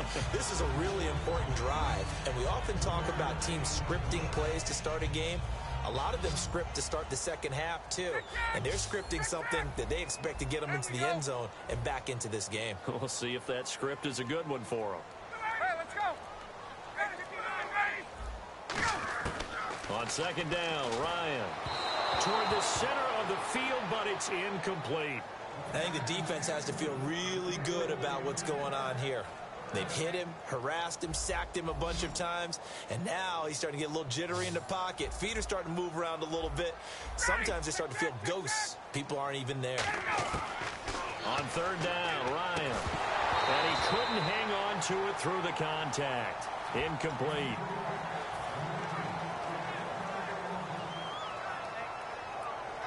And not a typical move here. Instead of a punt, the offense is going to try to go for it.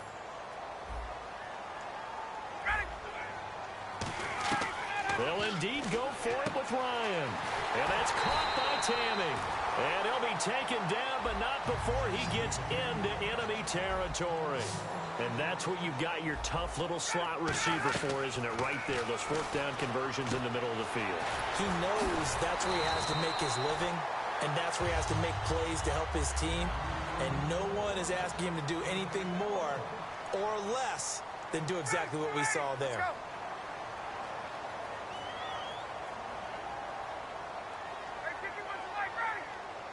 And quickly, they get to the line.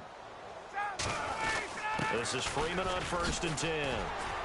And they're able to get this one past the 30 down to the 25. They pick up 12 on the play there, and they move the chains. And that's a good sign right there as we start the third quarter.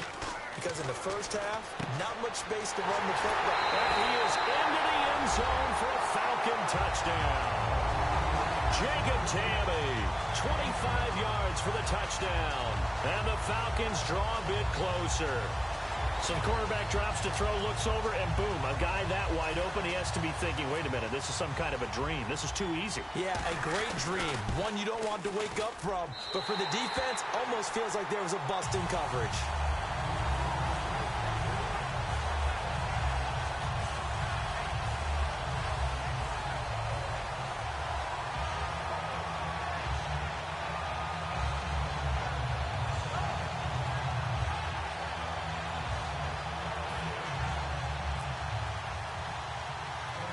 Now after the touchdown, it's Bosher to kick it away.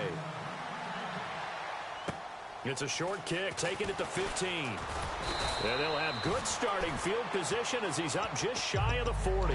Here's the Giants offense now getting set to start the third quarter.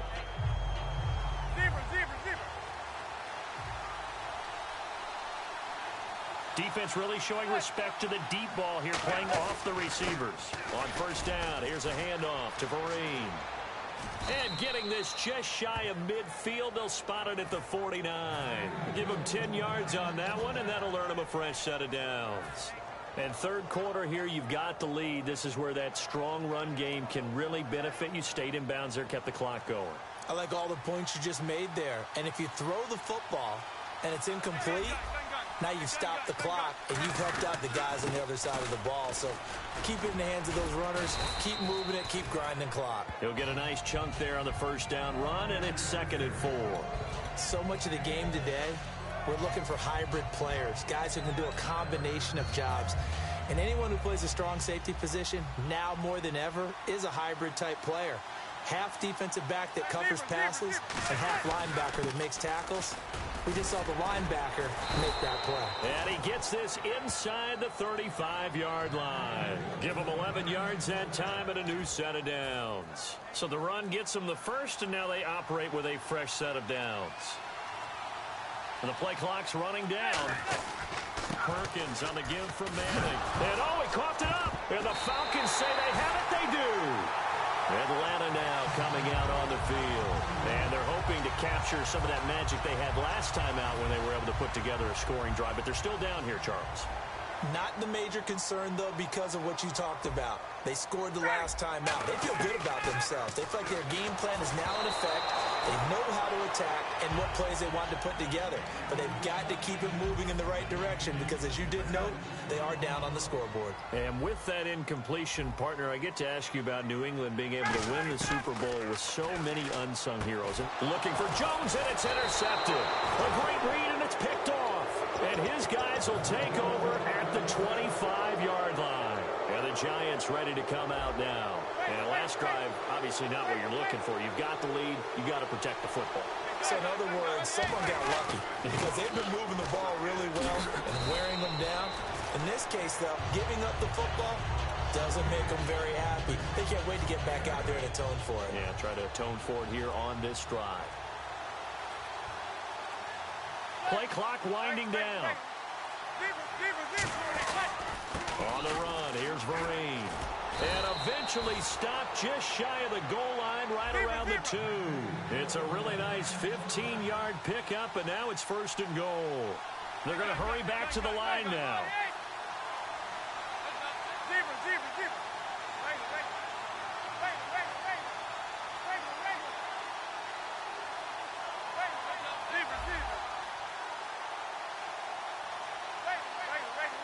So now it's 1st and goal. They'll run again with Vereen. And he is in. Touchdown, New York. Shane Vereen, his second touchdown of the afternoon. And the Giants use the short field to their advantage as they cash in for 6. And they will line up now for the 2-point try. Eli's going to throw. And unable to connect. They don't get the 2-point conversion here. So unable to throw it in for 2 from the 2. Let me ask you, as a former DB, what changes there around the goal line on a 2-point conversion as far as how you're defending? You just make sure you never back up and you never retreat. You establish yourself really on the line of scrimmage. Put your heels on the goal line at worst. And if they're going to throw the ball, make them throw it over your head because they're going to run out of space because of the back of the end zone. Never let a guy catch one in front of you.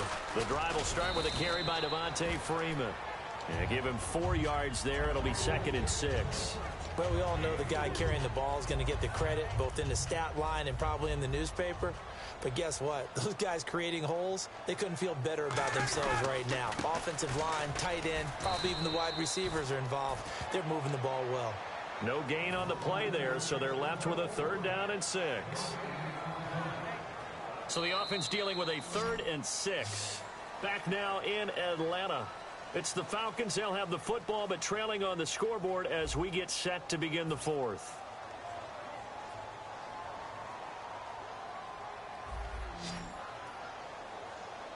Defense thinking pass. They've got the nickel set out on 3rd and 6.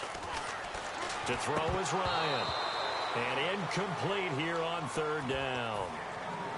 And there's a good opportunity to just want to ride there. A drop pass. I guess that's why they call them running backs and not catching backs. All right, they're going to try and keep hope alive here on 4th down. They're going for it. Here we go. It's Ryan on 4th down. And Tammy with it over the middle. Give him 23 yards on the pickup. And on 4th down, they're able to convert and move the sticks. Now it's Ryan. Caught on the right side by Jones. That throw good for 4. It's 2nd down. Looking to jam the receivers at the line here. Press coverage look defensively. And the offense moving quickly to the line. Freeman, the lone man in the backfield. Throwing again. Ryan. Sanu with a grab over the middle. And he goes down, but not before getting this inside the 25. And a nice gain of 21 yards.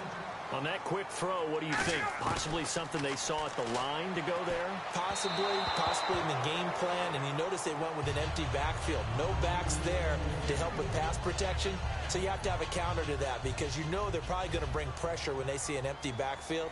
So you get rid of the ball quickly. Quick drop, ball's out of the quarterback's hands, keeps it from getting hit, and they get a completion.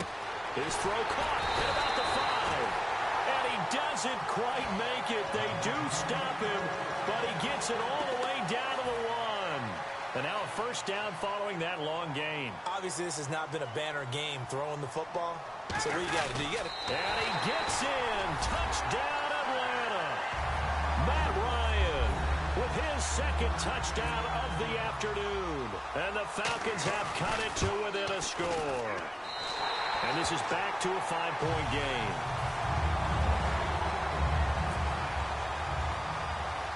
Now after the touchdown, it's Bosher to kick it away. It's a short kick, taking it to 15. And he's up across the 25 and down at the 28-yard line. Here's the Giant offense now as they get ready to take over here.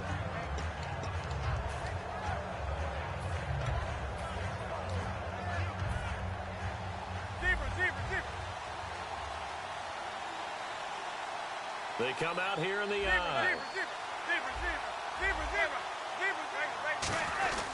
They'll begin the drive with Rashad Jennings. And he'll take this up near the 35, maybe the 34. It's a 6-yard pickup, but it gets him to 2nd and 4. And now it looks like they're going to be in the hurry-up. And that one was relatively easy to see. I noticed that from up here. Yeah, it doesn't take a whole lot, does it? Sometimes you get multiples. What I always love on these offsides is when each side points at the other. Hey, you did it. No, you did it. They deciphered that one correctly. Ricardo Allen, the safety, makes the stop. And there's a run to be happy with. Good, solid yardage. They'll take that any time you hand the ball to a back.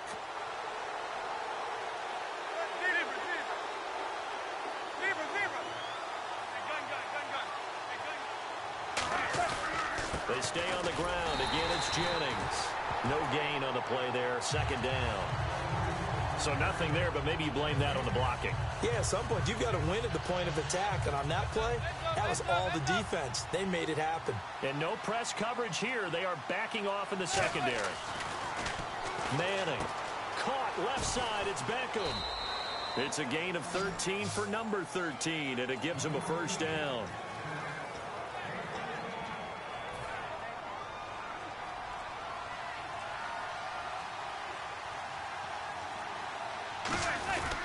This is Jennings. And he stopped immediately there. That's going to go as a loss of a yard, and it'll be 2nd down. Yeah, let me puff out my chest a little bit, even though I'm not rooting for either team. That was a really nice defensive play. It's awfully fun to watch, even in an offensive game. And the defense in desperate need of a stop. They have to get off the field and get the ball back to their offense if they want a chance. Time running out here on the play clock. On 2nd down, Perkins. And he is going to lose yardage here. And now a timeout defensively by the Falcons. It's just their first. They'll be down to 2 remaining as we step aside here in the 4th quarter. And at this stage of the game, time a factor, time on their side as they just try to eke out the final precious moments in this one. Now Manning stays on his feet. Time for a break. And this is going to be incomplete. We'll come back, see what transpires after this.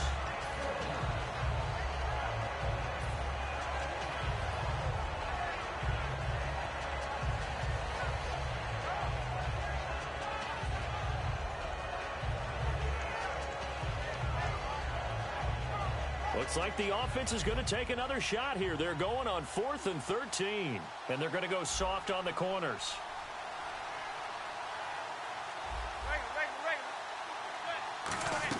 The Giants do snap it. It's Manning. He finds Beckham complete. It'll be a 20-yard gain on the play. And the Falcons going to use another timeout. That'll leave them with just 1 remaining in this 4th quarter of play.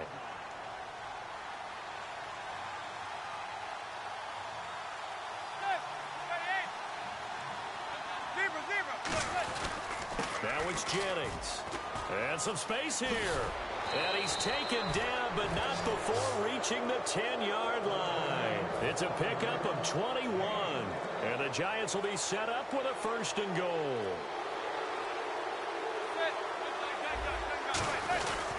They run again with Jennings. And able to break one tackle, but then quickly brought down. Now hang on here. Timeout called by the defense. That'll be their 3rd and final stoppage here as we step aside.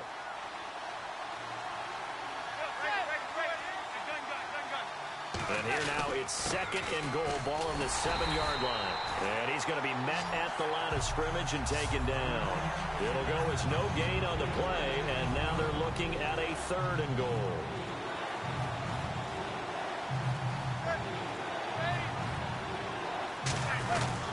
Jennings. A loss of a yard, and it brings up 4th. So, Brandon, when this offense gathers together to watch tape for this game, they're going to be feeling pretty good about themselves until the coaches get upset about the play we just saw. Now hold everything here. We're going to get a timeout by the offense. And as the two teams talk it over.